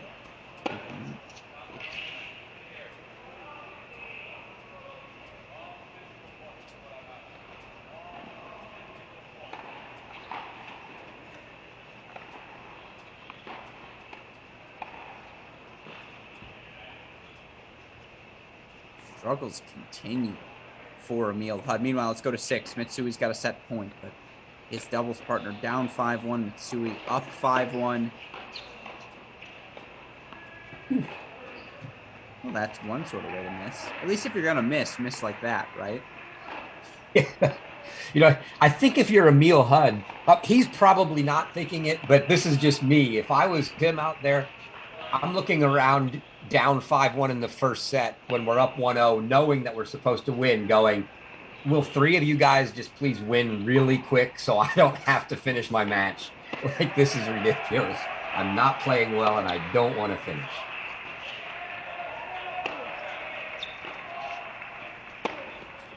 Again, set point number 2 from Mitsui.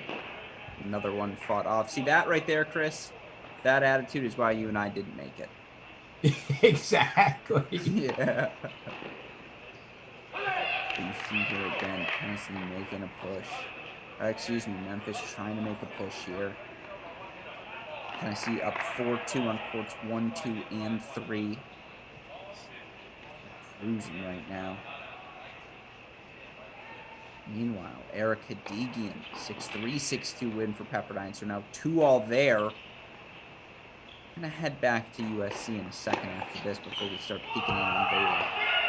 But the first set goes to Mitsui. 6-1 here.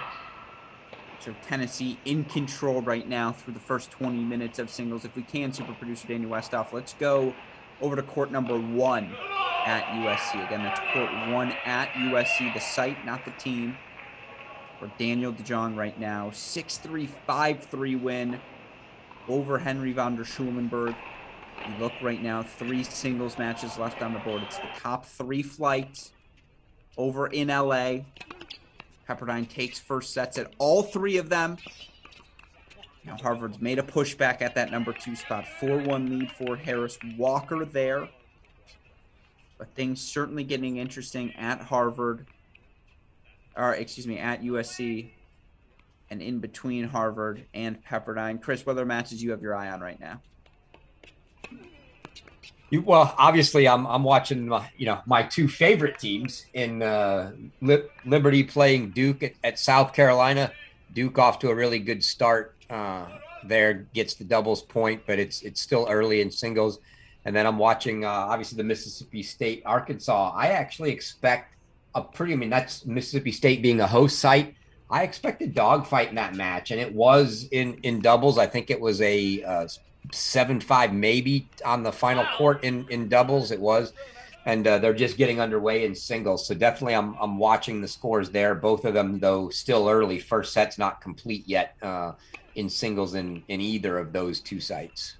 Yeah, all right. Well, again, we're keeping our eye on all 53 matches happening here on the opening Saturday of the ITA kickoff weekend. Right now, Daniel DeJong 2 points away from making it a 3-2 lead here for the Pepperdine Waves.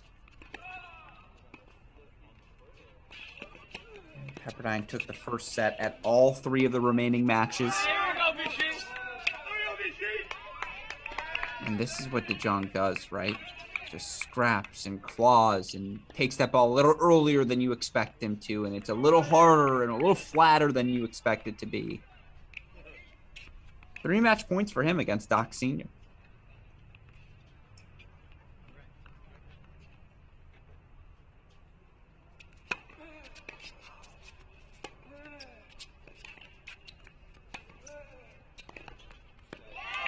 Wow. It's what he does best, folks. Daniel DeJong. Felt like that ball had flown by him. Somehow gets that backhand over the net. Then the on-the-run forehand winner. Straight set victory for the number 8 player in the country. 6-3, 6-3. Now 3-2 Pepperdine. Let's peek quickly on court number 2 if we can. Deuce point there. 4-1 lead for Harris Walker, trying to extend it to 5-1 here. And he's able to do that. So it looks like we're headed towards a 3rd set here at the number 2 singles position. That, of course, leads us to court number 1. I think some Tennessee players just came running over. But that leads us, of course, to court number court number 3. Or court number 3, if I can. Yeah, did I say 1? Court number. It's been a long day.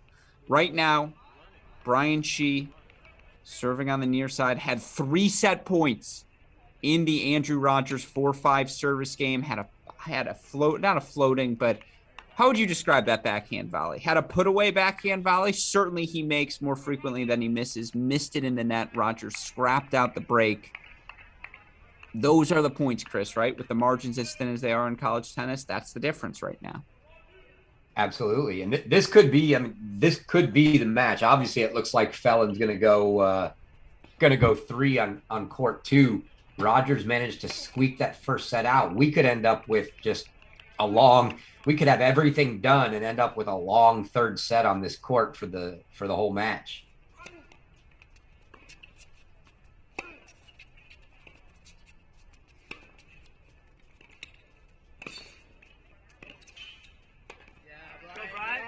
There it is. That's the low volley. That little forehand cross-court volley is the one she missed a couple of times in that 4-5 service game. Much better adjustment for him. Love that he continues to press forward. You don't want to let Andrew Rogers play on his front foot. 40-15 here. Meanwhile, again, keeping our eye on the action. Actually, after this, we're going to pop back to Knoxville for the end of some first sets. Then we'll head back, start kicking off our coverage of Baylor. Hang in there for the end of the doubles. I think we'll continue to see she be the aggressor here. It's just a question of whether Rogers can, either pass him or keep him back.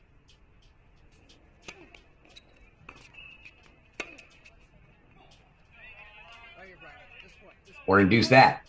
Well, that's why you build 40-15. Go after that forehand. That's still being the aggressor. It was just a miss. Yeah, exactly. Right.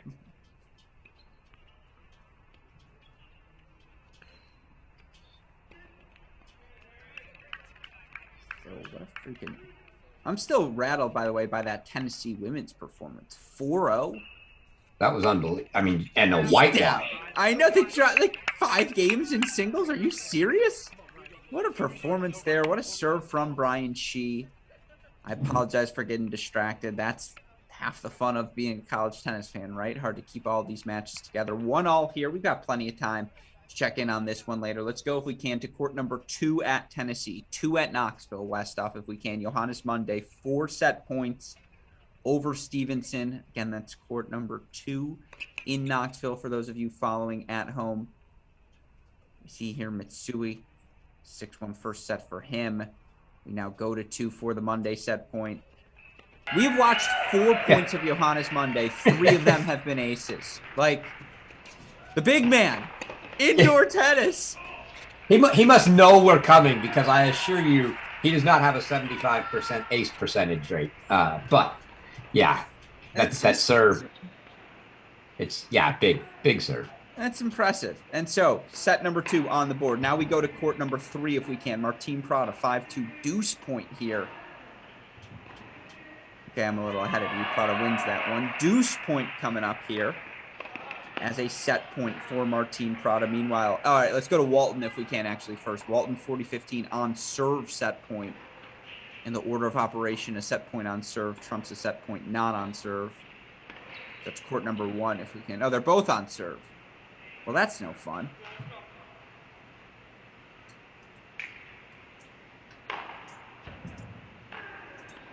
Sorry, Martine. Number 1 singles trumps number 3. We're going to launch the set point here for Adam Walton.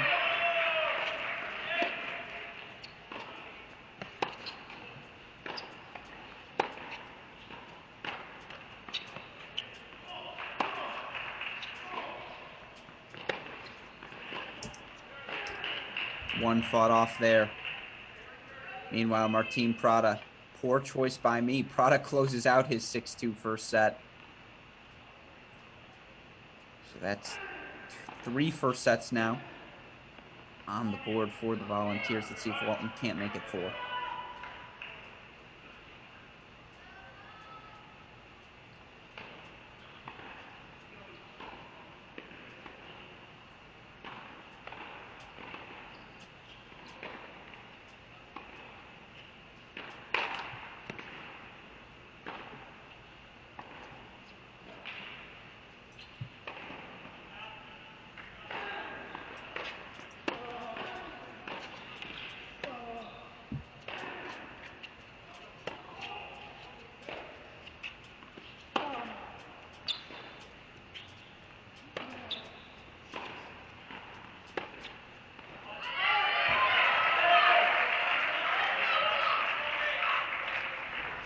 Looks like Cutting doesn't love the call. But nevertheless, call goes the way of Adam Walton. 6-2 first set. That's 4 now on the board for the Volunteers. If we can, let's go to 5. Memphis Tigers fans being like, hey, why aren't you showing more of the Elmeni match? Elmeni now 5-1, 40-30 up on Emil Hudd. Set points coming here for the Memphis Tiger.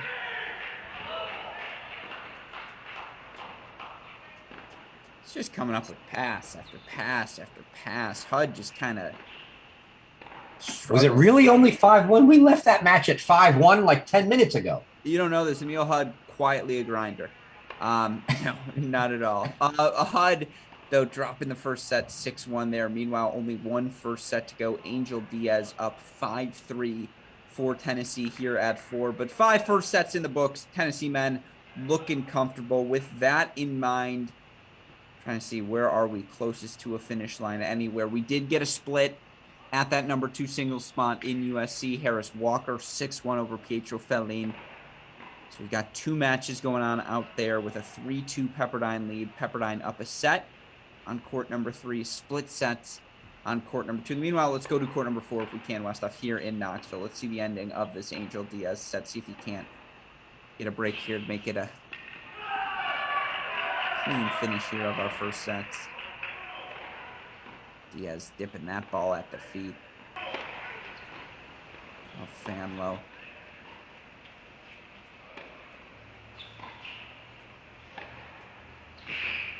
We got into a disagreement about this both on and off camera, Chris. But I think Angel Diaz at 4, just I don't know if that's the odd man out. Like, I don't know if he's in the singles lineup come May. No, I frankly, I don't understand. I mean, I understand if the coaches are thinking it's a stack, which they're obviously not supposed to do, but I don't know that that's what they're thinking. But to me, it's a stack. Diaz is not playing in front of Hud or Mitsui. He certainly shouldn't be in front of Hud indoors, although Hud's not showing that right now. But yeah, I think he's behind Hud and Mitsui, which puts him at 6 with this lineup, and a 7 if we get Bicknell, or if somebody else works their way in, like say Pat Harper. Sure. I'll tell you this. Is this conspiracy Chris coming out saying Coach Woodruff said, hey, Emil, I need 6-1. Can you 6-1? Can you drop? Okay, cool. Because we got the justify our lineup, big guy. You think he woke up this morning and goes, Ty Tucker's playing Voetzel and Cash at 2 doubles? All right, Emil, here's what I need from you. I mean, sorry, don't mean to kill you. How priceless would it be if we could if that was the case and we heard it? That would just be delightful. We're going to launch a Cracked Racquets investigation into it. Tell you what, though, Diaz can move.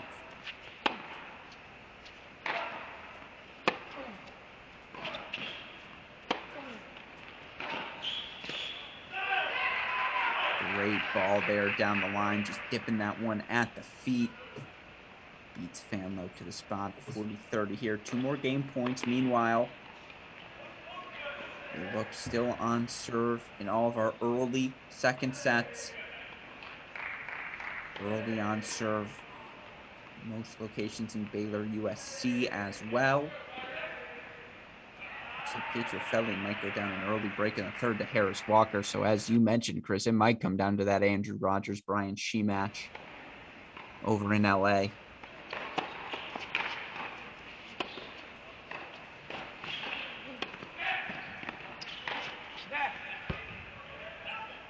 Ball sails long off Diaz forehand, though. So he'll serve for the set up 5-4 when we come back here in Knoxville. We want to stick around here? No, let's go. You know what? It's time. Let's go over to Baylor.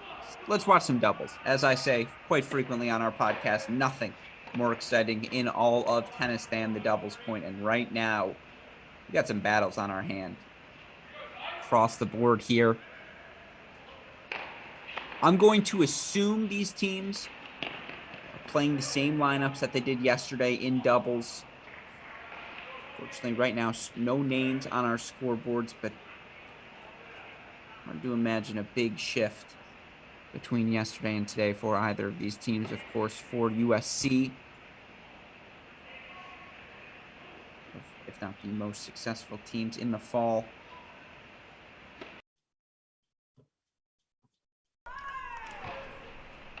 Number 1 double spot for them. Going to be the duo of Snowhan, Selma Ewing, who I believe you see here up 3-2 on serve. Let's see. That is definitely Selma Ewing, and that is definitely Snowhan. So this is your number 1 double spot. Han and Ewing here competing together. Han returning on that deuce side, Ewing on the ad.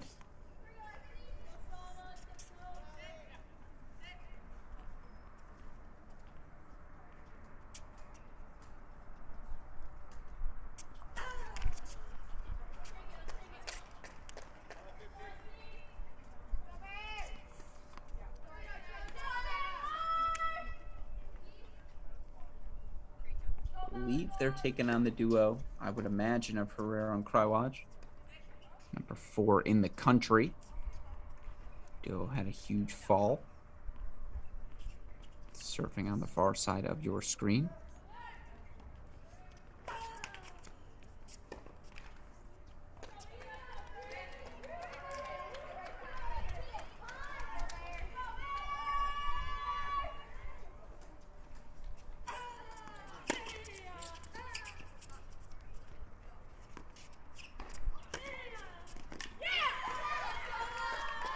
That's what it's all about. When you can hit a winner from outside the chair umpire's post, like around them. First of all, a couple of bad calls going against you.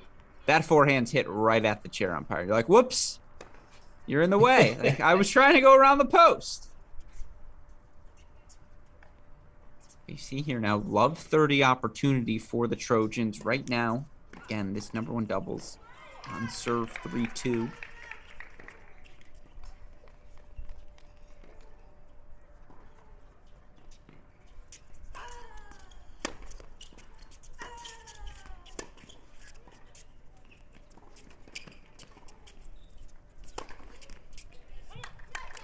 Did we use any strings on that lob? Maybe not.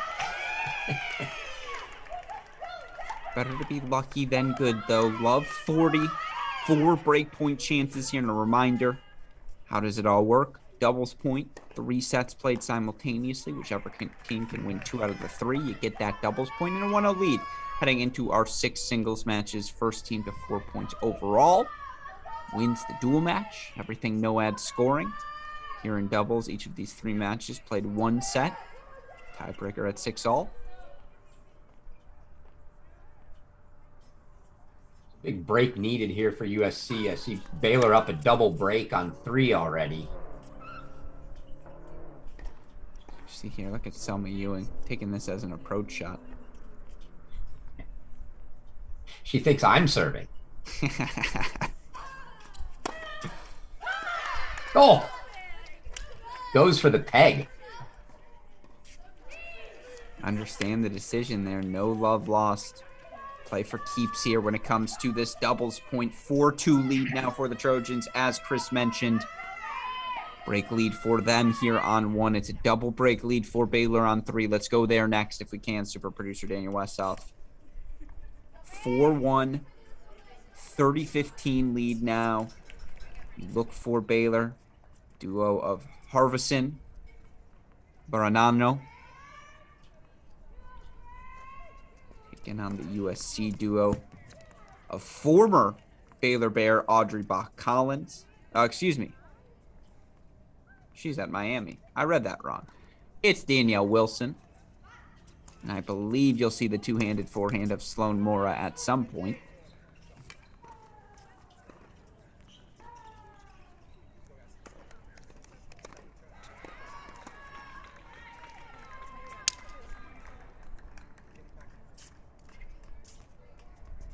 And USC on the near side of your screen. Oh, yep, this is more on the deuce side.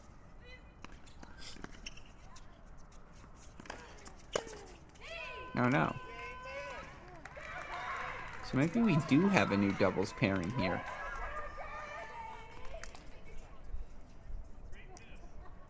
Either way, you look for the Baylor Bears.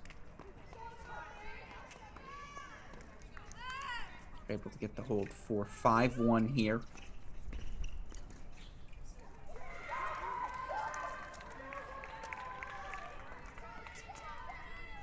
Stick around here. See if the Bears can't close it out.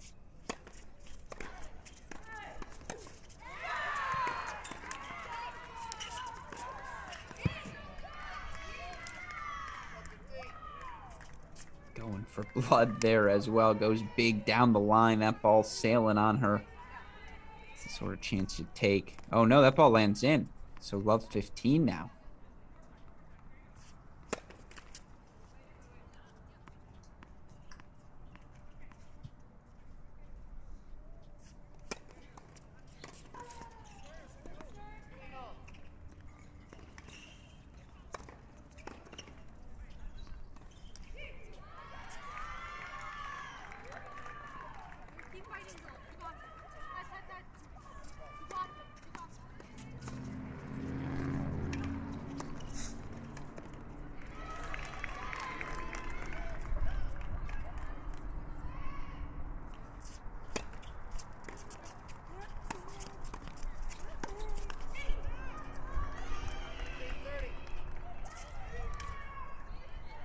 Into the net, so now 2 points away here from clinching the set. Meanwhile, USC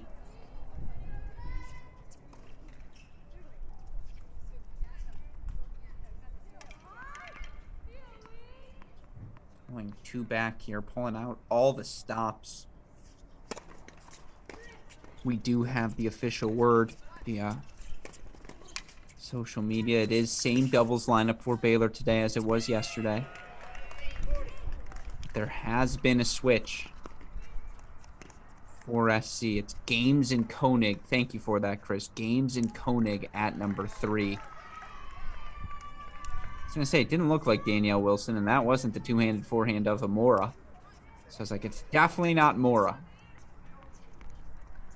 It's Games and Koenig here at 3, down 3 match points to Harvison and Baranano.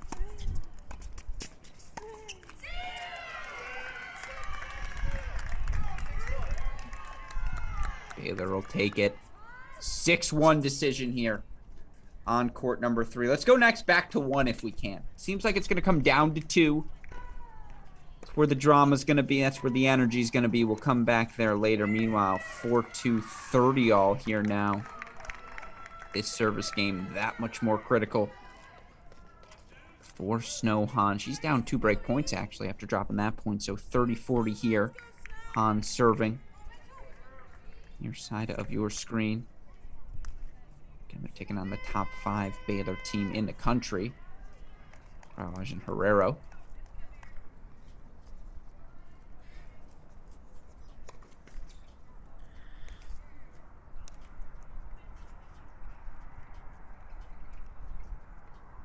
By the way, Angel Diaz did end up taking that first set, so 5 of them on the board for Tennessee.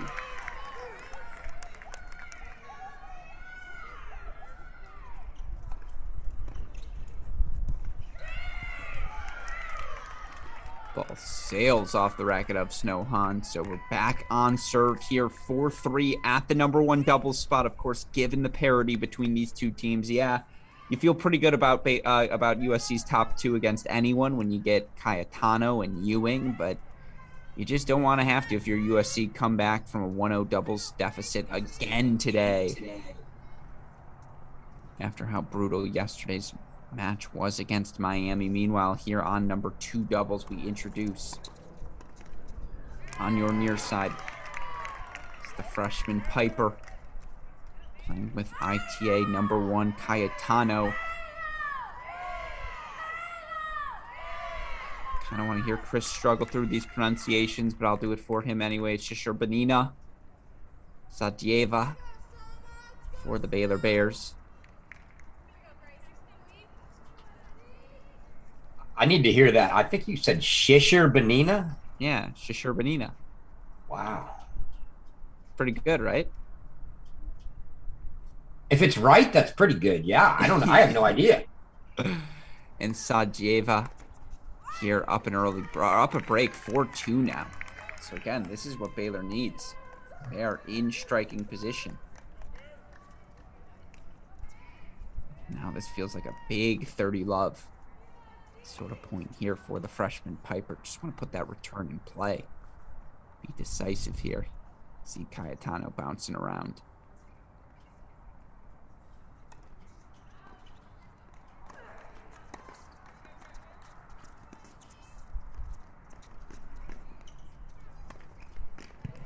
It's really good tennis. And I love how Piper takes that ball early on the rise, even with the pinching there at the net from Baylor. Cayetano able to handle that poach with ease. Now 30-15 here for Baylor. And I'll tell you what, Chris, in terms of, I think USC probably ends up as a top 16 seed no matter what. I would say probably Baylor's right in the hunt there as well.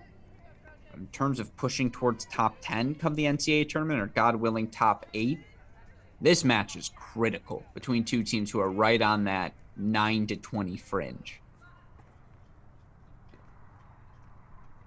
Yeah, I mean, USC, that at least with the fall they had, you think maybe a better chance, but Sure.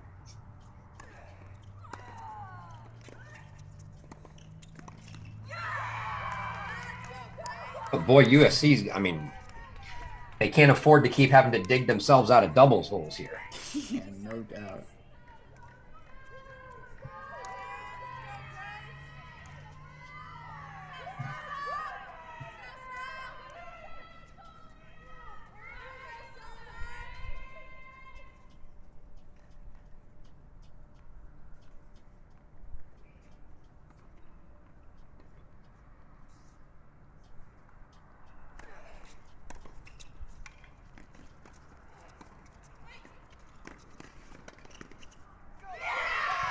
Cayetano is everywhere. Love that poach. That's the best player on the court taking over in the biggest moment. And credit to Piper playing her role so well, just definitively, again, landing that return deep and decisively in the court.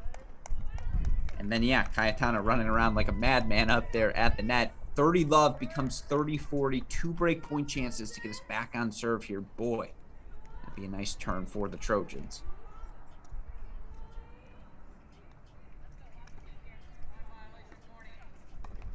Keeping an eye out at USC.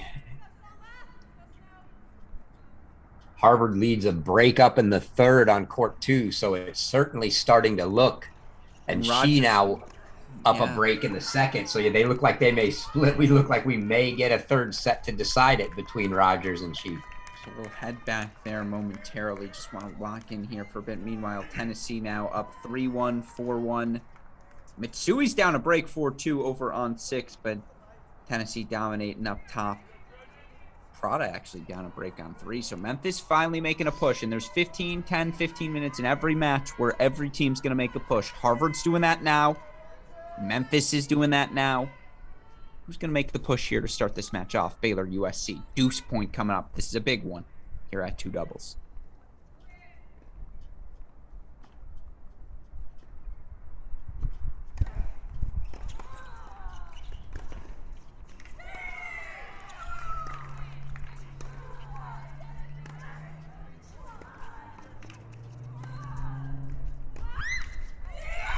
I love that so much from Cayetano. The swinging forehand volley from no man's land. Just, how does that not put a smile on your face, Chris?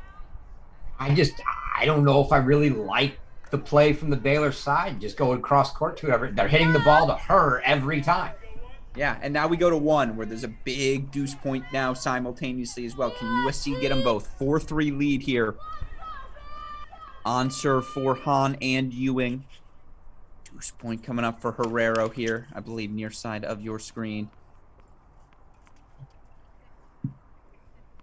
Again, this is your number 4 doubles team in the country here for Baylor. Oh, going 2 back here on the second. Interesting.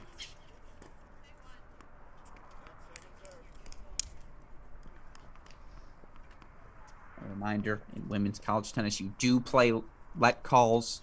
So there's another second serve here.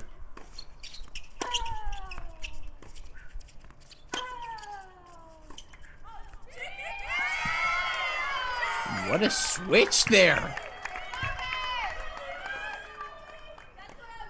I think that's Mel who just served that ball. So now 4-all here. Things about as square as they can get on courts 1 and 2. In the meantime, can we go Westhoff? Back out. Oh, we had a score correction. It's no longer 5-3 on the scoreboard that I'm looking at for She and Rogers.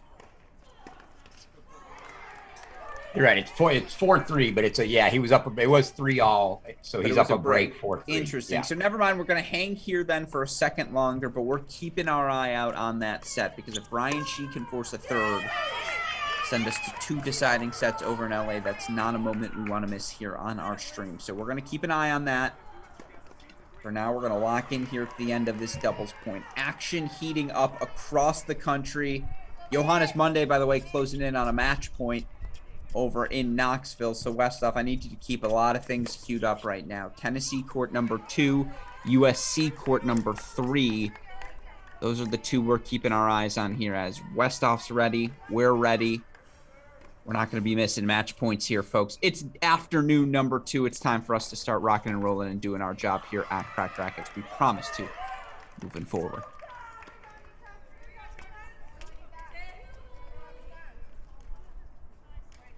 Now we lock in here. Again, Chris, you're on USC's scoreboard. Watch. If you think it's time to jump there, Rogers has a break point back, whatever it be, you tell us.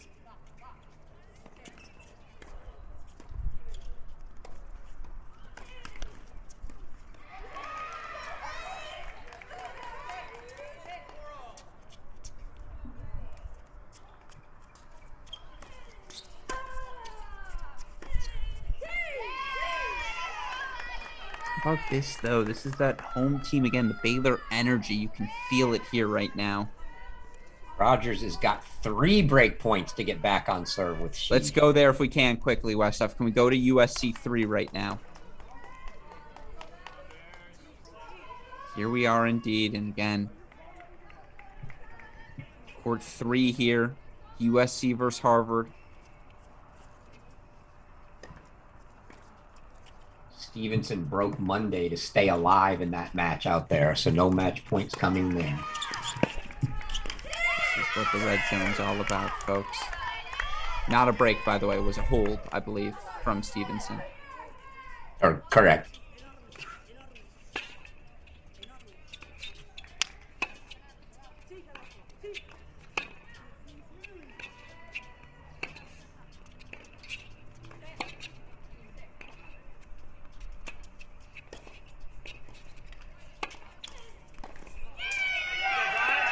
Tell you what, he misses that backhand long, and obviously that's why Andrew Rogers prefers to play that slice. But the racket speed on the Rogers forehand, Chris. How quickly he gets his hands under that ball. It's Karatsev-esque. It's not Aslan Karatsev, obviously, but it's Karatsev-esque. Definitely, and a good snap through. Oh my gosh. Again, explosive, the name of the game. We still got 2 more break points here. Get us back on serve. Meanwhile, USC, Baylor, closing stages here in doubles. Keeping our eye on everything.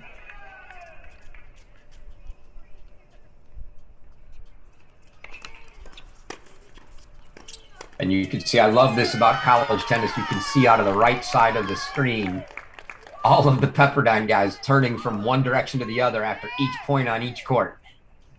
By the way, Baylor just got the break at 1, so after fighting off a break point, There's the Pepperdine break. gets the break here. So, Rogers, Shee, back on serve here on court number 3. In the meantime, again, we're keeping our eye on Monday. Court number 2 here in Tennessee, Memphis. Monday serving for the match, 6-2, 5-2. Can we go to court 1? Match point on 1. Oh, no, we don't. That was just a break. Just kidding. That's the scoreboard glitch. Well, didn't you miss this? Yeah, this is the best part of these red zones. And so, yeah, 6-2. We're going to watch a couple of match points here, although it is worth noting, Baylor Bears break at number 1 doubles, so they lead 5-4 there. They'll serve for the doubles point. Meanwhile, that's our 4th ace we've seen Joe Monday hit. So we know this is going to be fast, folks.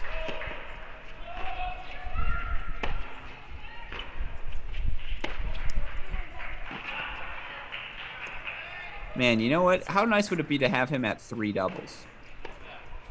Pretty nice. What did you think? Yeah, it's just unbelievable. Most schools would be like, all right, HUD Mondays are 1 doubles. What do we do after that? I don't know. This school's like, oh, no. We still got Harper and Walton. Like, don't worry. So again, 30-15 here. Meanwhile, to what you pointed out earlier, Adam Walton, 6'2", 5'1", 15 love up. Try and catch both of these match points if we can. Keeping an eye on that Baylor USC 1 doubles.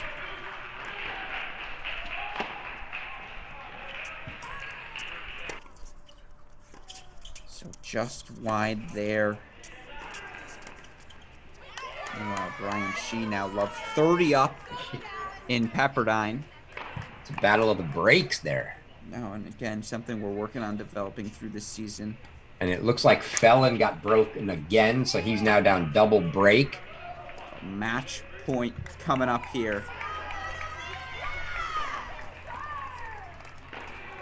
For Johannes Monday. I mean, there's only one way to finish this, right? Ace wide. No doubt. I'm like so certain. I mean, the ace T is what's sitting open for him. He didn't go for it.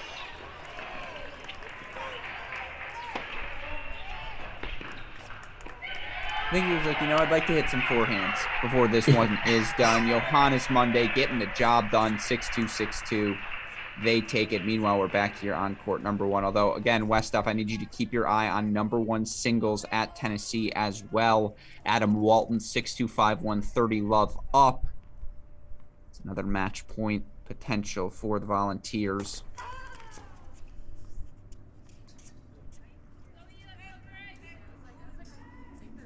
So, again, he'll keep his eye on that. Meanwhile, you see here, 15 all.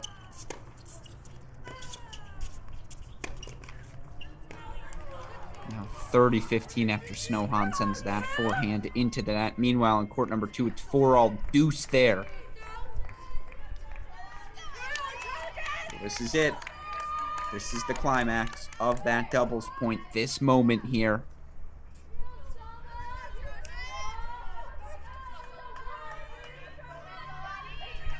We've got match point for Walton at Tennessee. So we go over here now. 40-15. I'll keep my eye on that Duke. It's still 30-15 in that Baylor USC.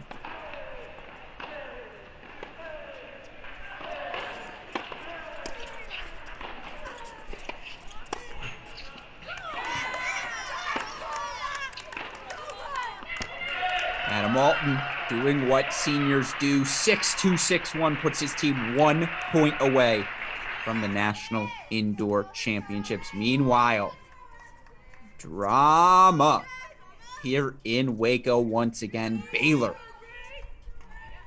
serving for the doubles point, 30 all. USC going to serve for the set on 2, up 5-4. Cayetano Piper get the break back there.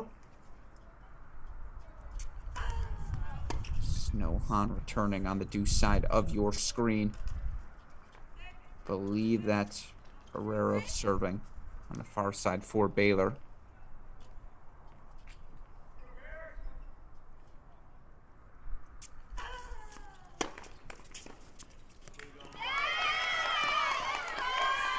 And now 2 match points here for the Baylor Bears to take a much needed 1-0 lead.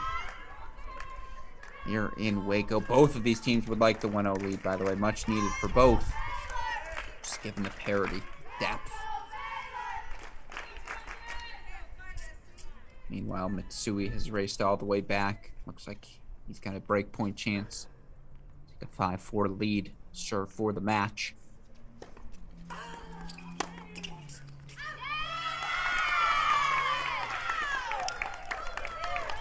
Doubles point goes to Baylor, though. 6-4 win here at the number 1 spot. 6-1 win at number 3. They'll take a 1-0 lead heading into our singles play. But, of course, USC has been here before. Yesterday was a marathon 4-3 victory for them over Miami. We'll see if they can pull that off once again today against the top-seeded, their hosts, Baylor Bears. In the meantime, looks like, again, pretty far away still from some match points in Tennessee. Not too far away, though. So we go over to USC. But right now, Harris Walker.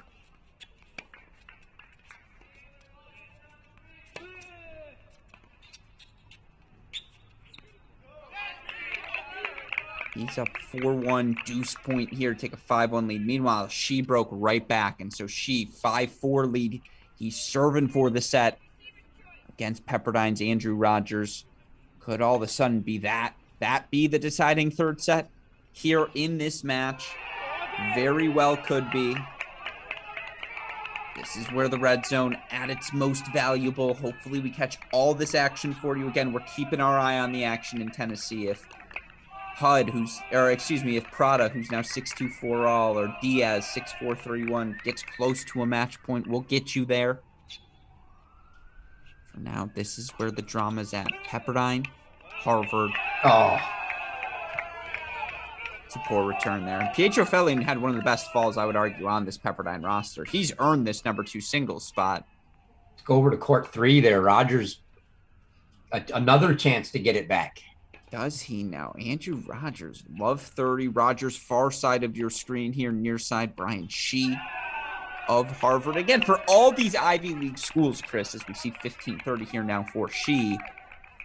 What do you even call 2020? Like, what do you have for expectations? Just like, please don't cancel us due to COVID? Like, can you reasonably have any expectations as an Ivy League program after a year and a half off? I mean, the guys still got to go out and, play some individual stuff. But no, yeah, from a team perspective, the coaches have to, especially, I mean, it probably affects what the heck they're going to do in doubles more than anything, because they didn't get to play together. At least the guys still went out, some of them anyway, and played, futures or whatnot. We saw Kotzen at Columbia play a fair amount, but yeah, they didn't get to play as a team. That's for sure. It's very hard to know what to expect. That's what makes this effort here from Harvard, who definitely did not play their best against Virginia, as you mentioned earlier. What a big win this would be for them as they try to secure a potential top 16 seed later this year.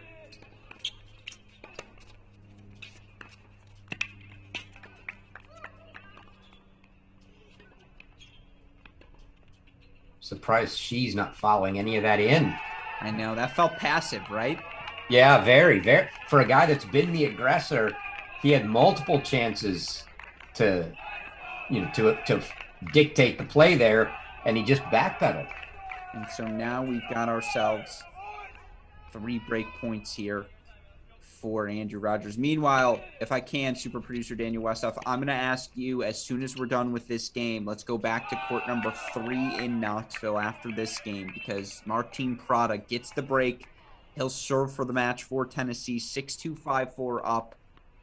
Of course, that would clinch their spot in the final 16 field, clinch them a spot in Seattle. It's a nice out wide serve, though, there from Brian Sheen. I have to say, Chris, and I know we've watched their matches most closely, but even just scoreboard watching across the country, Tennessee has looked like a number 1 team in the country this weekend. They are just cleaning people's clocks. Yeah, I mean, to some extent, you could play devil's advocate and say, yeah, but nobody wanted to go there and play them, so they didn't have the strongest field either. You kind of expected that to happen, but that's what they have to do. You got to beat the teams you're supposed to beat, and they're doing it convincingly. 100% here. Critical stage. Rogers, quite the inside-out forehand act there. And he gets the break back, and that goes wide. And so he does it. Meanwhile, let's go back to 3. Prada serving here for the match. Again, if you're Memphis, you knew it was going to be an uphill climb.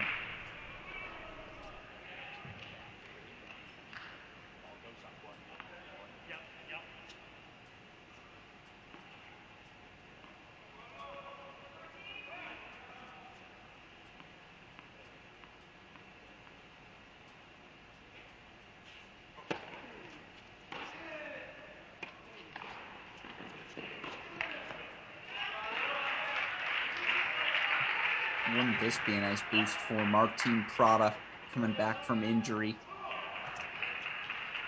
Even if it's a match he should win, just to deliver that clinch, get a finishing match where he led from start to finish for his teammates. We haven't seen this Prada yet this year.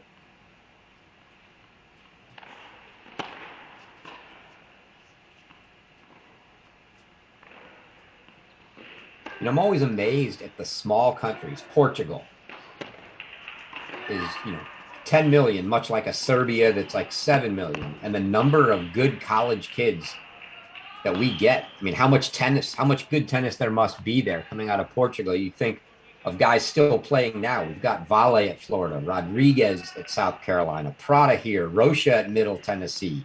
And I'm sure there are more, but tennis hotbeds. No doubt about that. And meanwhile here, big +1 combo from Prada. He's now 1 point away from sending Tennessee back to the National Indoor final stages. Again, this year, final 16 teams going to be competing in Seattle. 15 region winners, plus host University of Washington to make up your field. Not going to shock me if we see Tennessee play Washington in round 1.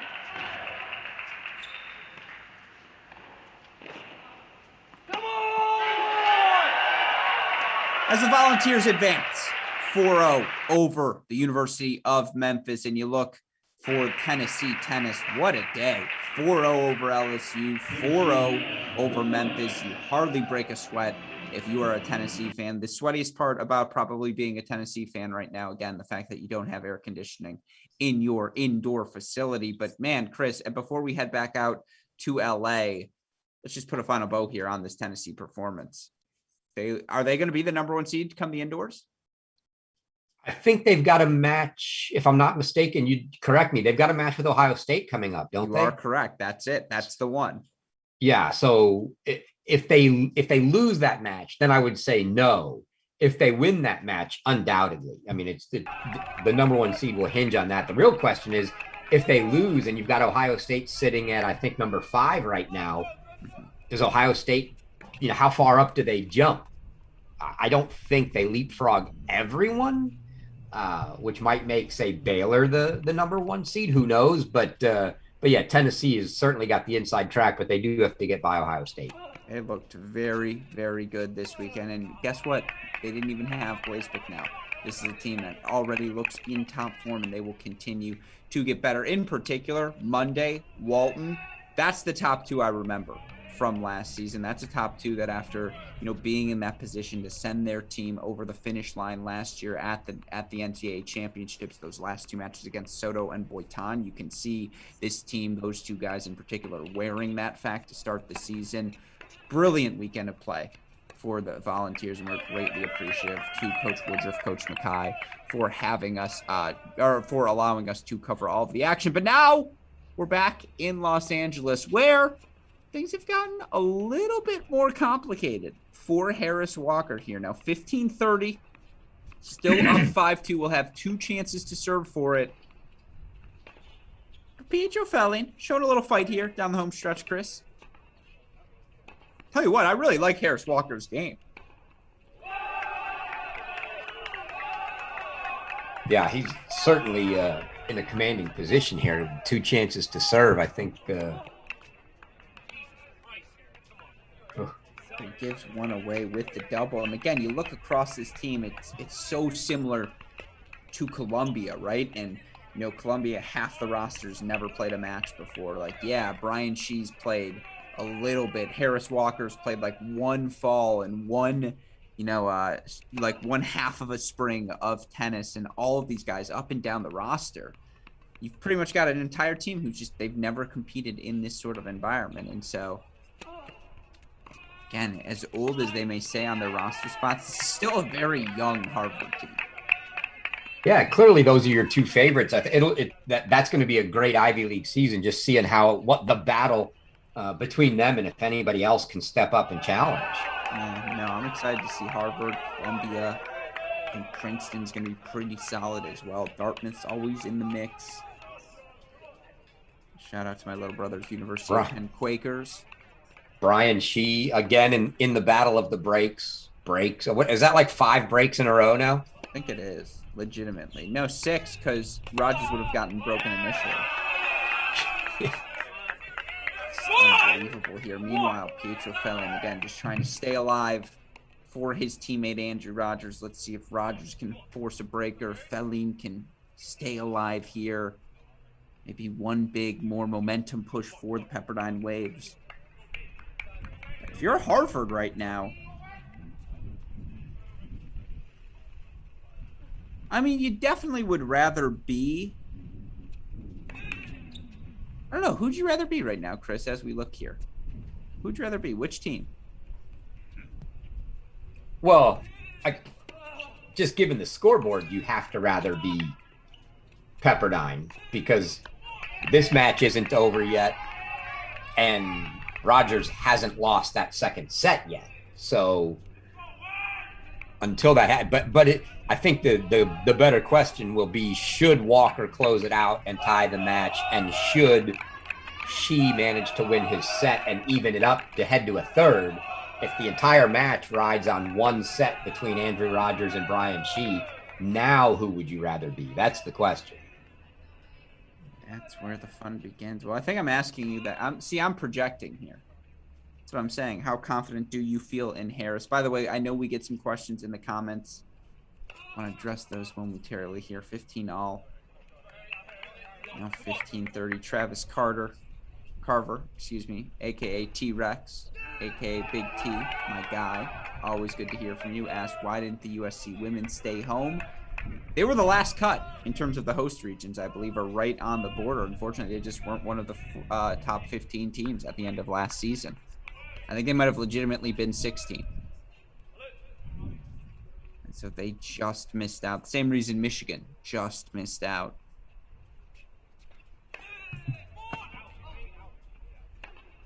Top 15 teams in the year-end rankings. Your 15 hosts for the kickoff.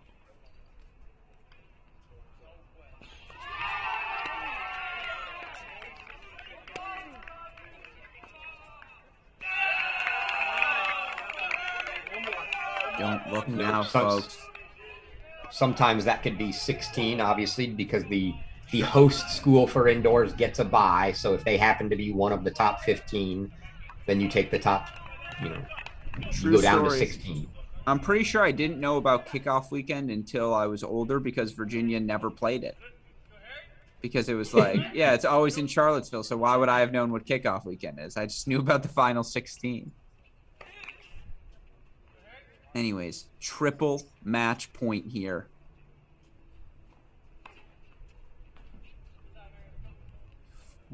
For Harris Walker. We may have a 3-all on our hands, folks.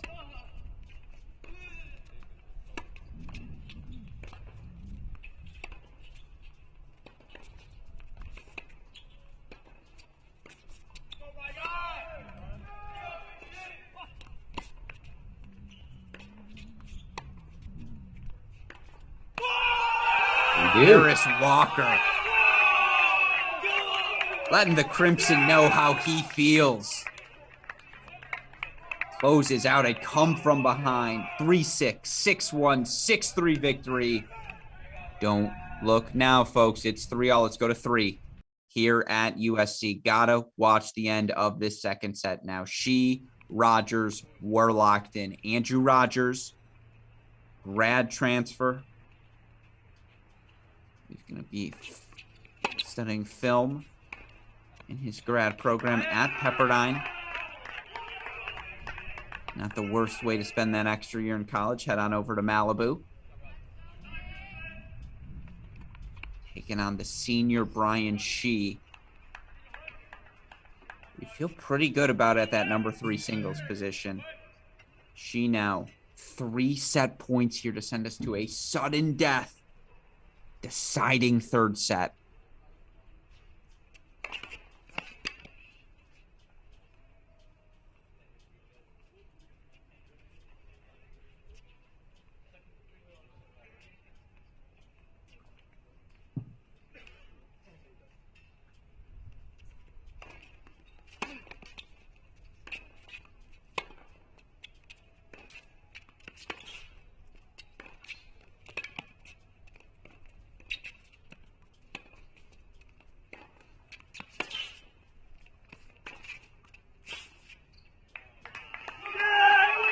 Brian Shee. When it rolls your way, it rolls your way. And right now, it is all crimson here in Los Angeles, Chris, forcing the third set against Andrew Rogers. Let's take this moment, if we can, super producer Daniel Westoff, to reset, and then we're going to head back to Baylor. When you look, Chris, at how this match has unfolded, 3-all Harvard Pepperdine, as close as you expected? I don't think I really, I don't think I expected that close. I thought we could get a tight one, but I thought it would be more like a 4-2 Pepperdine type match.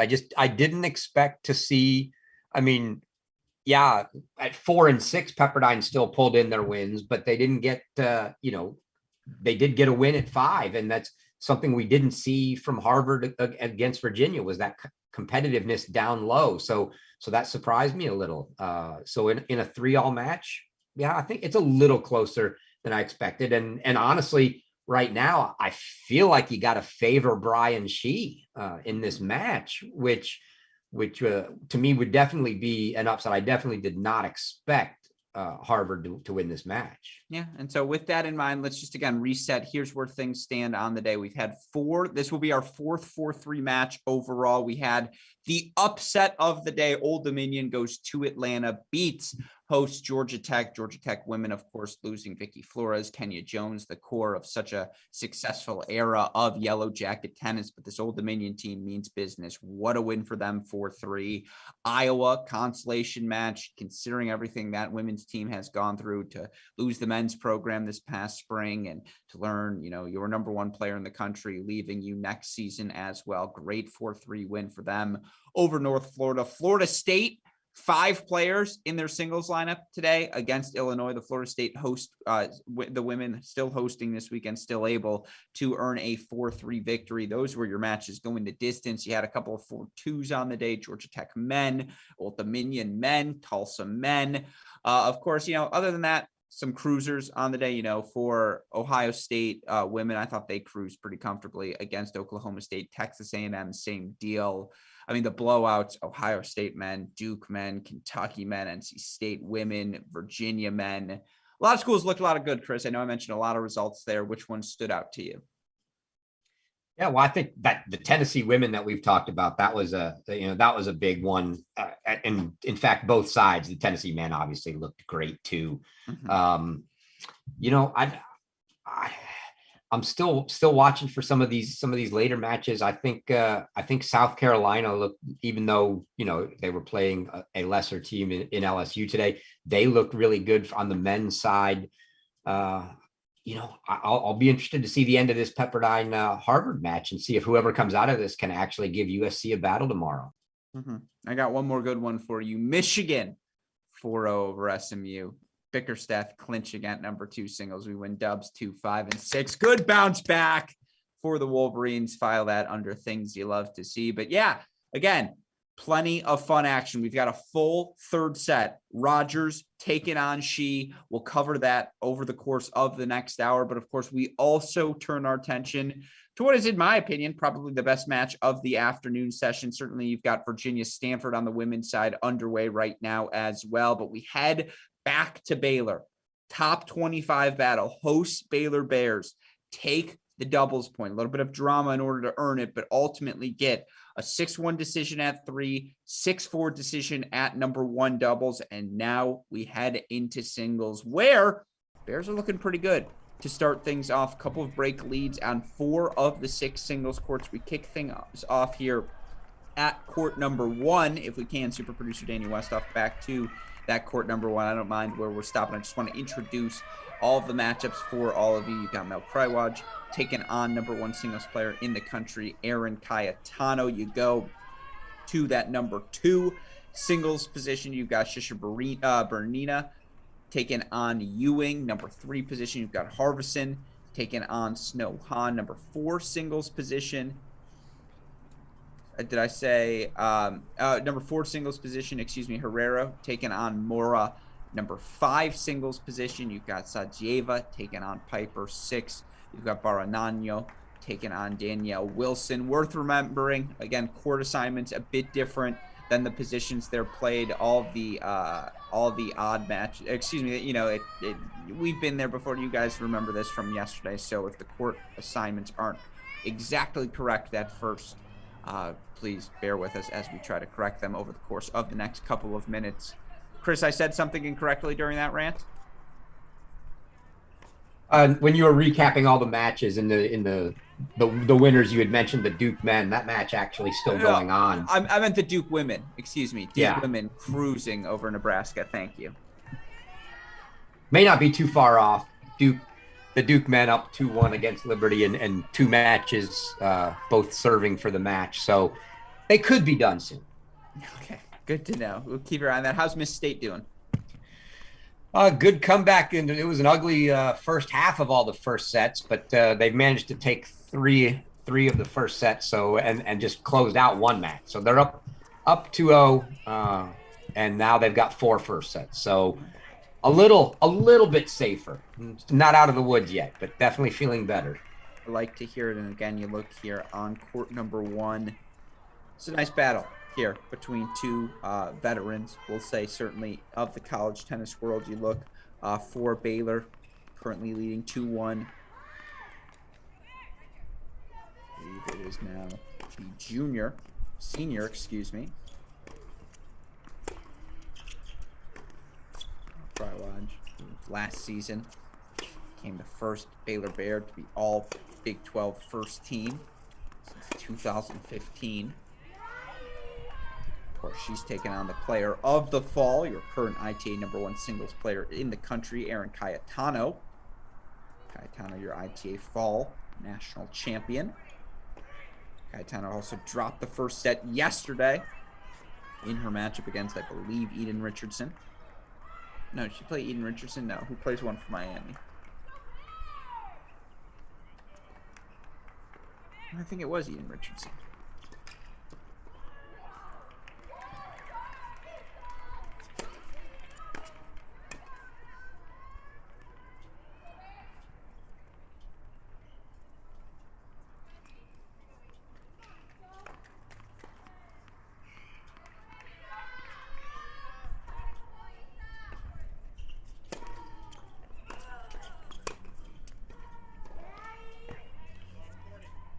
See here now, Cayetano, 4 break point chances. Gets back on serve here on court number 1.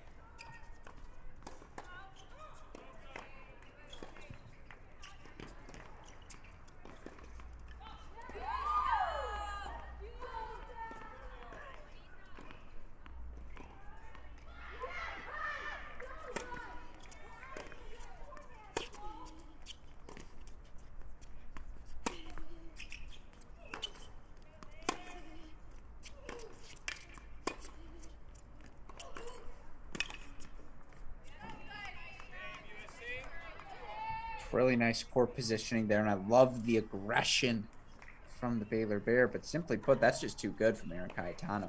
Short backhand, cross-court pass, dipped at the feet, draws the error. It's 2-all here on court number 1. Meanwhile, if we can, let's just jump around quickly, introduce all of our singles matches. Let's go to court number 2.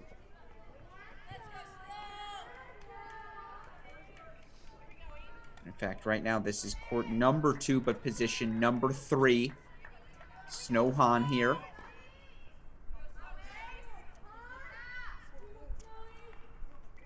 Now this is, I believe, court number 5. This is position number 5, just so you know. Super producer Daniel Westoff. So 1, 2, 3, all the odd number courts. 4, 5, 6, all the even number courts. This is court number 2. Selma Ewing earned a 3-set victory yesterday. And so this here would be, court number 4, correct? Herrero versus Mora. Court number 6 here. Bargnano first Wilson. So now we've got all the courts. Let's go back to court number 2 if we can. Shashurbanina. Taking on Selma Ewing. Again, this is court 6. If we can, let's go to 2. Here we go. 2-all here in the early stages.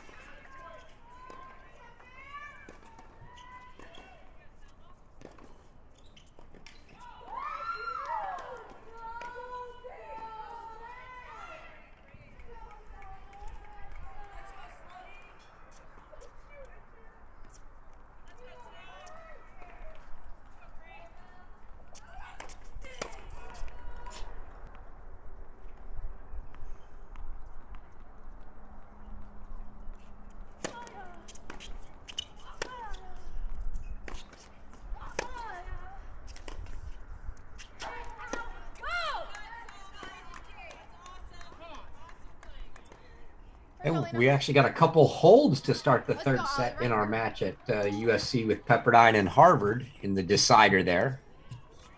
Something that was a rarity in the second set. Oh, no, we'll have to head back over there. No doubt about that for now again. Time early 1-all in the third there. Yeah, things don't get serious until 4-all, as we know. Business side of the set. But now, 3 game points here for Selma Ewing.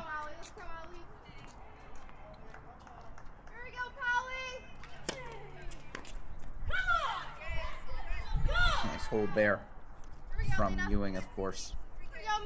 Selma Ewing enters this match number 12 in the country, justifiably so, given the massive fall she had. Now we go to court number 3. One of the unknowns. High upside plays here for the USC Trojans. Snowhan, the redshirt freshman, unable to play much of last season due to various injuries. Oh, how talented she is. Certainly had her chances yesterday before getting knocked out by Miami. She currently finds herself early lead here. 3-1 break over Baylor's Harvison. So it does feel like worth mentioning. No Naomi Chung for USC. She's out right now with injuries. That'll be a huge addition to the Trojans when they get her back.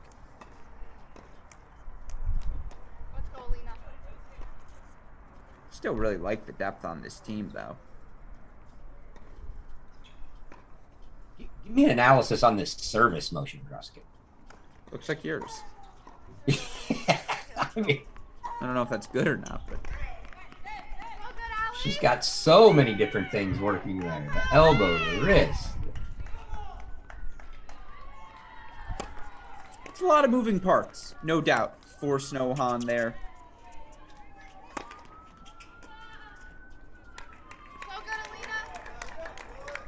So now 15:30 here.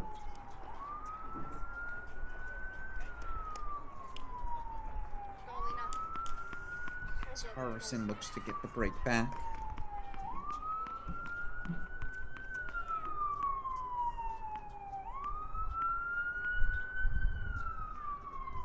Back on schedule there at USC. Rogers double faulted a breakaway, so she up a break in the third now. We'll keep our eye on that. Maybe from here on in, we'll try to chop over if we get to any significant game points like that, just to ensure you guys don't miss out on any of the action happening there. Okay, here we go, Lena. Here we go. Of course, again, you look here on court. Go, Polly!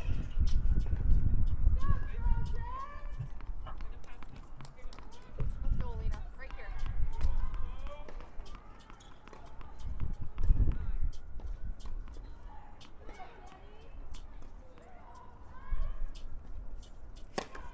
See here, the junior transfer, Isabel Harvison. Okay, here we go,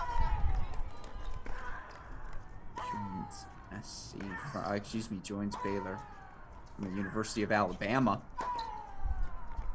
That's so good, Allie. See if she can't loosen things up here early on 3. Here we go, Lena. Right here.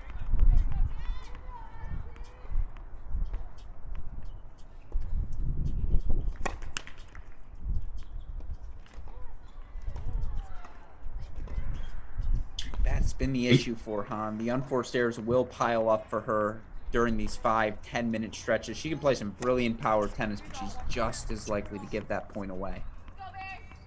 You and Jay both picked USC to come out of this region. So what's your match calculus here to get 4 singles matches? Is it the top 3 and then somebody else down low?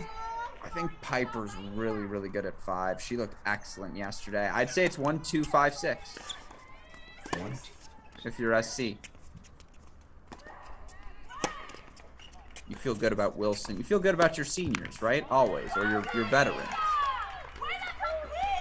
The thing is now, having to find that 4th singles win, as we've learned, always makes life more difficult. Of course, this Baylor team's coming off a fantastic year. All but one of their losses last season was to Texas, the other one to Duke in a dramatic 4-3 NCAA round of 16 match. So don't expect this Baylor team to just roll over either. And that's why they've come out so strong here. Yeah, they're up breaks at 4, 5, and 6. So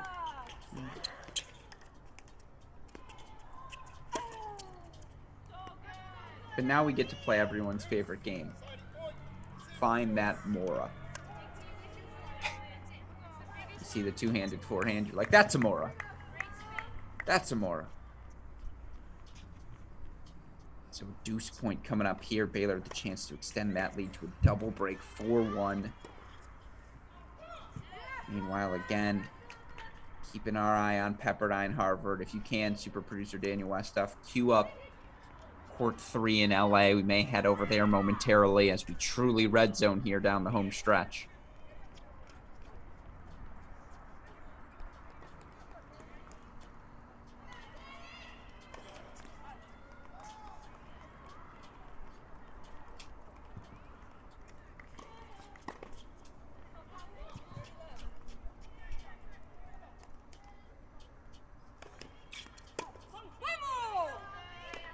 Double fault from Mora. Aggressive return position there from Herrero. 4-1 double break lead now to Chris's point. Who's won the first hour, 15 minutes of this match? Pretty unequivocally the Baylor Bears, right? I think we'd have to agree they are the ones outplaying right now. But if we can, let's go to 3 in LA, if we can, over at the USC region. Right now, Andrew Rogers down in early break to Brian Shee. It's 2-1. She's up serving. But 15-30 now for Andrew Rogers. And you can ignore that scoreboard there. This is not the first game of the set. It is 2-1 right now. She up a break. Correct, Chris? You've been monitoring this closely. Yeah. She 2-1, and it was love 30, now 15-40. So 3 break points for Rogers. Yeah, well, do you think Coach Schachter's like much better? It's like, what are you? Don't hold serve. That's weird. I mean, I didn't count, but I think we were at roughly half the games in the second sets were breaks. We got a couple holds to start. Now we're looking like we might be break to start the third. I mean, these guys, no respect for the other guys, sir. Standing on the sideline, how many times has Martin? Well, hold on. Sorry, I apologize there for talking through that break point. Great return from Rogers there. We're at 2-all. How many times has Martin Redlicki over the course of this day said, well, you know, when my team beat USC, like, you know, just standing there as the former UCLA NCAA champion now turned volunteer assistant. And there's the man, the myth, the legend himself. Hello, Anthony. It's good to see your face. Head referee, of course. Coordinator of what? Every region? What does he coordinate? All of the regions? Yeah, I think he's the head referee. I primarily see him at all the SEC events. So I was shocked to see him walking around out in LA for this. But, yeah. Anthony almost coded me during the national indoors last year. He was like, stop coming into our tent. Honestly, not the guy you want to get coded by, Gruskin. Because I know. No, he just usually holding something, you know. I know. It's usually because I came in there, I'd give a pep talk before. I'd be like, hey, guys, remember, lines are out. Don't overrule anything. Let them play. And he'd be like, shut up, Alex. He'd be like, just stop it. I do like some version of that speech every morning. And so anyways, here, though, we see, again, Rogers, clearly the theme here over this past set and a half, struggling with the +1 ball, it feels like.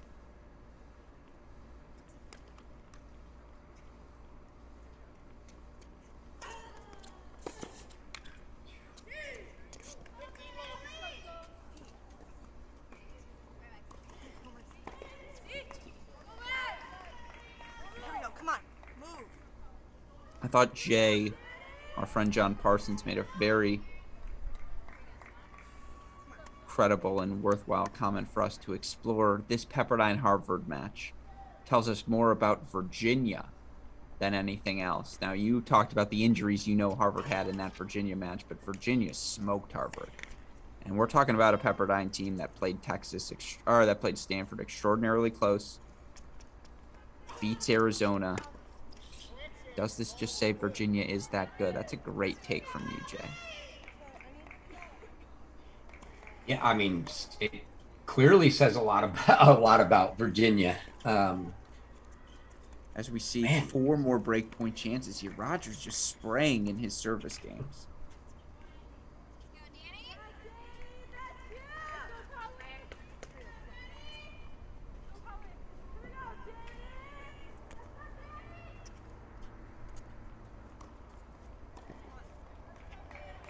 Yeah, what's been a little baffling to me is I can sort of see why Rogers has had troubles holding here. What baffles me is how she looks so good on the Rogers serve and is aggressive, but then can't hold his own. It's about that +1 ball. And you're right, the return. I just don't think either player is getting much depth on their serve. It just feels like neither of them is doing anything to one another, or both of them perhaps hitting the return so well that at worst the point's starting at neutral for the returner. Like, it just feels like the return is the +1 ball right now.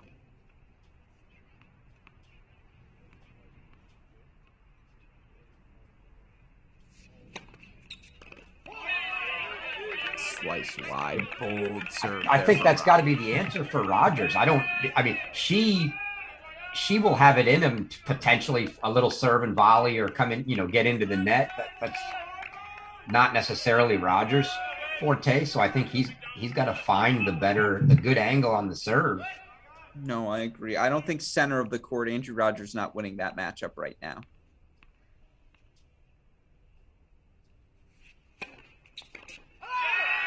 That's a good serve. Just kidding. He is winning the center of the court with a serve like that.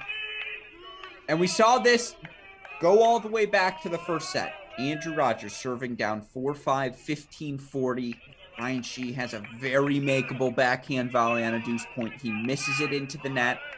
Rogers goes on to take the first set 7-6. There's absolutely a world where Harvard is already off the court right now because Harvard took the doubles point. Straight set win for them at number 5 singles. 3-set win for them from Harris Walker at 2. Pepperdine earning straight set wins at the number 1, 4, and 4 and 6 positions. Excuse me.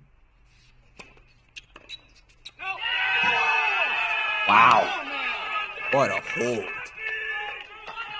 I did not like the gesture from Rogers after missing that first serve was kind of those, oh my gosh, I have to give him a second serve now. And to come back and actually get that was huge for him. Well, that's a gift from Brian Shih saying, here you go, Andrew. Enjoy Malibu. No doubt that's a return he wants to make, but Shih sends that ball long. 2-3 on serve here at Baylor, here in USC. Let's go to an actual USC Trojan match, though, as they're taking on the Baylor Bears over in Baylor right now. Regional final. Baylor women take the doubles point. 6-1 decision at 3, 6-4 decision at 1. And right now, Baylor Bears, if we can, let's go to court number 5. Court number 4. When we last saw Alicia Herrero-Lanana, was up. Baylor up doubles and breaks on 4 of the courts. A great start for Baylor here. No, they're absolutely playing their best. Although, as we pointed out, top 3 going the way right now of USC. This would feel like a comfortable first set, though, right? Herrero takes. Krywatch is up a break on 1 on Cayetano. Yeah, but Aaron Cayetano's never count out Aaron Cayetano. Was down a set. No, you're not going to count her out for absolutely. But saying, the success at the bottom feels more real. Yeah, definitely. Those to be up, breaks or more at 4, 5, and 6 for Baylor has got to feel good.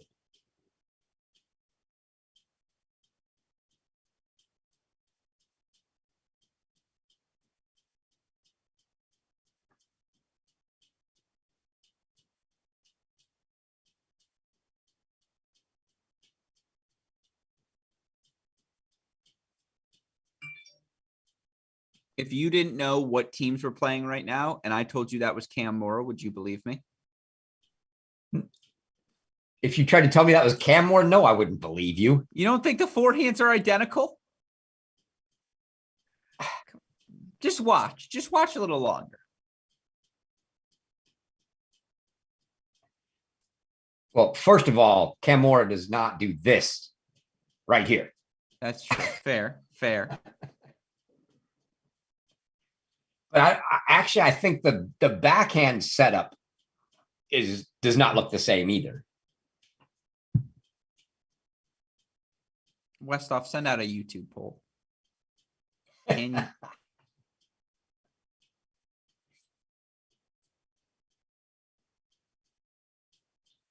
Double fault there from Mora. So now 3 set point chances for Herrero, who has just blitzed her way to this first set. Meanwhile, Selma Ewing, 6-2 first set in Westhoff. If I can, I want you to keep your eye on court number 3 here in Baylor. Snow Han, despite a rough game when we watched her play, up 5-2 and up a love 30 lead in the Harveston service game.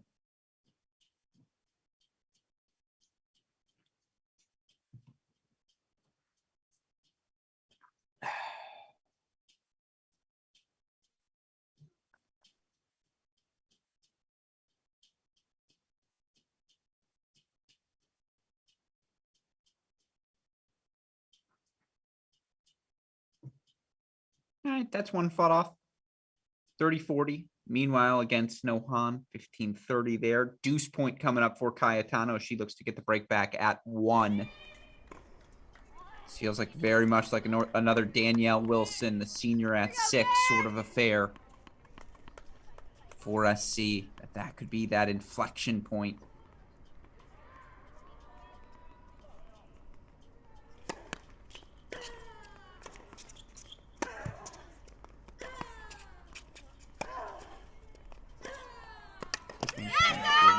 There, Herrero just stroking the ball so well. She's going to take the line like that. There's just not much you can do.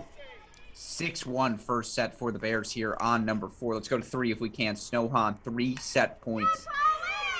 Again, certainly if you're a Trojan fan, this match is far from over. Cayetano earning the break back for 4-all. So to you, Chris, I say... Would expect nothing less. Go, Bears.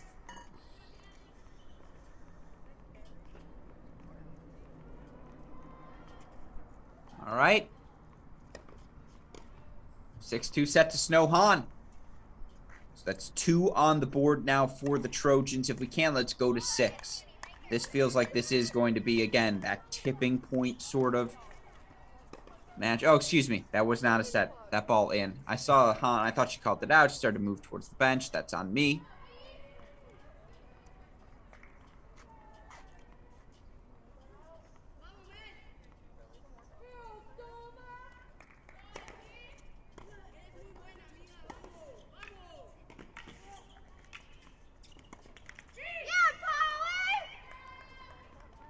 But there's the set for Snow Han.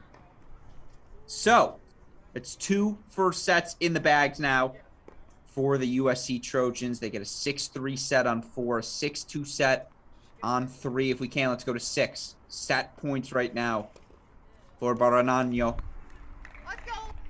5-3, 30-40 now. She leads in the service game of yesterday's hero and clincher, Danielle Wilson, the senior, a rock for the Trojans last season at the bottom of the lineup.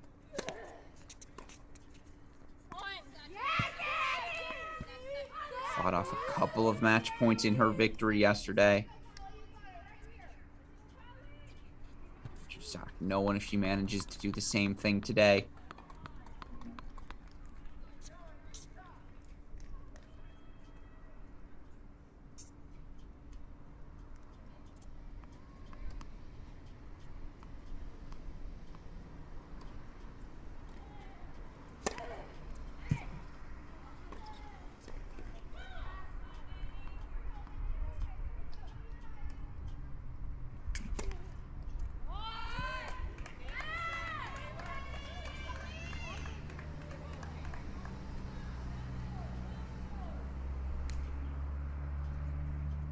So, all right.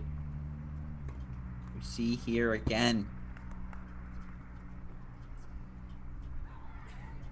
Feels like this will be the set to keep an eye on, the court to keep your eye on here at USC Baylor. Meanwhile, we're going to try and figure out what's going on with the camera feeds over at USC Pepperdine. I believe they turned that camera off on court number 3. If anyone wants to text Brett Macy right now, ask him to please turn the camera back on, as Chris Halliors grabs his phone to do exactly that.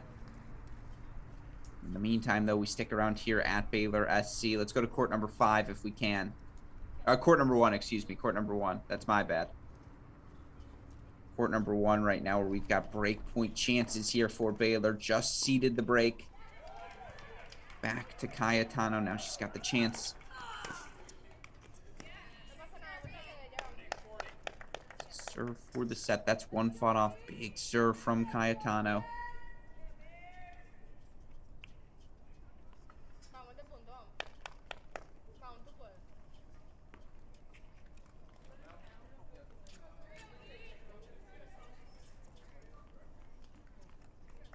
Brian Shee back up a break. 4-3 for Harvard.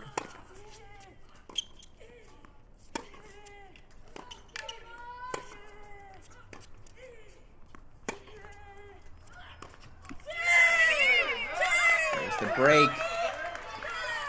Taylor stays back on top on 1. She'll serve for the first set, up 5-4.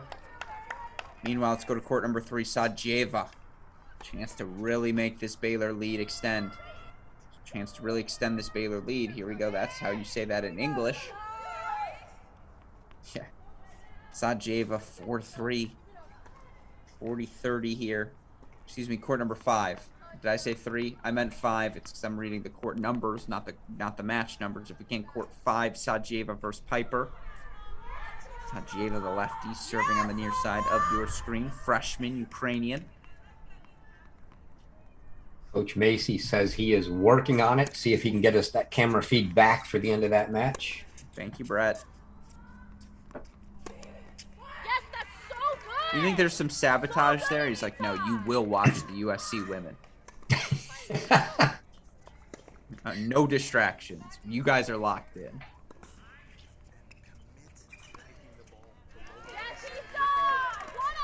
See here, Sajeva. 5-3 now. Again, that's 4 first sets. Excuse me, 3 first sets in the bag for the match. 4 first sets in the bag for the match. There we go. 2 go to the Trojans. 2 to the Baylor Bears. Bears at 4 and 6. Going to make it a third set here at number 5. Also up a break, serving for it at court 1 right now. So again, which team would you rather be? The team that wins doubles and 4 first sets? Or just 2 first sets? I think we all know the answer to that question. Baylor, chance to take a definitive lead here. Ooh. Get low. Didn't look like that felt very good. She left some skin there from the right knee, clearly on that baseline. Meanwhile, of course, we're keeping our eye on court number 1. We've got 2 first sets left here. Court 5 and court 1.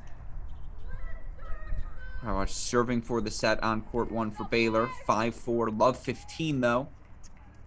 Against USC's number 1 player in the country, Aaron Cayetano.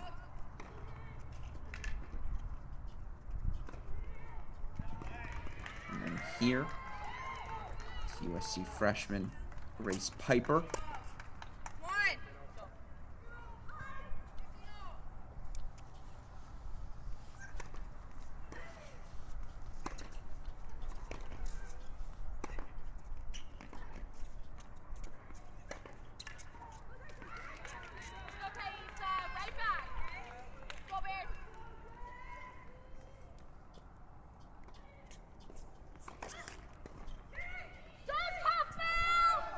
Indeed, if needed, we do have USC video back up. Brian Shee looking to consolidate his break at 40-15, up 3-2. Chris is going to keep his eye on that. I keep my eye here. Meanwhile, again, we've got Satyeva 2 points away. Krylaj 2 points away as well on court number 1. And whoever gets to set point first, we're going to cover.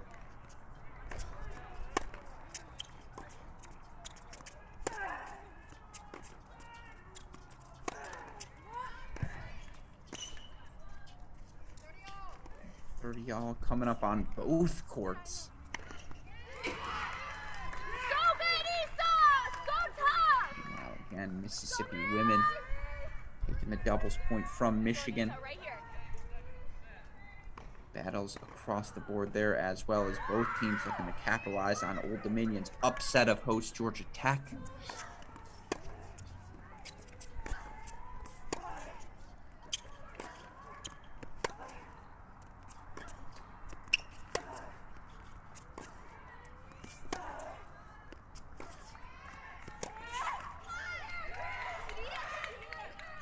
Good steadiness, though, from Grace Piper. Straight set victory yesterday. She was the third sure thing. She was that early point on the board, that momentum swing.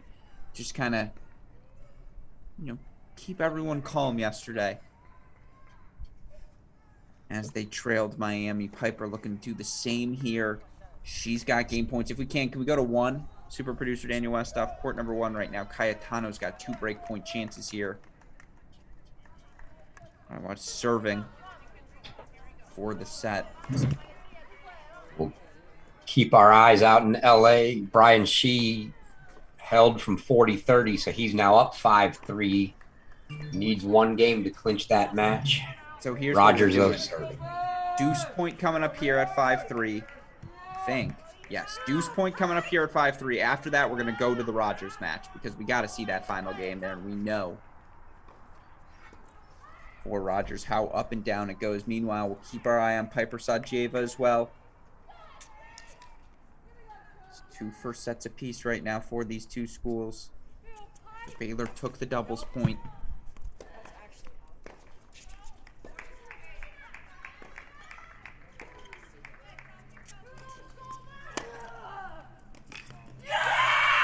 Oh, there's that fist pump from Cayetano, the roar we've all grown so accustomed to here this season. So Cayetano breaks back, stays alive. Meanwhile, are we missing something? Did she take the set? No, it's 15. Well, no, it's 5-3, 15 all. 5-3, 15 all. Yeah. Yes. Okay. They just got a little ahead on the scoreboard accidentally, so the play sites flashed the set score up. Yeah, play site gets excited.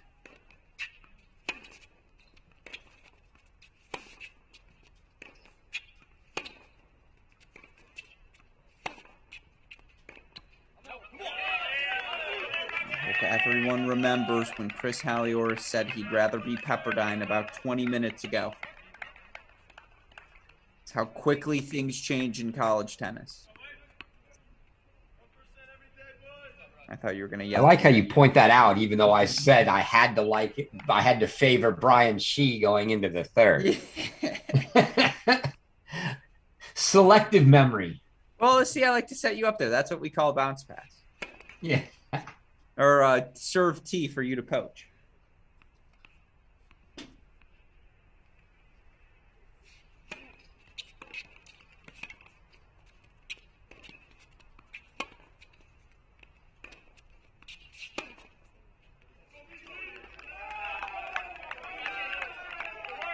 Sails on him there. So Harvard 2 points away from what could be, I don't want to say a program defining, but a program, let's get back on the right course sort of win here for the Crimson. Boy, would this be the boost they need to kick off 2022.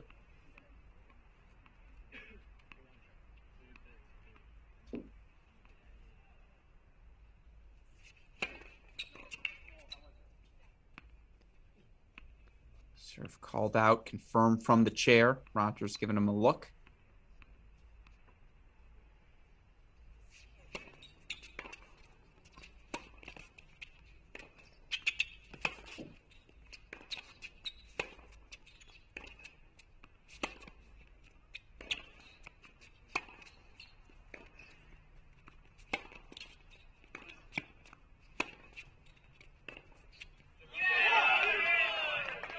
Rogers doing everything in his power to hit the forehand there. You see the fist pump from Coach Tess Schmid, Coach Adam Shackley, both on the sideline there to your left. Meanwhile, where's Sonam Singh?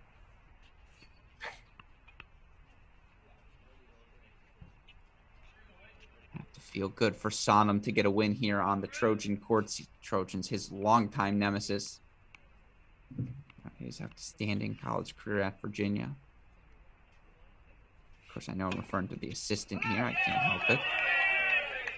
It's a nice serve from Rogers down the tee, though. So he at least asks the question of Brian Shee. But guess what, folks? The Crimson going to serve for the set and the match. When we get back there, we'll get there as soon as it's going on. Meanwhile, can we go to court number 5 here? Super producer Daniel Westoff. Cayetano now up 6-5. Big lead for her. Trojans kind of need that first set there at number 1. But how about Grace Piper? Freshman here. Taking on a fellow freshman in Sajeva. Piper now holds for 3-5. For 4-5. Now 15-30 in the Sajeva service game.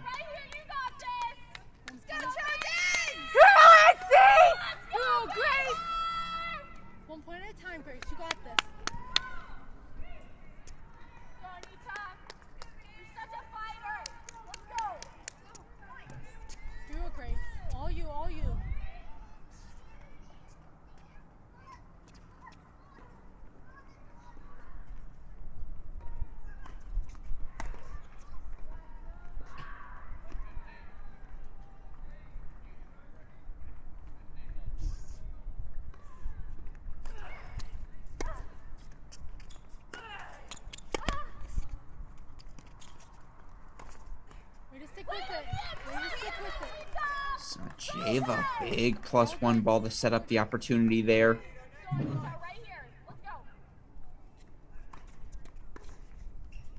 now 30 all. Meanwhile, Rogers getting ready to come off that changeover. Service game has started at USC. I think we have to go there after this point, folks. I apologize. I know none of you want to miss that, so we're going to watch one more point here.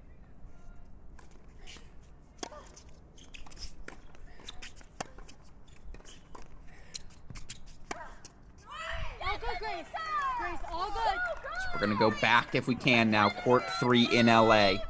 Yes, set point coming up for Sajeva. We'll let you know how she does. But 15 love here. Brian Shee 3 points away from closing out what would be the best win for Harvard men's tennis since 2019, probably.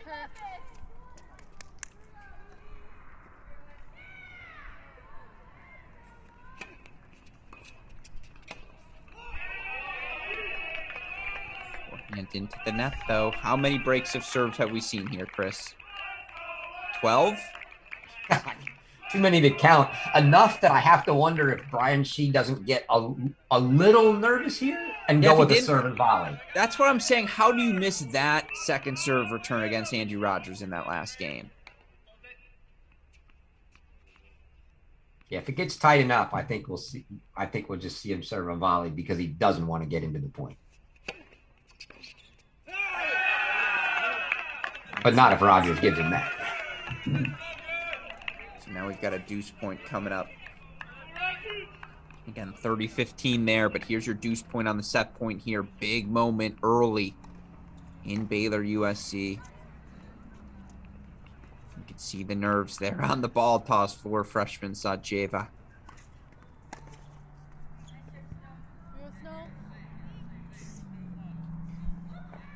Triple match point for Shee as Rogers netted another return. Yeah, if we can, super producer Daniel Westoff. The problem is it's so unkosher to go midpoint. No, yeah, wait. All right, there we go. Quickly back to 3 now. Will we get a court rush out here in LA? 100%. Harvard Crimson 1 point away.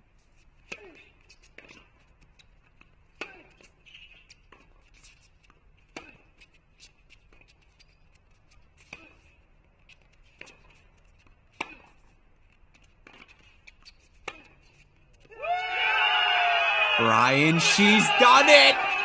Falls to his back. This is the program. Andrew Rogers lets that racket fly. This is the win this Harvard program has been waiting for since Ivy League tennis was canceled all the way back in March of 2020. Chris, is this an upset? What do we think? Harvard 4-3 over Pepperdine.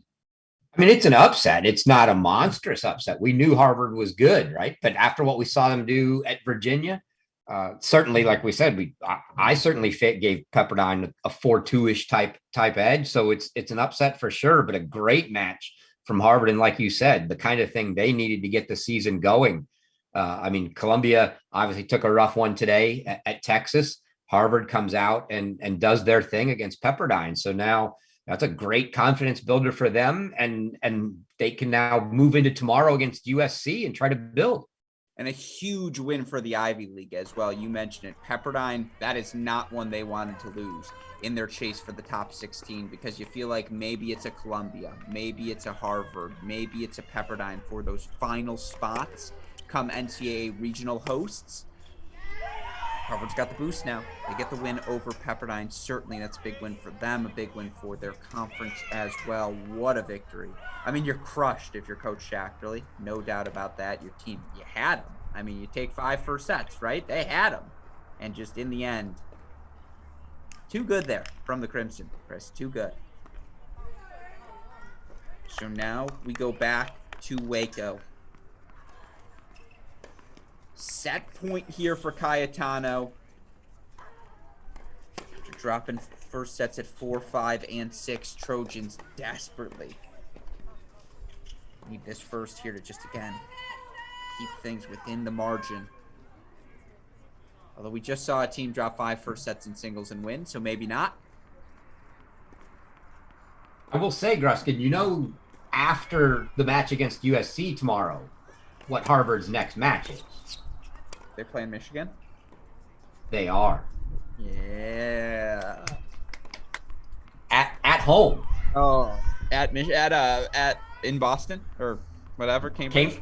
Cambridge, yeah. They play Michigan at home, and they've got a decent schedule. They actually, to make it more interesting, they've got a match on their schedule against Pepperdine. And if we can, super producer Daniel Westoff, let's reset quickly while we have all of our first sets in the books here at USC, in this Baylor USC match. Going to be each team splitting 3 apiece here. Baylor taking the doubles point and first sets at the 4, 5, and 6 singles positions. USC hurting first sets at numbers 1, 2, and 3. And of course, Alex Gruskin, editor-in-chief here at Cracked Racquets, joined by the professor himself, founder of collegetennisranks.com, Chris Halioris. Chris, as you can see to the right on our screen right now, you all look, over here to this way. You can see the scoreboard of all of Saturday's matches. There's been a lot of good results on the day. We've touched on some of them. Old Dominion's win over Georgia Tech on the women's side. Your upset on the day, certainly what the Harvard men just did, 4-3 over Pepperdine in that category as well. What other matches, what other results have stood out to you, Chris, as you look at Saturday's 53 match board? That's good. Don't tell us. Stay on mute. Yeah, that's even better. too many to even go through. I mean, assume you used a bunch of expletives there and you censored yourself. Yeah. I was trying to figure out after you had said that yesterday how I could, go on mute and have the broadcast shoot up fireworks or something, just showing that that's what I was doing. But too many good matches today to keep track of. It's been a great day so far. Certainly the finish that we got out of that Harvard match is, for me, one of the most impressive comebacks for them after, the long time off and then the showing that they had at Virginia that didn't look great, and to now come out and do this great start to the season for them. And they've got a pretty decent non-conference schedule. I'd mentioned to you that they'll play Michigan. They play Pepperdine again. They get some SEC schools. So it'll be a good start for them. And it's good to see the Ivy League. I mean, because we didn't get to see them last year, we want to see some more of the Ivy League teams get get to be on a good showing like that. So that's great. Yeah, and again, right now you look across the country, scraps happening across the board. Michigan, Ole Miss on the women's side, that's just become an absolute battle. You look at, again, some of the other matches that have recently come off the board. Oklahoma, 4-1 win over Furman. They now set up a matchup with Duke tomorrow that we'll be covering here. Good win for the Oregon men, 4-0 over Oklahoma State. That's a pretty dominant performance there for Coach Lewandowski and the Ducks, but that's a good victory for them. 4-0 victory for the Pepperdine women. They looked pretty dominant in that performance as well. I got to ask how the Flames look. How's Mississippi State looking? How's the teams? Yeah, the Flames went down. They did get a point, but they go down 4-1 to Duke. But on the flip side, the Bulldogs just finished and they clinched their match 4-1 over Arkansas. All right, you'll take it, right? Split decision on the day? Yeah, split decision, not too bad. We'll hope for at least that again tomorrow. Yeah, no, and again, another one coming off the board recently. We had a victory from the Florida women, 4-1 for them over FIU. They'll be heavy favorites tomorrow in their matchup against Florida State, and then Virginia, Stanford. I know doubles came down to the wire there as well. So yes, the clock now hitting 5 p.m. here on the East Coast. This is hour number 8 of our broadcast here, but still plenty of exciting action happening across the country. And with that in mind, let's get back to that exciting action here in Baylor. Let's go to court number 2, if we can, super producer Daniel Westoff, where Selma Ewing of USC, there's a reason she's a top 15 player in the country. And to get her at number 2 singles is a luxury 99% of coaches would kill for. Of course, right now, Selma Ewing here on court number 2. 6-3, 4-1 lead for her over Shishir Benina of Baylor. And you look right now again, first doubles goes to Baylor, 3 first sets apiece for each team. Right now, you'd rather be the Baylor Bears. And certainly we saw Piper the push there at the end of that second set. Feels like this one's still far from over.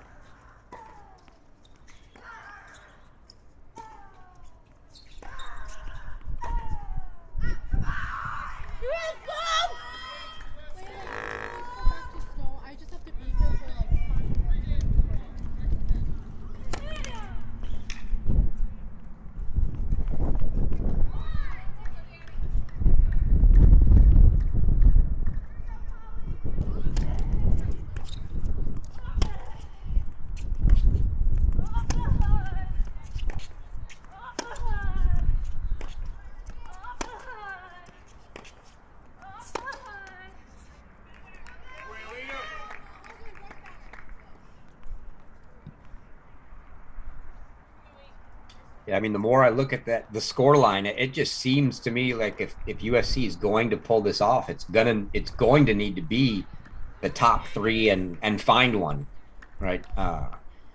Mora has jumped out a break in the second on 5, so could it be there maybe? Or I should say on 4. I'm circling Piper. I'm telling you, I think she found something there at the end of that first set, and having watched her play yesterday, there's an edge she brings. I kind of like it. Could be, yeah, it could be there too. So definitely, it doesn't look like it's going to be 6 at the moment, as Baylor's got a 6-3, 4-1 lead there. Oh, absolutely, and we're going to go check out on that lead as soon as we're out of this service game again. For now, right now, Selma Ewing looking to extend her lead, but credit here, Shishir Benina, former top 30 junior in the world. Freshman now for these Baylor Bears. Looking to just get one of those breaks back here. She's got 3 break point chances to do just that.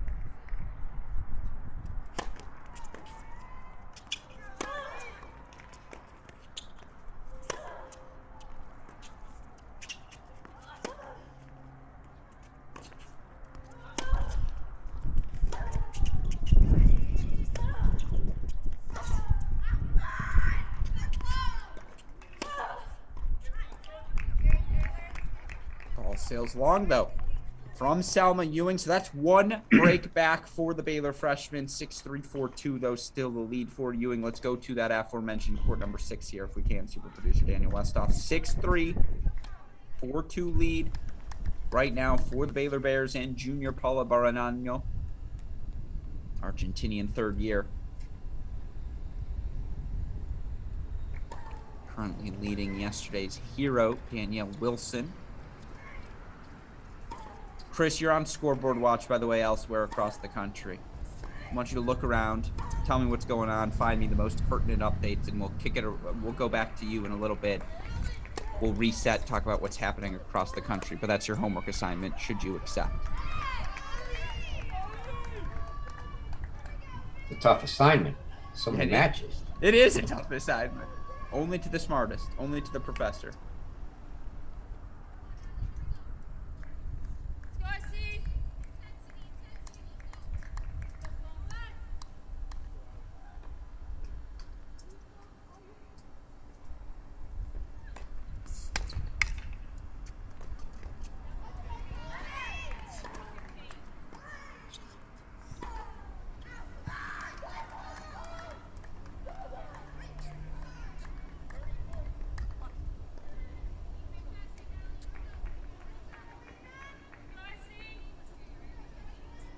Does feel like, though, Bargnano can get this hold here. Just have to wonder how much juice is left in the legs of Danielle Wilson. Playing that clinching match for her team yesterday was a dramatic 7-6 victory for her to clinch. Brought off multiple match points.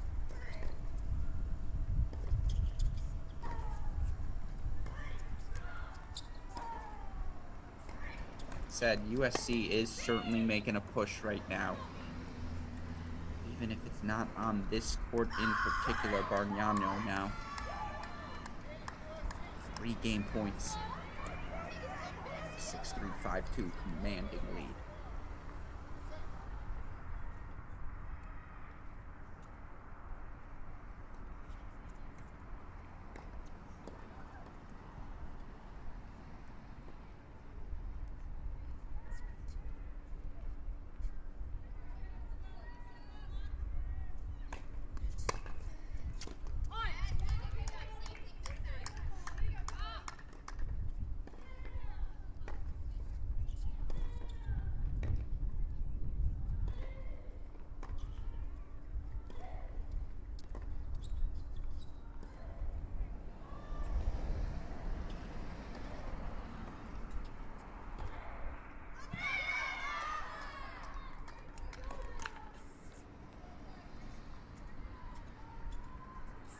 Here we go now. Again, this is the one.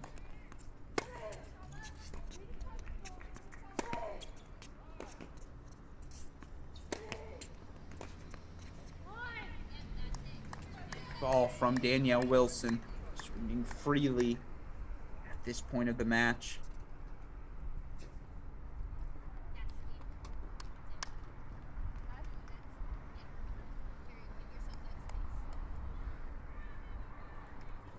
Point coming up. Coach saying go right back to that ad side.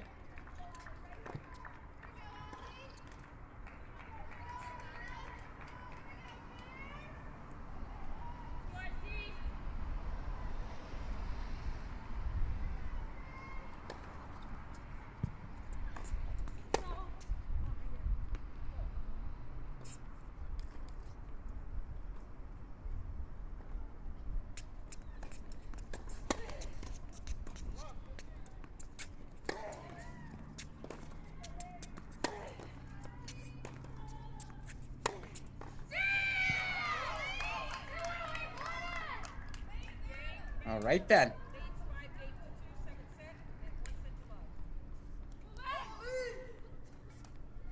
Always tough to tell here on our broadcast what the call on those shots was. I believe that ball sailing on Wilson. So now 6-3, 5-2 here. Bargnano with the lead. If we can, though, see across the board here right now. Let's go to court number 5.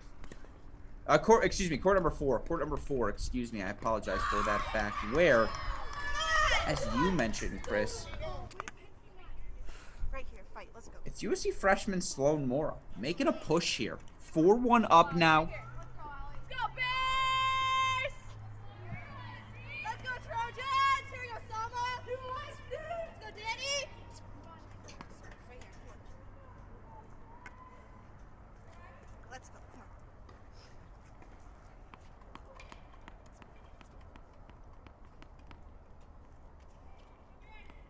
Here we go, Bears!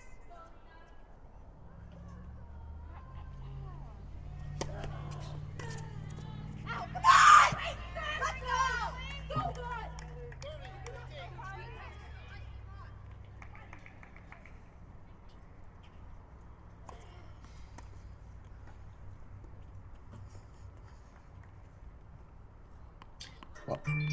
I haven't made it around too terribly far here, Groskin, but on the men's side. Hold that thought. I was Fascinating. gonna say, hold that thought till after this game, if you don't mind. Okay. And then Absolutely. we're gonna fully reset. And the floor is yours.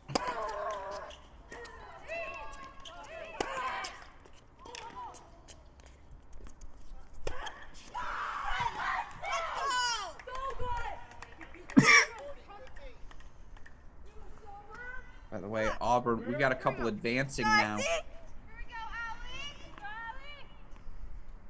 Results in, you're right, Chris. We'll definitely reset after this game. 40-15 chance here for Mora. Actually, just stick around through the changeover, see if she can't. A serious run here from this match. Bargnano, excuse me, 2 points away.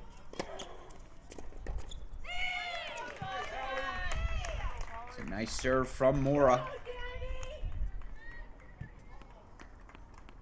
Except for it was in the net, just kidding.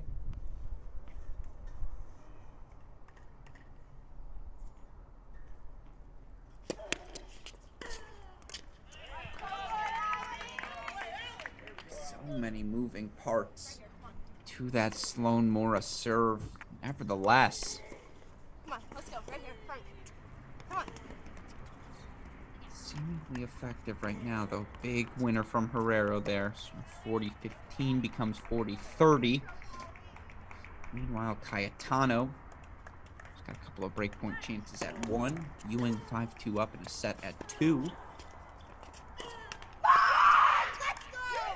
And Mora draws the error. So now 5-1 here. She's a game away. If we can, myself, let's go to 6. Match points. Court number 6, if we can, over in that Baylor USC matchup. Match points here Here we go, Sama. Let's go, Danny. for the junior.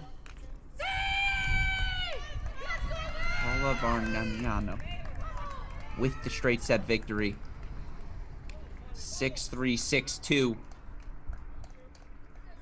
Bargnano takes it for the Baylor Bears. So now 2-love Baylor. They're leading across the board right now. Couple of matches, though. I'll tell you what.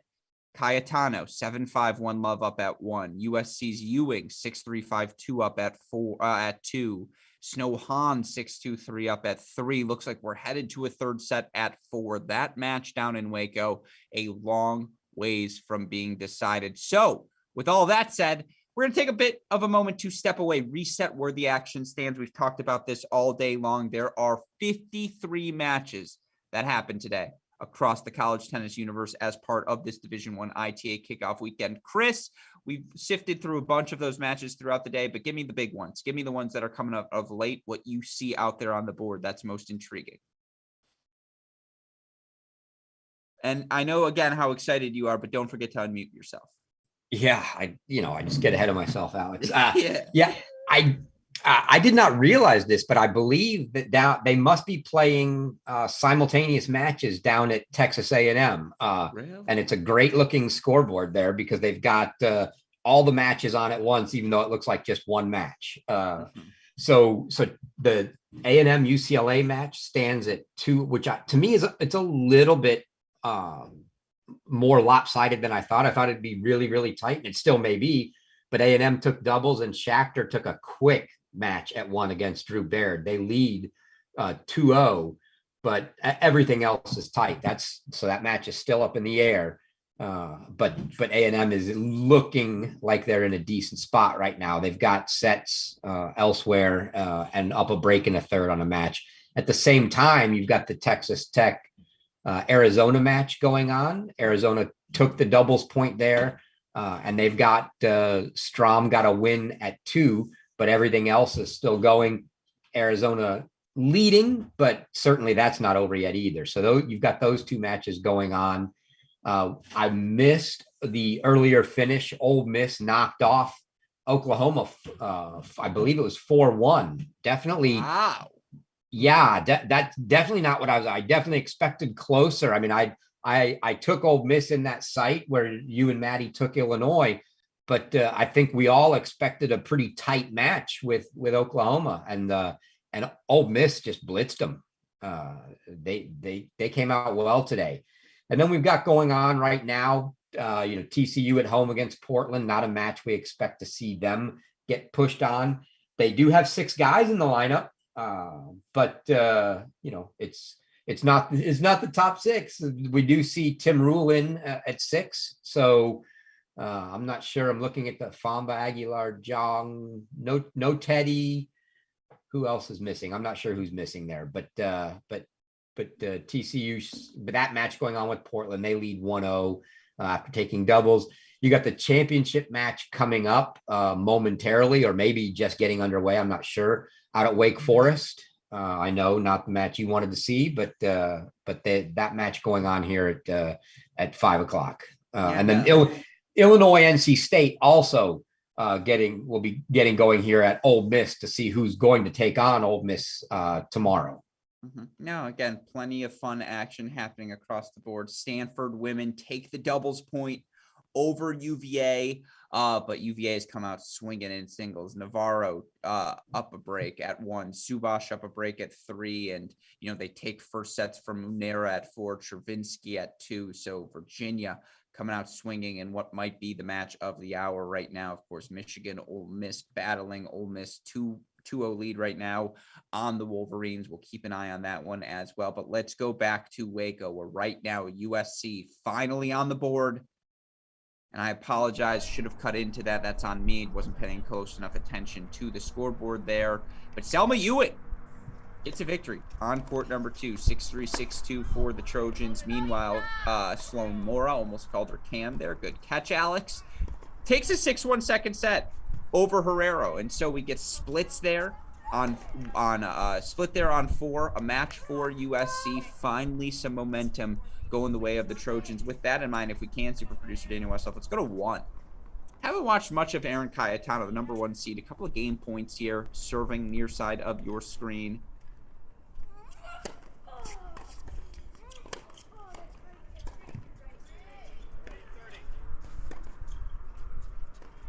Sends that forehand flying, but still 40-30 here. And this is the recipe, Chris, we saw. Top 3 for USC. Find one more. I still think Piper Sajieva a match to watch to go the distance at 5. But these Trojans, man, they find a way to fight. And that's a big hold from Cayetano. +1 tennis, getting the job done. 7-5, 3-0. We go now to court number 3. Chris, I apologize. I'm cutting you off there. What do you want to say? No, I was going to say we should get to court 3 because we had a couple break point well, actually, are they not break points? The one scoreboard's showing them as breaks. Here it shows Han serving. I'm not sure. Yeah, it's good. We always like to throw a mix up there. It looks like Harvest. Yep, Harvest. It is. They are break points. All right, and this would be, by the way, for Snow Han to take a 5-3 lead. Her 1 game away from the match. Ball called long. Confirmed there. So, Snow Han now. Good call by you, Chris. Serving for the match now. Tie things at 2-all here in this USC Baylor battle. Feels like we still got a little way to go here, Chris, before we figure out who our winner is going to be in this one. For sure, but the USC is starting to look really good at at the top 3 spots here. So it may come down to that question, and they've already lost on 6. So can they get one? Is it going to be Piper your call, or is it going to be Sloan Mora? I don't think USC fans would mind either way. Meanwhile, if you're Baylor here, really do not want Harvison to go down in straights. You'd love to see a 3-set match where you have the momentum built, where you are the ones who came back, take that second set. Hated for it to be a scenario where you go down to a couple 3 sets, but everything going the way of the Trojans.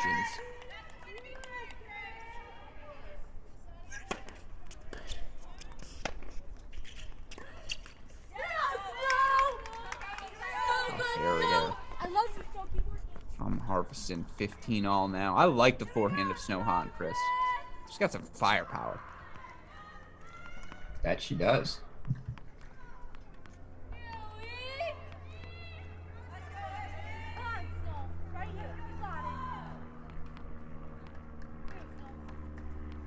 Looks like it's a bit windy there.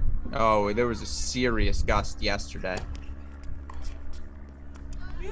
Maybe that's what the Cam Mora service motion is. It's like break the wind, break the wind, break the wind, serve. No, I was just gonna say between and you just called her Cam, by the way. Sloan, damn it. Sorry. I was gonna say, you know how your baseball teams have like the pitching coach and and all, like who's the serving coach at USC? That's what I want to know. Oh, I'm sure it's probably Steve Weissman. Yeah, and that's no, the issue. That would explain a lot. Exactly, it's all coming together. Because you see it for Han too. Yeah, between Han and Mora both.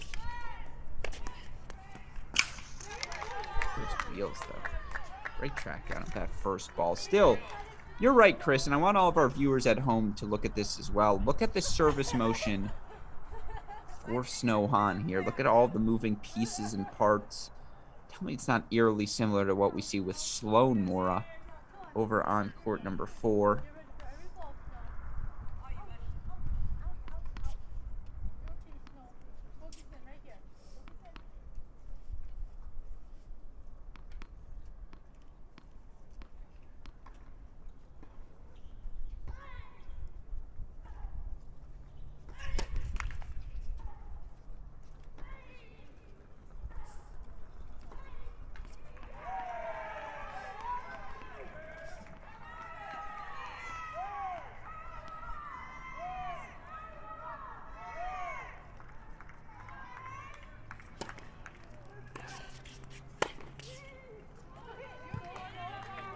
All right, all of the sudden, 30-40 here. Meanwhile, 40-30.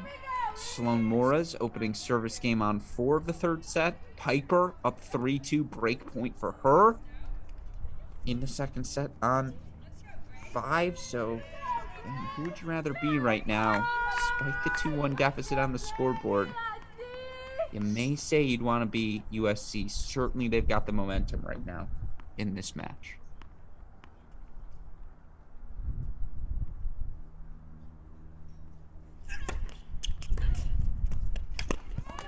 Wow. A huge return there from Herrera. She breaks, stays alive here, 4-5. Still, Snowhan gonna have a chance to break to close out this match. Meanwhile, let's go to 4 if we can. Mora was up 40 love, now a deuce point in her opening service game. You can ignore that set summary. That's play site getting a bit excited.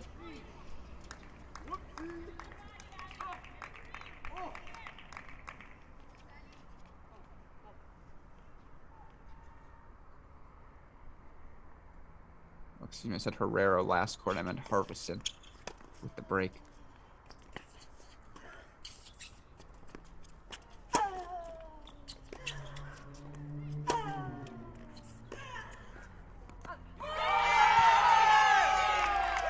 Hit it wide. Oh, wide. Call confirmed. All right. That was a much-needed Baylor hold here. Here comes the pushback. We just saw a nice little 20-minute USC stretch. Felt like a lot of things broke their way there. Now it's Harvison with a break of serve. Herrero with a break of serve to start the all too important third set here at number 4 singles. Meanwhile, let's go back to 3. See if Snohan can't close out with a break. Victory at this number 3 singles position. Meanwhile, it's all Cayetano. 3-love, 30-love. She leads up a set on number 1. So it really does feel like it's coming down to these 4-5 singles matches. Middle of the lineup here, meat and potatoes.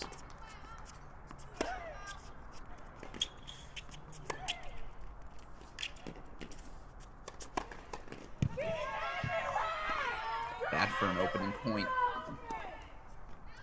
Ferguson stepping up here. Former top junior. Excuse me, former University of Alabama.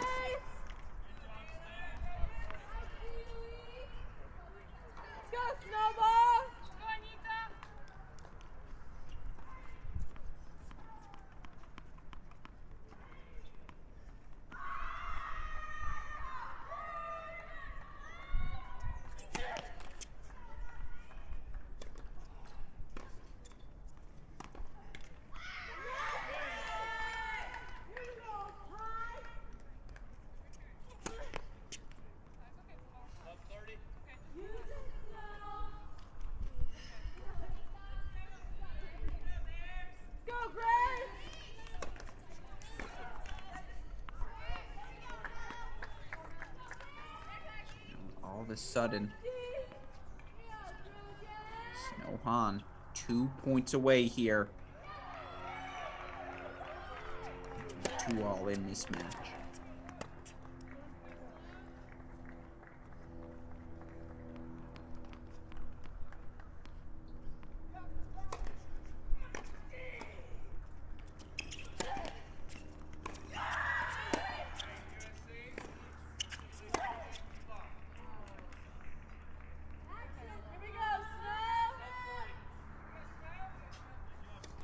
Now quadruple match point here. Meanwhile, Ole Miss 4-1 victory over the University of Michigan over in Georgia Tech. So it's going to be Ole Miss versus Old Dominion for a spot at the National Indoors. Here we go, though. 4 match points for Snohan here. He's up at 2 apiece.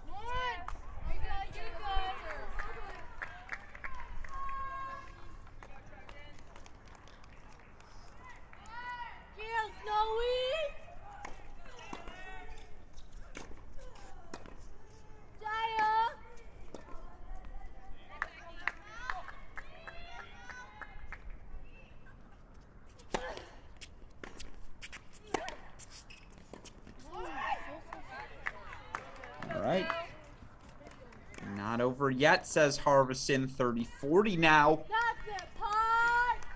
Meanwhile, for Cayetano, 7-5, 4-love lead.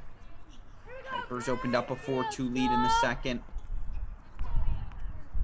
Or a 15-30 in the opening service game of Herrero in the third. So buckle in, folks. We ain't going anywhere quite yet. All the way back to deuce. Oh yeah, and that ball was definitely out. So now, she fight off the match points. Yeah, I feel like if Han could have managed to get one of these, and still might, and get this match in your favorite game of who would you rather be, I think you probably would rather be USC. But boy, she's got to close this out. No doubt about that.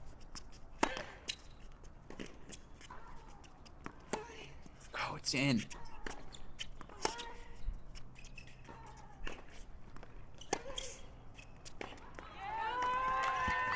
No way. What a hold. And that, my friend, that sound you hear is the match calculator shifting that much more back towards the Baylor Bears.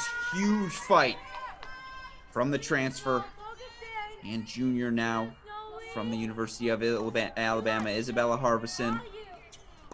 Can she make a deuce here? Let's find out. Can't she, excuse me, fight them all off? Let's find out.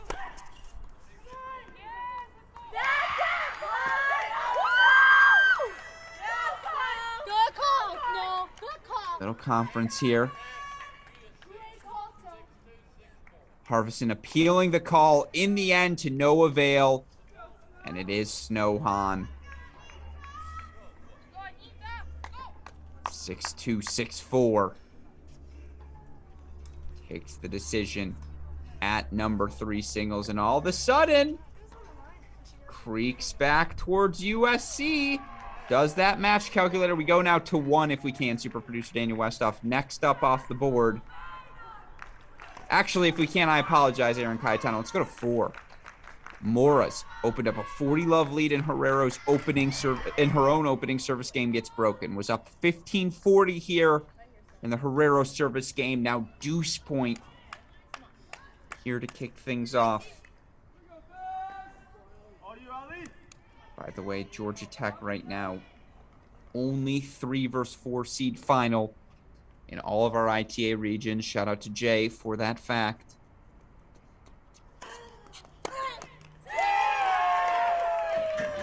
Wow, Herrero.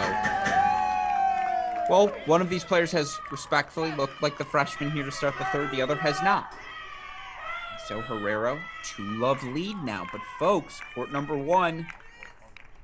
And Aaron Cayetano, 6 good points away, giving her Trojans a 3-2 lead here, getting into the home stretch of this match.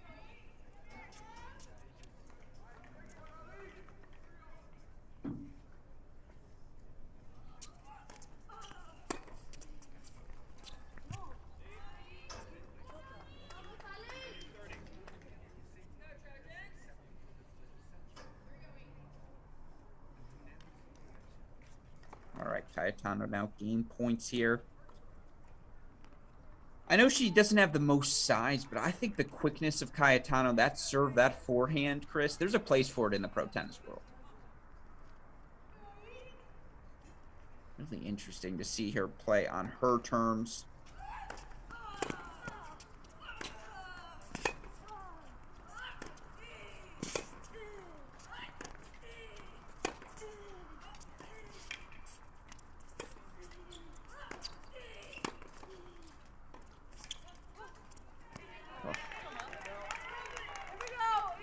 Sure. Now we go to deuce. Bold play there.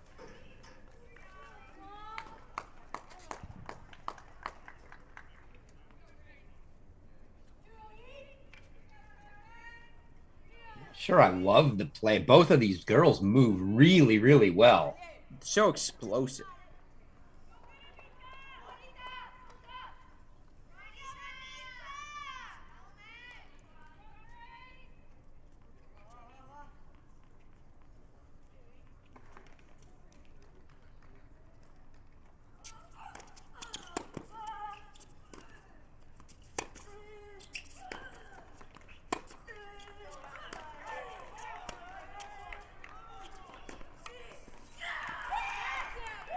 All right. Too good. That's how you do that. Forehand down the line from Cayetano. 5-love lead now for the Trojans here at 1. We go back, if we can, to court number 5 now. Although I will say your call is going to have to be right. This is the one I think they're going to need. I was hoping to be wrong here. Well, actually, it just felt like this was the match. Watching these two play yesterday, Sajieva, Piper, both extraordinarily successful in their team's victories. Two freshmen early on the job.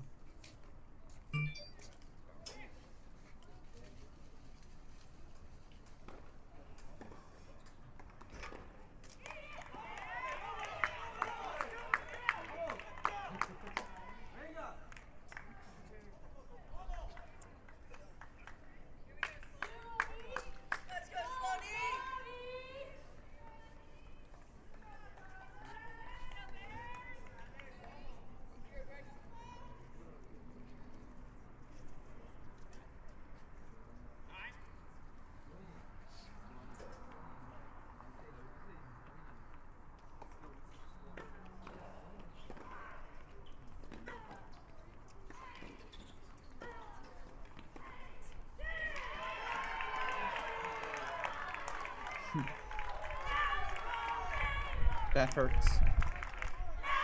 Full swing forehand. You can see the reverberations off the net there. Still, Piper up 5-3 now. Opportunity to serve for this second set, extend the match. Meanwhile, again, 3 matches left on court. USC 7-5, 5-love lead at number 1. Looks like Cayetano's going to get the job done once again. That means the Trojans will sweep the top 3. The question being, can they find a 4th win? Baylor takes doubles. First sets on courts number 4, 5, and 6. Now, court 4 has already been extended to a 3rd set where right now Alicia Herrera-Lanana, currently a 3-love lead, double break in the 3rd over Sloan Mora. Of course, here we've got Grace Piper, the freshman. Let's go, Grace. 5-3 serving for the second set against the Baylor freshman here. Nita Sajeva out of the Ukraine. Both of these players winners in their ITA Kickoff region first round matches yesterday. Let's fight right here.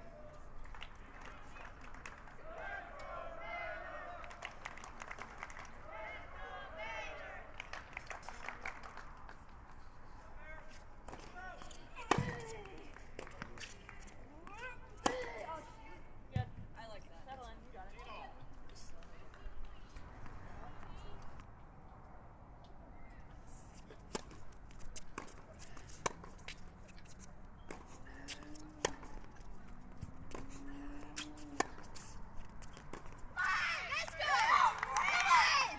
See, I just love the energy Piper plays with as well.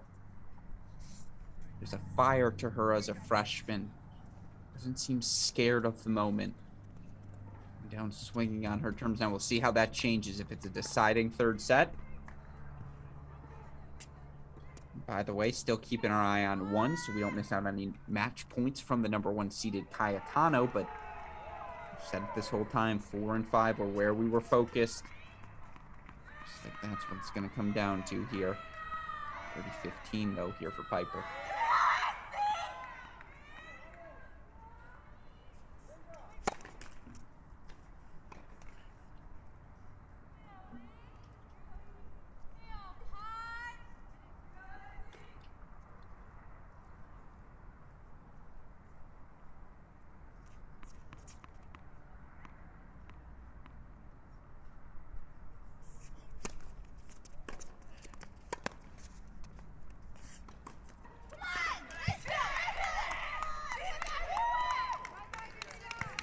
Wide there. That's tough. If so, that's 3 set points now. Yep, 40-15, 3 set points coming up here for Grace Piper.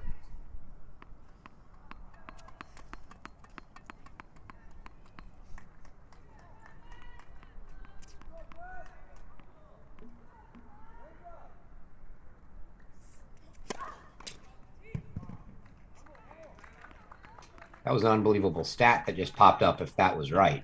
Both players 7 for 9 on break points. That's hefty. Considering there's been, what, 19 games on serve?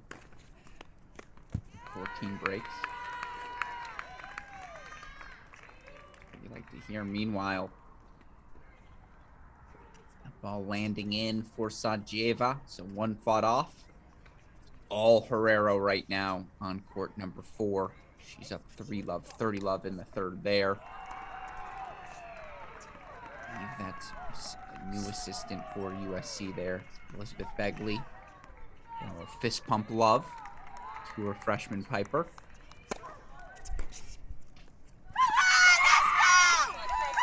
Go Piper. Earns the split. We're going the distance here on court number 5. Again, buckle in, folks. This one not over quite yet. Meanwhile, we go to court number 1.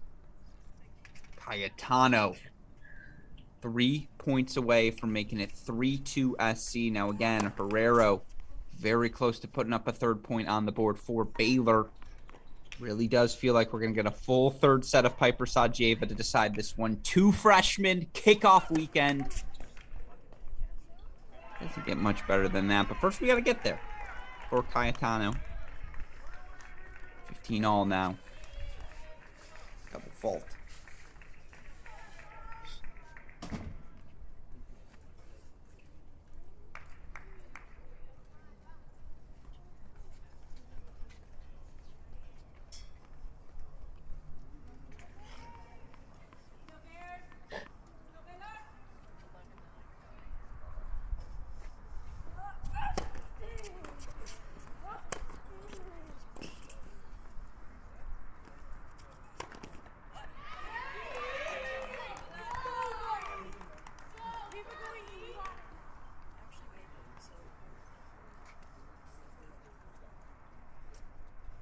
Now 2 points away is Cayetano. Meanwhile, Herrero did hold for 4 love, so she's 2 games away. All the marbles again. Coming down to Sanjeva versus Piper.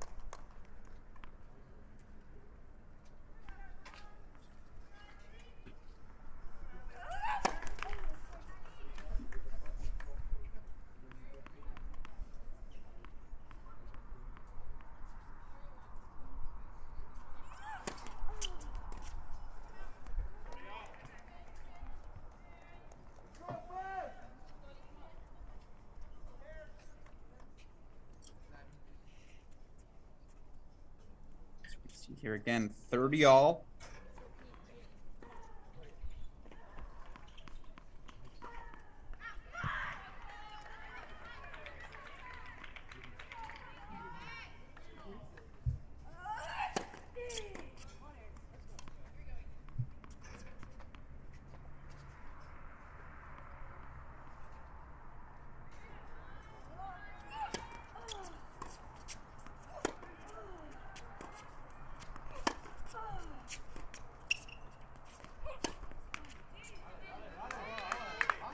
Alrighty. Not over yet here either.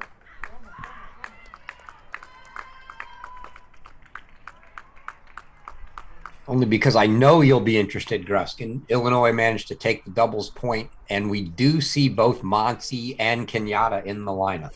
But no Kenyatta in doubles? No Kenyatta in doubles. So I'm imagining they pull him from singles. There's no way. Yeah, I was going to say, they haven't started yet, so he could get pulled. No chance.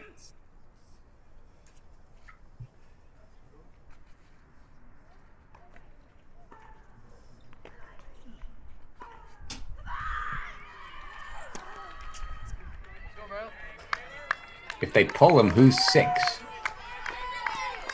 Oh, underhand serve. Oh. Oh, no. She was just hitting that back over. Okay. I was like, no way. So Cayetano gets broken. We play on here. On court number 152. Meanwhile, if we can, let's go to court number 4. Court number 4 in the meantime. Mora looking to get on the board here in her 3rd set. Against Herrera. Looks like she's able to do just that. So, 6-1, 1-6, 4-1 now. Lead for the Baylor Bear. In the meantime, go over to court number 5, waiting for that match to begin its 3rd set. Looks like it's going to come down to the battle of the freshmen. Piper, Sajeva. Sajeva takes the first set 6-4 before Piper comes back in control from the start, 6-3.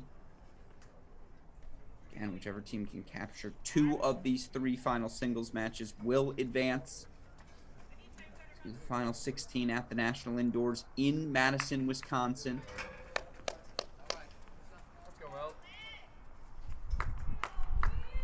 Of course, we want to reset and talk about some of the action happening elsewhere across the country. 53 matches here on this Saturday. Still like 15 left to complete, if not more.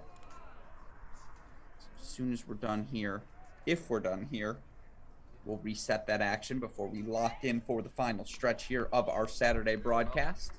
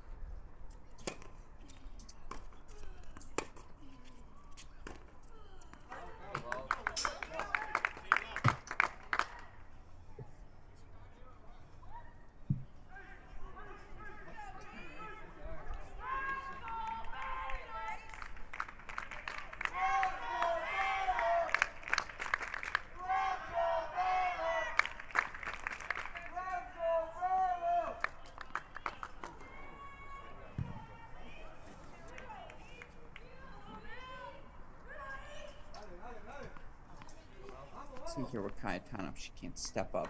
Try to take this return a little bit earlier.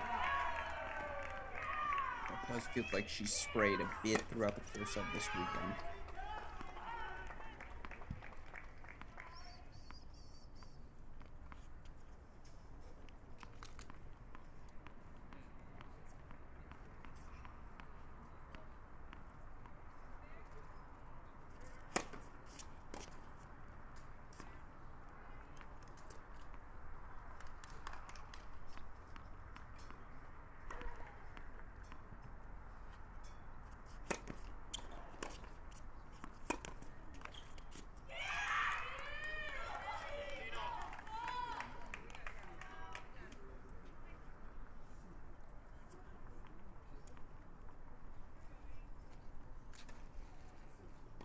And as we lock in here, I watch Cayetano,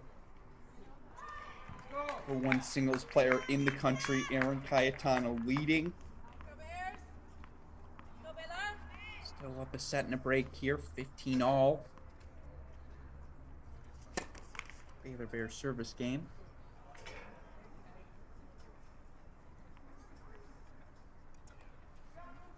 Meanwhile, Sajeva Piper now officially underway. Third set over on court number 5.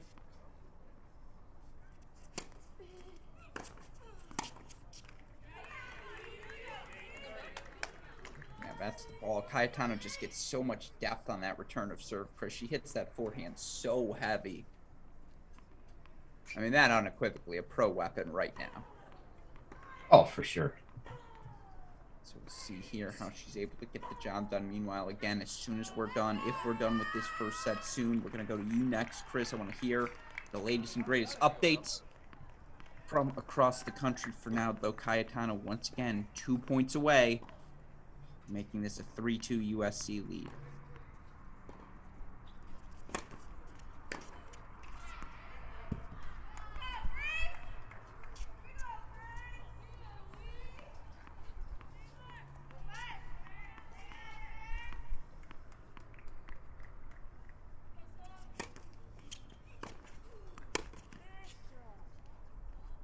Man, that forehand return is just killing her.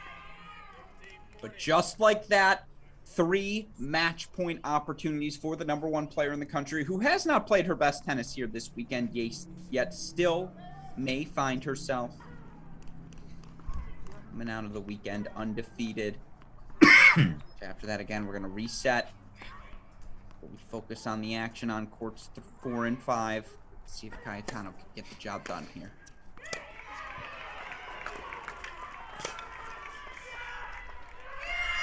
And indeed she can. Erin Cayetano, 7-5, 6-2 victory. It's 3-2 Trojans down in Waco. With that in mind, let's reset where things stand. And again, Alex Gruskin here of Cracked Racquets. So excited to be with you all weekend long as we celebrate the 2022 ITA Kickoff weekend. Now, of course, every so often, we like to bring on some of our friends. I am joined now by my friend of friends, the Professor Chris Halliors, who has helped me monitor the 53 matches happening across the country all day long. Chris, we'll get back to resetting where things stand with USC Baylor in a moment. But for now, talk to me about what's happening across the country. Well, we've got the 2 matches going on down at Texas A&M. Texas A&M blanks UCLA, a little surprising on the men's side, 4-0. Granted, Zaraj had, I think, triple match point in his match to get a point on the board, but still impressive. And I think A&M was up 5-1 in the third on 6 at the time. So an impressive win for them. In the other match going on down there, Arizona, Texas Tech, I believe it's 3-1 Arizona.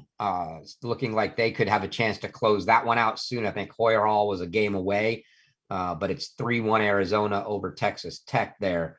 You've got obviously the Wake Forest match just getting underway. The Illinois NC State match, Illinois takes doubles. As I mentioned, we do see Monty in the doubles and singles lineups. It doesn't look like they've posted one score. Haven't seen yet whether Kenyatta's really going to play singles or not, since he didn't play doubles, still showing, but there's no score on that court. So we'll see. I think that's about it on the men's side. The women's side, I'll tell you, the one match going that I'm keeping an eye on that we're not covering right here is that Stanford-Virginia match.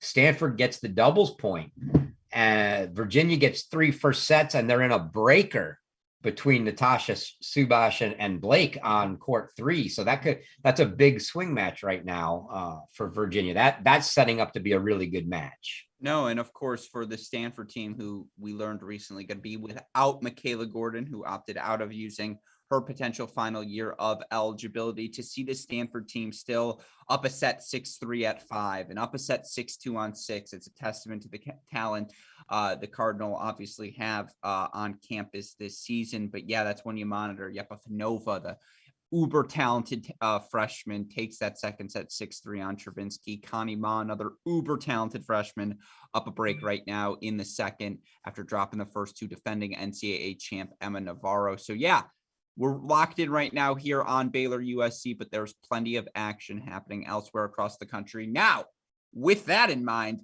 let's focus on our main event here on this stream. How did we get to where we're at 3-2 right now, USC leading the Baylor Bears? Well, it was a dramatic doubles point. Baylor, comfortable 6-1 victory at number 3, but back and forth at 1 and 2 doubles, they win, exchanging breaks, exchanging leads. In the end, Baylor, their number 4 team in the country, delivering a 6-4 victory at that number 1 double spot. 1-0 lead Baylor.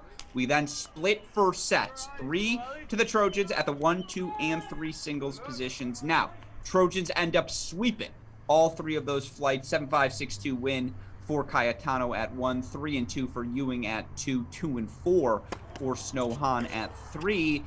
Bears showed off their depth, though. They take first sets at positions 4, 5, and 6. They earn a straight set victory from junior Paula Bargnano at the number 6 position over yesterday's hero for the Trojans, Danielle Wilson. And now, Chris, comes down to 3 freshmen in our final 4 spots of competition. Of course, we've also got a couple of some action already underway here, and that's where we pick things up as super producer Daniel Westoff flashes the lights here as we hit the evening hour of our broadcast. We've got a couple of sets going on here. You see here on court number 4 right now, Sloan Mora down Love 4 to open out this third set, now at 2-4, 30 Love. She tries to mount a comeback here for the Trojans. Worth noting, Mora, Love 40 Love lead in her opening service game, 15-40 lead in the opening service game of Herrero. Still manages to find herself down 4-2 here. Of course, your other match on serve on number 5 singles, Sajieva 1 Love lead over freshman Grace Piper. Piper 40-15 lead in that opening service game, though. So again, we're on serve early on court number 5. There's 4. We're going to hang out here on court number 4 for a little bit.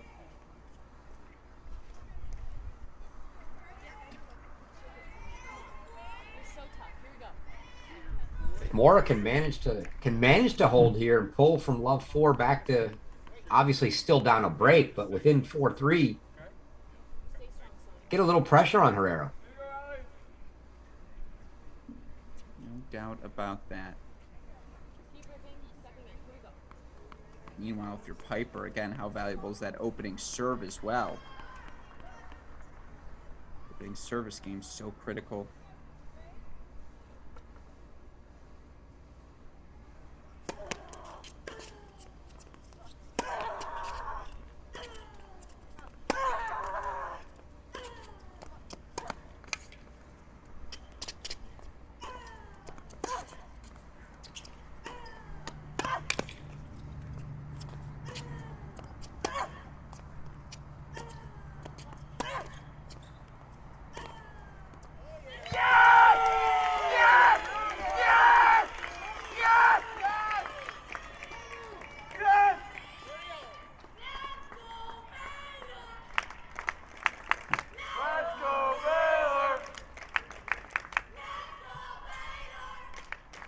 Seems to be tricky, though, for Mora right when she seems to grab that momentum.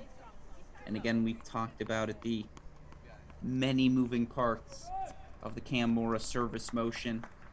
Feels like whenever Herrero's wanted to, she's been able to step up, take a clean cut on the return of serve.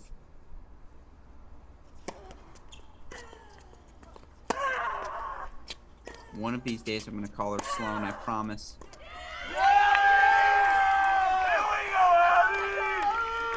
There's a big point. Ultimately, still goes the way of Herrero. Mora making the error there. 30-40 here. Meanwhile, Piper did manage to hold for 1-all in the third set on 5. Chris, I don't know how much more I have to add other than to say this is a barn burner. Yeah, I have a feeling we're in for a long one here. I think it's gonna end up coming down to that match on 5 that's only 1-all in the third right now. Piper keeps jumping out the quick early leads in these games and just can't hang on. Same deal with Cam Mora, it feels like, although she fights back here. Sloan Mora, but yeah. One of these days. It's just locked in my head now. Sloan You said one of Mora. these days. Well, Yeah. here's the thing. It's not today, clearly. I said one of the days. So what happens? If you've called 17 matches of North Carolina in like a 20-match career of match callers, you're used to, you build some reflexes. Anyways, Sloan Mora here, deuce point.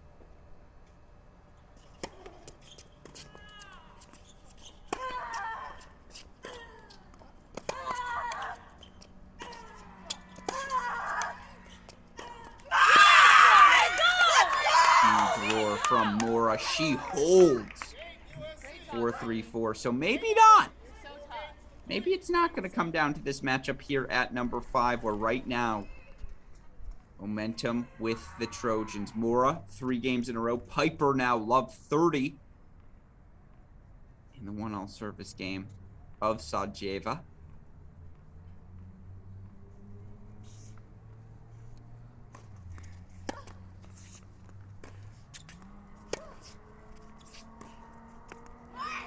How about this if you're Coach Allison Swain? Not only do your upperclassmen leaders deliver in Cayetano and Ewing, you get this sort of experience for your freshmen this early in the season. Grace Piper, Sloan Mora, backs against the wall. Team going to go as far as these freshmen are willing to take them today. That's what the kickoff weekend's all about, Chris.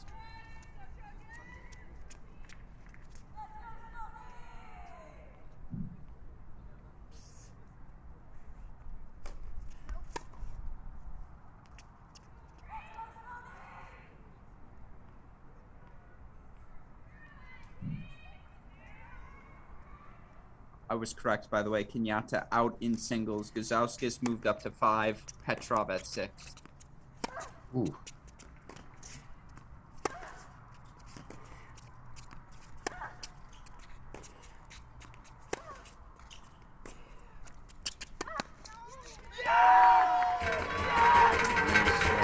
Nice pushback there from Sajeva. Throwing all sorts of looks at Piper right now.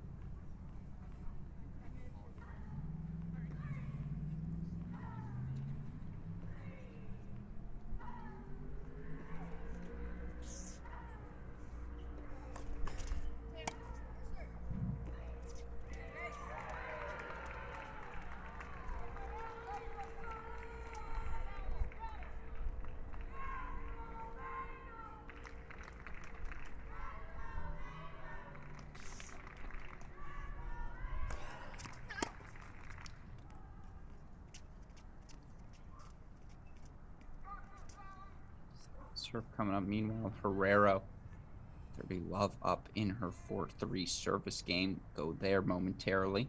Keep an eye on that, I should say. Double fault, though. That's a costly double. And so the freshman Sajeva offers the gift up to the freshman Piper.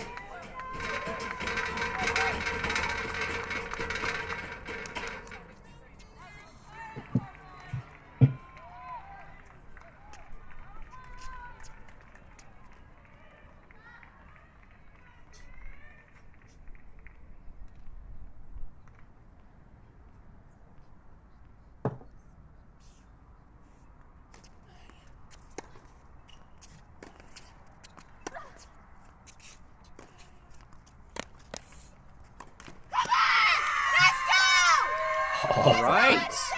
The gift given, and you can see Sajeva, the regret on her face. Nevertheless, you'll take it if you're Piper. Break lead now for the Trojans here.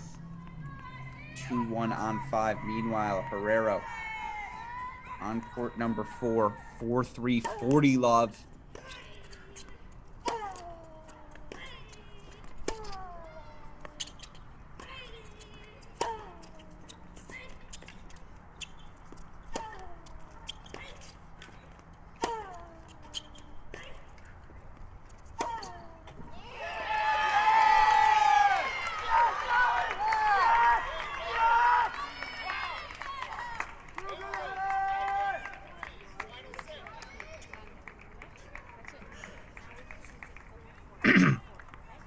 Here we go now, the hold for Herrero.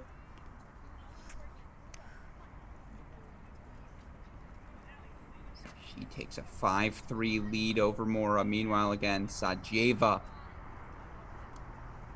currently with a 2-1 break of serve lead in court number 5. So it comes down to 4 and 5 singles. And here we see again Mora, Sloan Mora, sister of Cam, but entirely her own person. Can't emphasize enough. Sloan Mora. Serving to stay alive here. It's one of the lone returning veterans on this Baylor team. Alicia Herrero-Lanana, senior.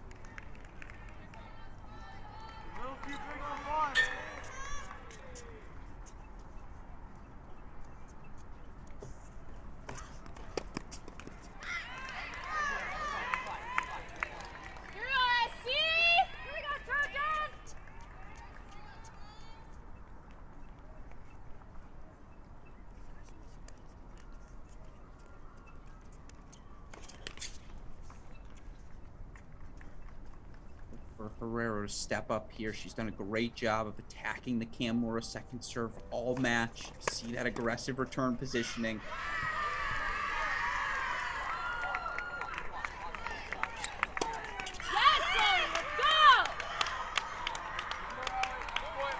Good cut she was looking for, just misses it in the net. Mora will take it.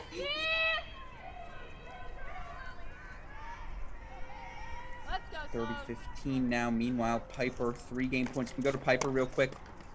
Court number 5. Check out those game points there. She looks to consolidate.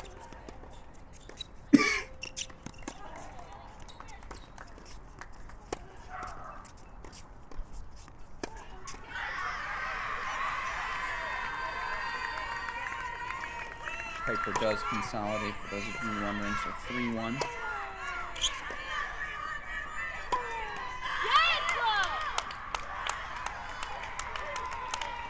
40-15 again, Chris. Look right now. Herrero-Lanana up the break here. USC up 3-2, up the break at 5. One of those either ors. Yeah, certainly have to like your chances. But if you're Sloan Mora here, this is one of these deals where even though you're down a break, you just need to stay out on that court as long as possible and keep the match going. Don't put all of that pressure squarely on the shoulders of Piper. knowing she's the last one on. As long as you stay out there, there's always a chance. I also love the fact that, again, it's going to come down to 2 freshmen at the number 5 position, more likely than not, as we head to court number 5 now. Super producer Daniel Westoff, as we see here, Grace Piper.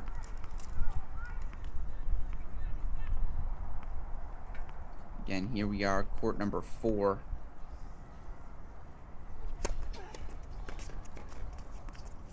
Grace Piper, the number 5 singles position, excuse me. I think Court 3. It's court 3. Yeah.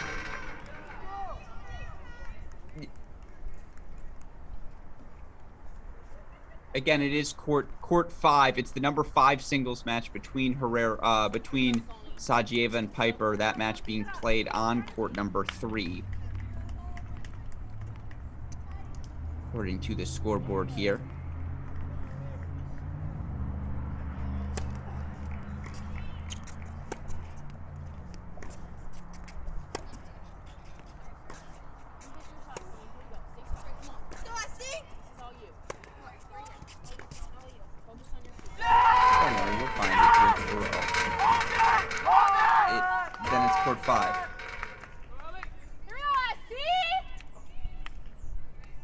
They have it labeled court 3 on the scoring. Yeah, that's always delightful here. As we try to figure out. Here we go. There it is. Sajieva here. Team serving.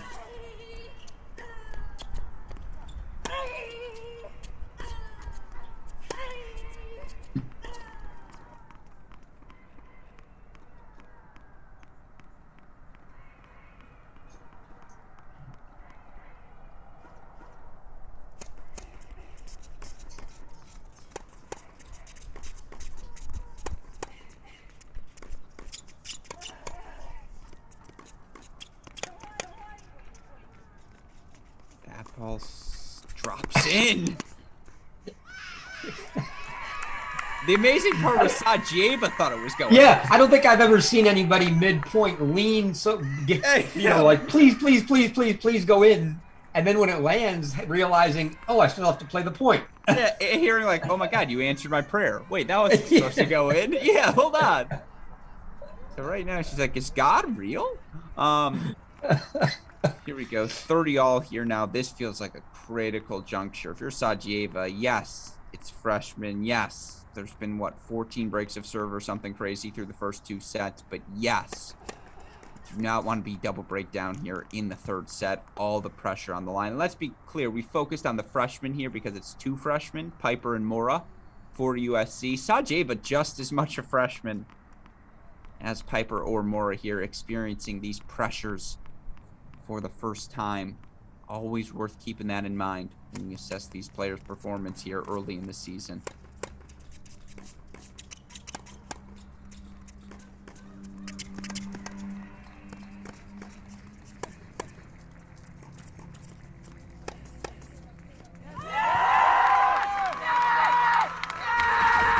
Nice ball there. We got Herrero at 30 love in her service game, trying to serve the match out. Yeah, so if we can, let's go back to court number 4. Where do we do look right now? Okay, you know what the problem is for Sajieva, Piper? I think they're on the wrong serving Here. metric. But here we go now on court number 4. Can we go back to 4?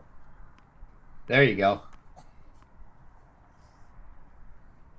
Locked in.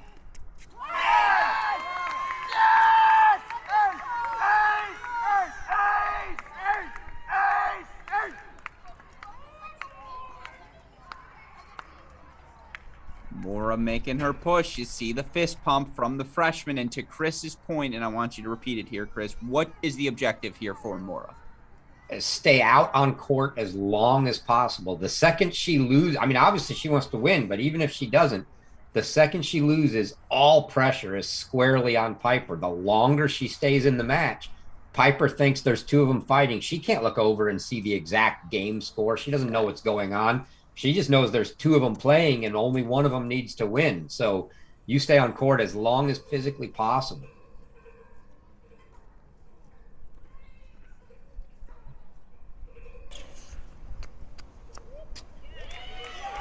Doing all she can there. Alicia Herrero, senior leader for this Baylor Bears. Boy, would they use and like that energy boost from a win here now. Sajeva manages to hold for 2-3, but Piper up a break 3-2 there. Now 3 match point chances here for Herrero to tie this match at 3-all.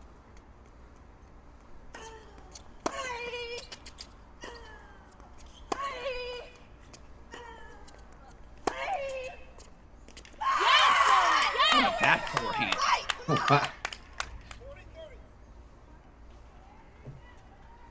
She look like Cam there? I'm never sure when with the double two-handers, is anything a forehand? Good question. It's a good question there, certainly. And again, 2 more match points here for Herrero. But it was a heck of a rip, that's for sure. And by the way, a gutsy rip down triple match point. No doubt about that. All this USC team seems to do is play 4-3 matches, though. More trying to prevent that here. Ball sails long on the serve. Big second serve coming here. You can feel the nerves on. I'm nervous. I just want to see a deuce point.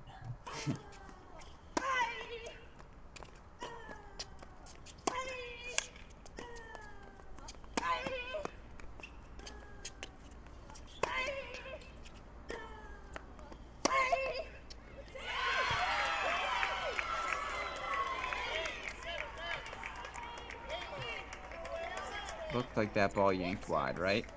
Yep, it was out. Had to have. So, Alicia Herrero, senior, delivers for the Baylor Bears.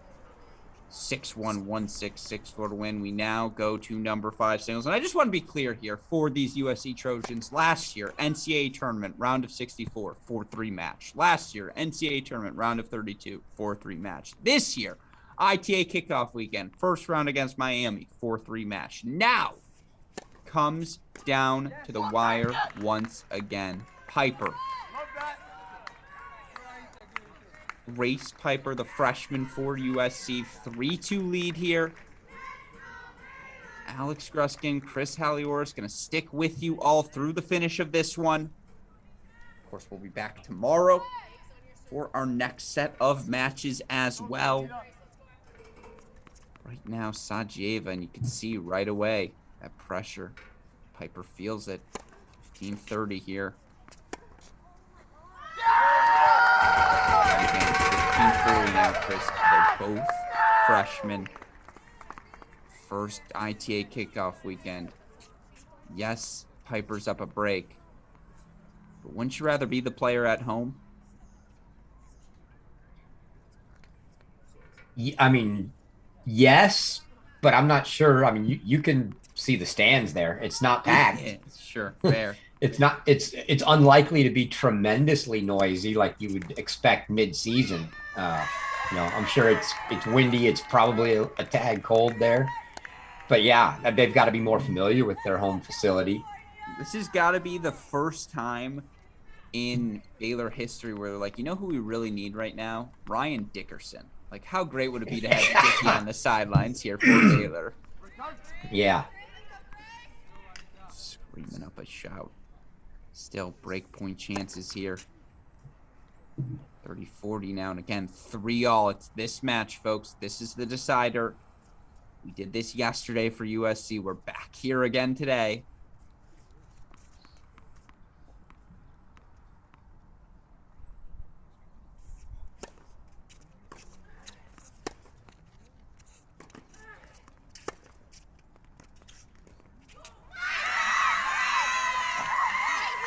I think that's also probably the first time I've ever heard you refer to him by his actual name. So the question is, once you graduate, is the moniker gone and you're back to just your Ryan Dickerson now? No, I just figured it's professional right now. There might be people at Baylor watching. I don't want to call them RYA and Dickey because they'd be like, I don't get it. And it's like, who? Like Ryan Dickerson, they definitely know who that is. But they're like, RYA and I'm sorry? That's the only reason why I would like to be perfectly clear here. But the deuce point coming up for Grace Piper, freshman from California.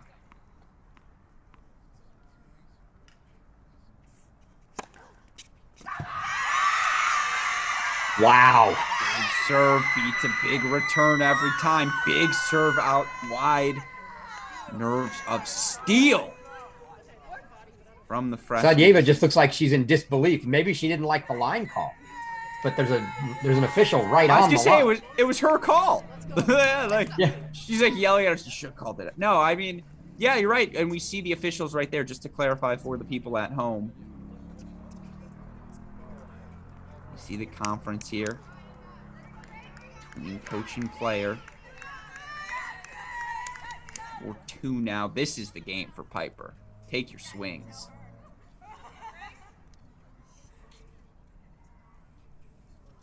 A reminder, in case this is your first time seeing her play, Sadieva lefty is the freshman out of Ukraine.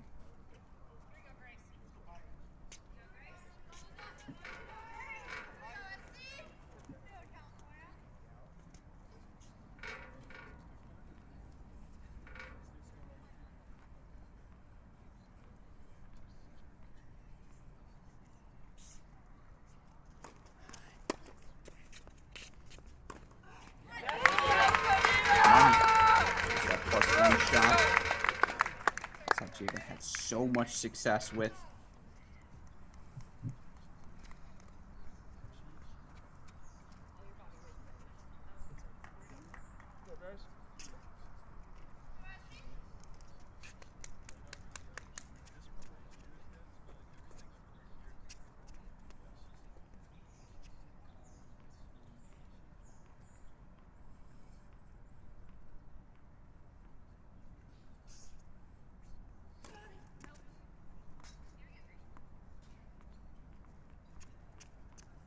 I was going to say, she did not bring that serve out at 2-4, the ace out wide. What a play that would have been.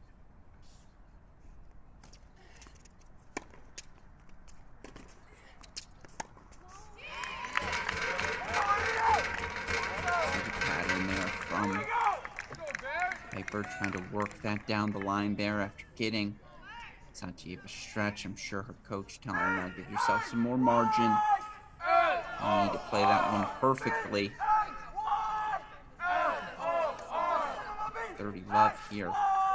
Baylor freshman Sadieva, who I think is executing well.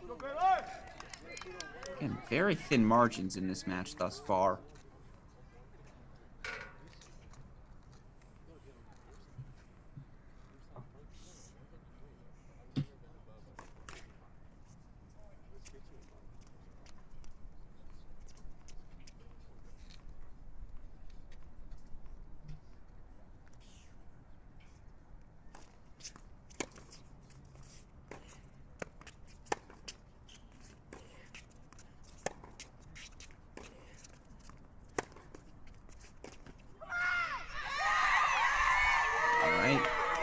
Go.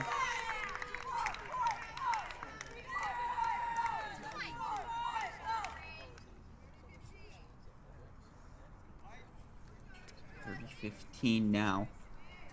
And again, I'm telling you, look for Piper to step up on one of these returns of serve. Can't let Sadieva get the +1 forehand.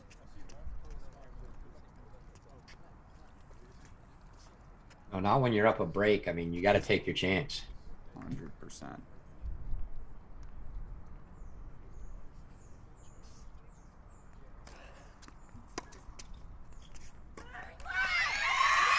Yep. Great swing there. And you saw her take that little split step forward on the return of serve. Connects with that backhand at shoulder height. Brilliant backhand there. She does seem to have the backhand perfectly built to absorb the spin of a lefty, right? Does feel like this is a good matchup for Piper. And as a brother of two lefties, sometimes you just know. When you see that look, you're just like, yep, that backhand's going to work out. Of course, we may see that tonight in Nadal versus Medvedev. For now, we focus here on clearly what will be the match of the day. 30 all here. Or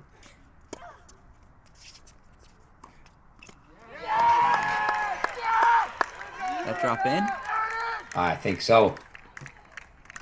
You're looking for the celebration to the bench. It does indeed. That's that +1. It feels like that's all Sajeva can do right now. Yeah, she takes any short ball to the forehand and just smacks it. And she's going inside out with that forehand, right? She's going down the line to that Piper forehand. I think she's got to hit one of these ad court serves down the tee. She keeps going out to her backhand. 100%. She heard you.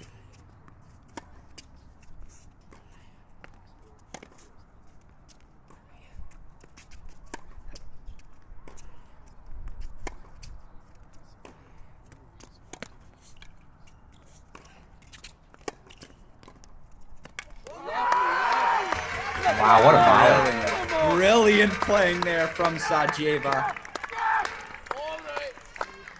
Sajeva with the sneaker. Up the line there on the forehand rally. So now 4-3, still up a break. Is freshman Grace Piper here 3-all? And again, how did we get to this point? Baylor taking the doubles, winning the number 1 and 3 positions. Baylor then sweeps first sets at the 4, 5, 6 spots. USC getting first set decisions at 1, 2, and 3. Things start out with a straight set win from the Baylor Bears. Bargnano at that number 6 position. So it was 2-0 Bears. Then all of a sudden, here come the Trojans. Selma Ewing, straight set victory at 2. Snow Hahn, straight set victory at 3. Cayetano, after first set deficit, straight set victory for her at number 1. We saw these two matches in the middle go 3 sets, and it was the senior Herrero knocking off the freshman Mora in 3. Now a couple of freshmen, Chris. Sajeva, Piper, 3-all, match on the line. How are you feeling? I think we're in for a long one, which is good. I mean, there have been so many breaks in this match. I find it hard to believe that we're just going to see hold, and the match is over. Something's going to happen here. Even if Piper gets the break, I don't see us getting 3 holds down the stretch to end the match. So let's see how it plays out. But it's been a really tight match here all the way. Both players showing they can break each other. Yeah, this is, again, should be good stuff down the home stretch. Now Piper managed to hold after a tricky service game, certainly up 3-2. Of course, it does feel like Sajeva, the freshman, so much more comfortable when she gets a look at that big forehand. Look for that serve from Piper right there. Body backhand wing. Or Sajeva, she's going to get a forehand, make her play it on the run.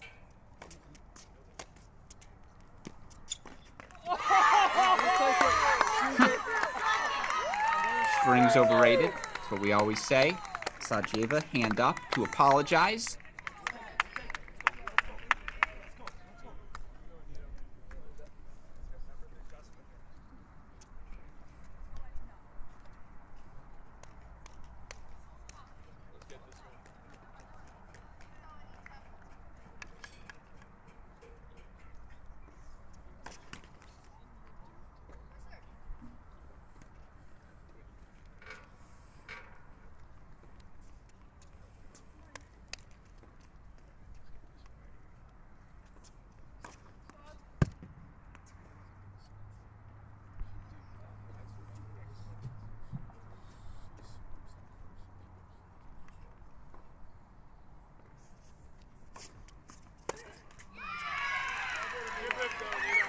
Oh, man. Dear Sajeva, that's the ball you wanted. Inside the court, forehand, almost approach shot on that second serve and just guided into the net. That's tough. Meanwhile, Chris, if you don't mind, should keep an eye out on some of the scores happening elsewhere as well in case we go to another changeover so we can update everyone. Right now, Virginia down 2-0 to Stanford. Stanford wins in doubles in number 5, but Right now, third set's at 2, 4, and 6. Navarro close to the finish line at 1. Subash took the first set at 3. That match has 4-3 written all over it as well. Plenty of fun stuff across the board.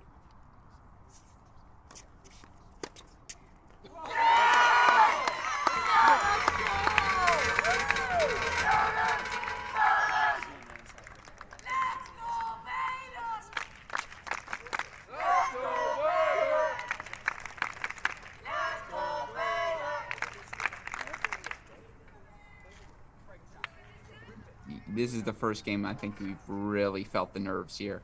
I think we're seeing these players again, understandably, justifiably, 2 freshmen. Tighten up a bit here, 15-30. Still waiting on Piper to land a first serve in this game.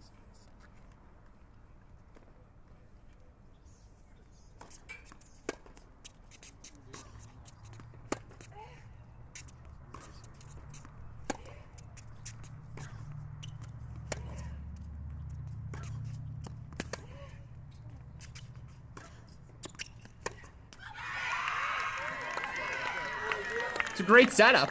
I thought it was a really nice setup. She got away with pounding deep into her forehand. No, it was, again, I thought, yeah, to your point, Sajieva had the ball she wanted. Forehand drive, shoulder height down the line, just misses it in the net. Piper getting, I don't want to say getting lucky, but escaping here certainly with a couple of these point patterns.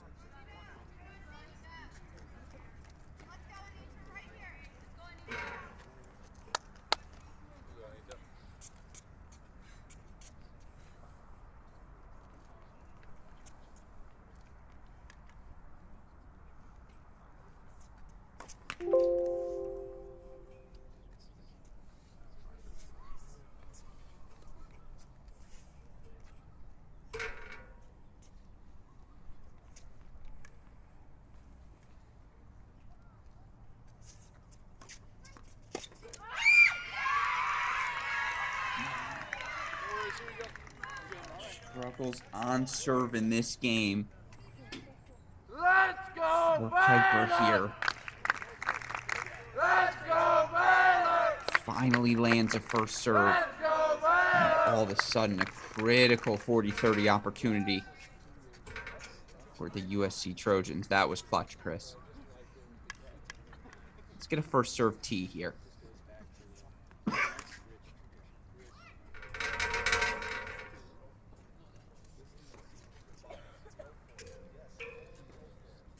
Look at where, again, if you're Sajieva, I might even stand on the service line here. Make her feel all of the pressure.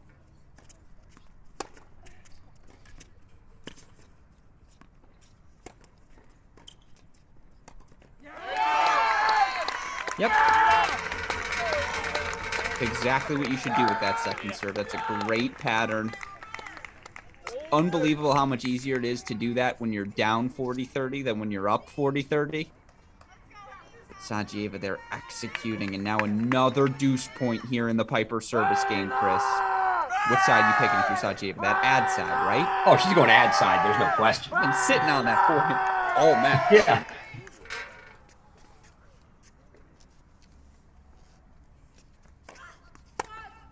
I'm nervous. Yeah. She's trying so hard to get a ball into her backhand that she can't get a ball in. And again, second serve here. Sajieva has missed this return in the net once. Let's see if she goes big again. Oh, wow.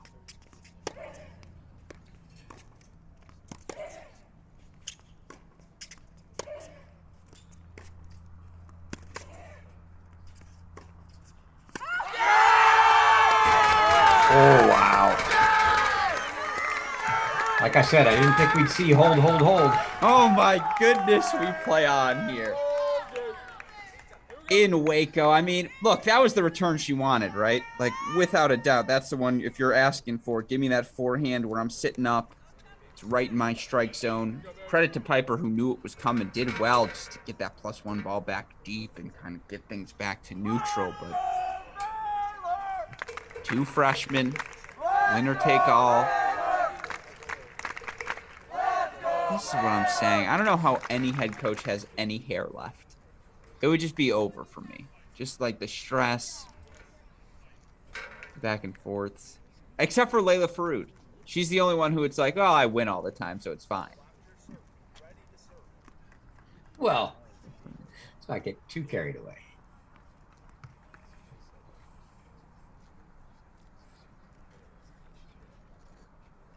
So 4-all here.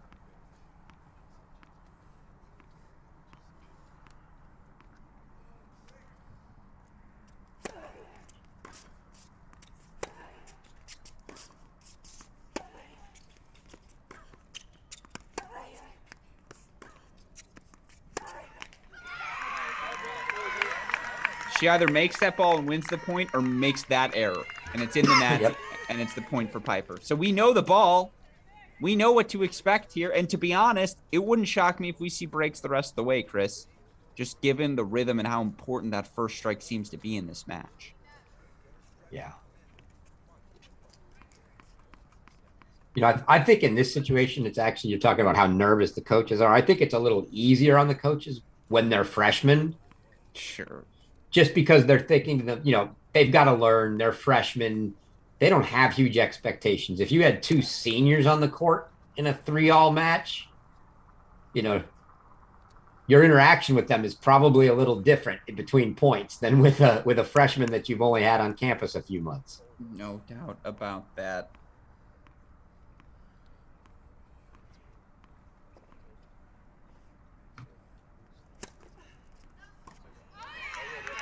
Oh my.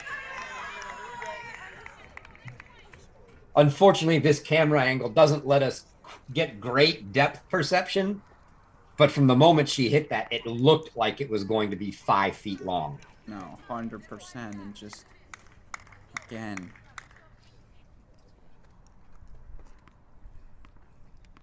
Love 30 now.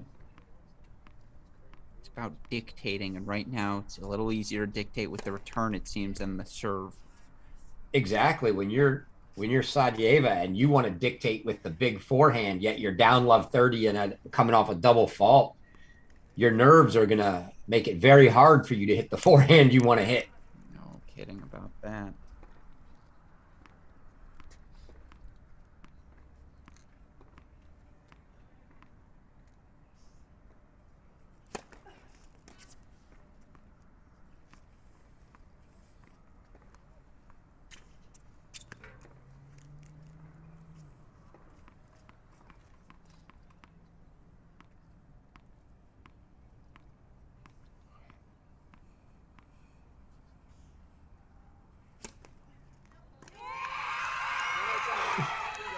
That's not even close. 2 in a row. It's tough serving here. By the way, Virginia wins at 3 and 4 singles. So now it's 2-all. Navarro was up, I believe, serving for the match. Now down 6-5. Connie Moss serving for that second set. Yepifanova was serving for the match. She's now down match point at 2. Absolute battle. Third set at number 6, but Stanford up a break there.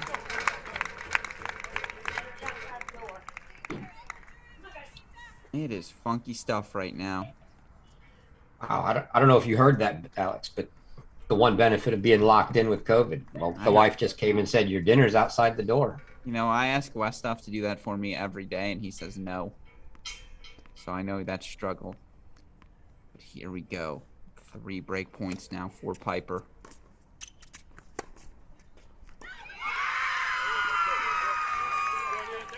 Piper gets the break. Error from Sadyeva, and now Clearly not happy. All of a sudden, 5-4. It's gonna be Piper serving for the match here on that next changeover. We talked about it. It's very, very shaky right now. Tentative play from both players on serve. Yeah, and both coaches know they're, you know, you've got freshmen on both sides of the net. You can see Sadyeva, I mean, head down, just dejected at this point. This is where if you're USC, you've got to tell Piper, look, man, she's out. Don't give her no free points here. Make her earn it. What are you saying? First serves. Yeah, absolutely. Don't even give yourself a chance for a tight second serve. yes, she showed she can hit that ad court wide big first serve, but throughout the match, that's not been the play. So there's no sense to go for it. Just get the first serve in. Don't give her a short sitter to the forehand and make her play. I completely agree with you. By the way, update, Virginia, Stanford, 3-2 Virginia. They get wins from Chervinsky, 7-5 at 2, 6-1 from Munera at 4, straight sets from Subash. Stanford taking the doubles, and a 6-3, 6-2 win at 5. Right now, Sarah Choi, 4-1 up in the third set over Ziadato, so that would be a third point for the Cardinal. But right now, deciding tiebreaker in the second set, Emma Navarro up 6-2, 6-all in that second set. Now breaker to decide it, 1-all in the breaker. UVA wins that, they'll take the match. If not, we're going the distance. For now, we're already went the distance here in Waco. It's USC freshman Grace Piper. What an experience this would be. The first unforced error for her. And again, how many times, Chris, how many times, to quote the great Jersey Janowitz, have we seen that lefty forehand return just do damage for Sajieva? Thank you for laughing at my Jersey Janowitz reference. That means a lot to me. Do you know who he did that against at the U.S. Open? No. Samdev Devarman. Oh. It's a good one. Yeah, Piper just cannot get a first serve into that backhand. Deep ball. Yep. It's an issue here again, and we said it wouldn't shock us to see breaks the rest of the way. Who did, between points here, who did you and Jay take in that Virginia region? Did you both take Stanford? Probably. I would imagine I did. He might have taken Virginia or vice versa. We might have disagreed there. But I also think I made the pick of Stanford perhaps before the Michaela Gordon announcement. I don't remember. You're asking me what I did Tuesday, Chris. Come on. Oh, here we go. Thank you, super producer Daniel Westoff. So we both take... No, those are the men's picks. We need the women's. Oh. There we go.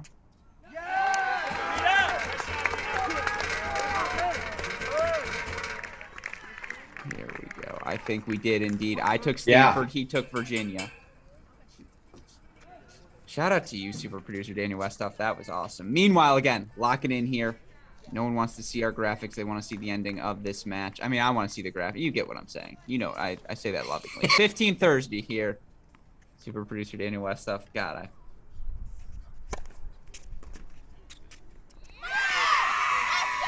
big serve out wide. That's been the serve. We'll say this. Of all the serves that have bailed her out, it's been that one.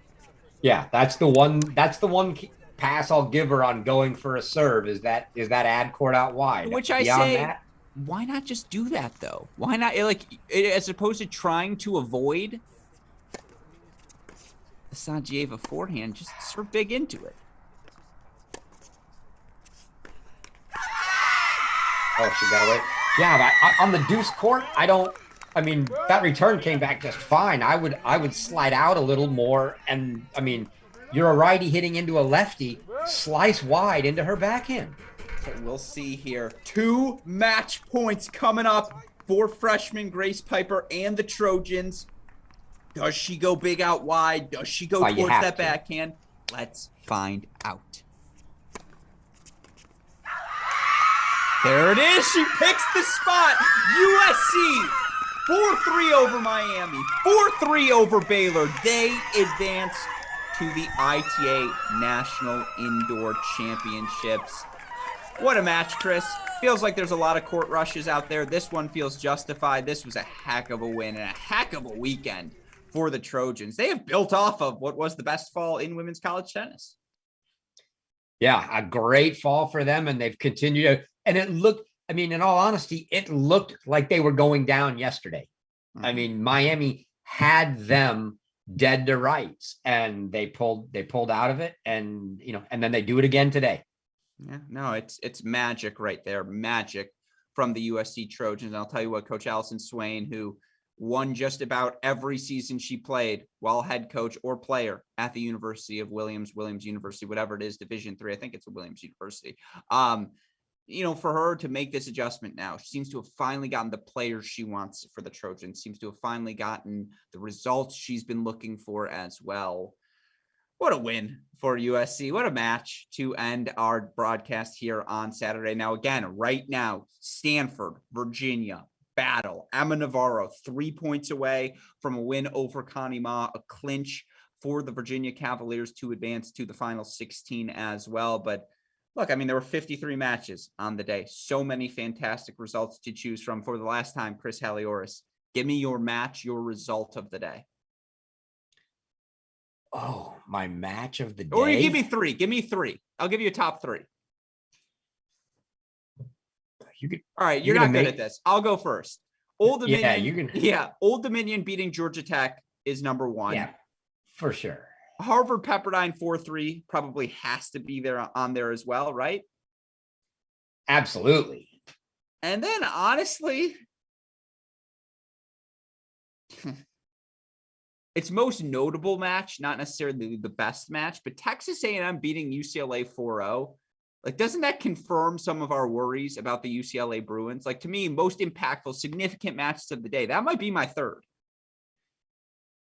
That's a good third. I think I was going to go along the same lines of, a not necessarily close match, but surprising. And that is Ole Miss 4-1 over Oklahoma. Sure. With all the doubts we had about that region. That's didn't expect to see quite such a lopsided win there. So that's definitely one for me. Yeah, and the good news is we can both suffer today as Liberty goes down, as Michigan women go down. So, solidarity, the name of the game here. But of course, again, what a day of play. Starts out with a fantastic doubles point between Oklahoma State and Ohio State, ends with a 4-3 thriller. Your USC Trojans advance. I was going to do a USC, and I was like, I don't think I can do an S with like S.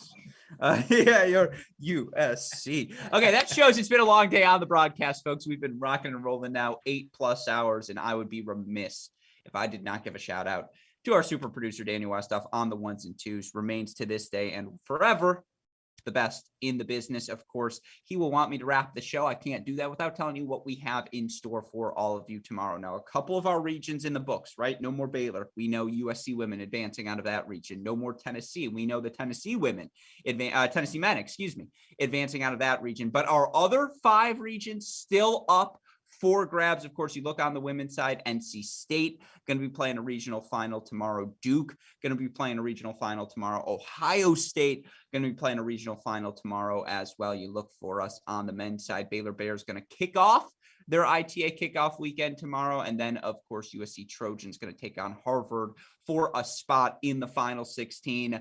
That'll all be exceptional. We'll be back covering it all here from first ball to last throughout the course of the day. With that in mind, Chris, final word goes to you. Any final matches, any final thoughts, any final things to look forward to tomorrow? Your thoughts on what was a jam-packed day of college tennis? Oh, definitely a jam-packed day. Looking forward. I want to see the end of this Virginia match. It looks like Ma now a 6-4 lead in the breaker. So they could be going 3 sets. That's going to be a great finish there. Yeah, definitely be looking forward to another full day tomorrow. And we had 53 matches today. I don't know how many tomorrow, but it's good. It's a bunch. Another big day. I like that. I don't know how many tomorrow. It's a bunch. Not even going to try to count. Here's the math. We had 53 regions today. That means 17 played because we had 17 of our 30 regions in play. USC a match short. That's how we get the 53, not 54. There are 2 matches today per region. Right there, folks. Chris is the professor. His math has worn off on me. So let's say yeah, you like that, Chris? You're like, oh my God, boom. Sorry, we need to sign off immediately. So we're going to do that now. With all of that said, and by the way, shout out to you, COVID Chris. Best performance I've seen since Michael Jordan in the flu game. I'm immensely grateful for you taking the time to join me. Spot always open for you, for our fantastic co-host, Chris Halioris, our super producer, Daniel Westoff, and all of us here at Cracked Racquets. I am your host, Alex Gruskin. You've been watching our Cracked Racquets Red Zone coverage of the 2022 ITA Kickoff Weekend. We hope we'll see you all tomorrow. Thanks, everyone.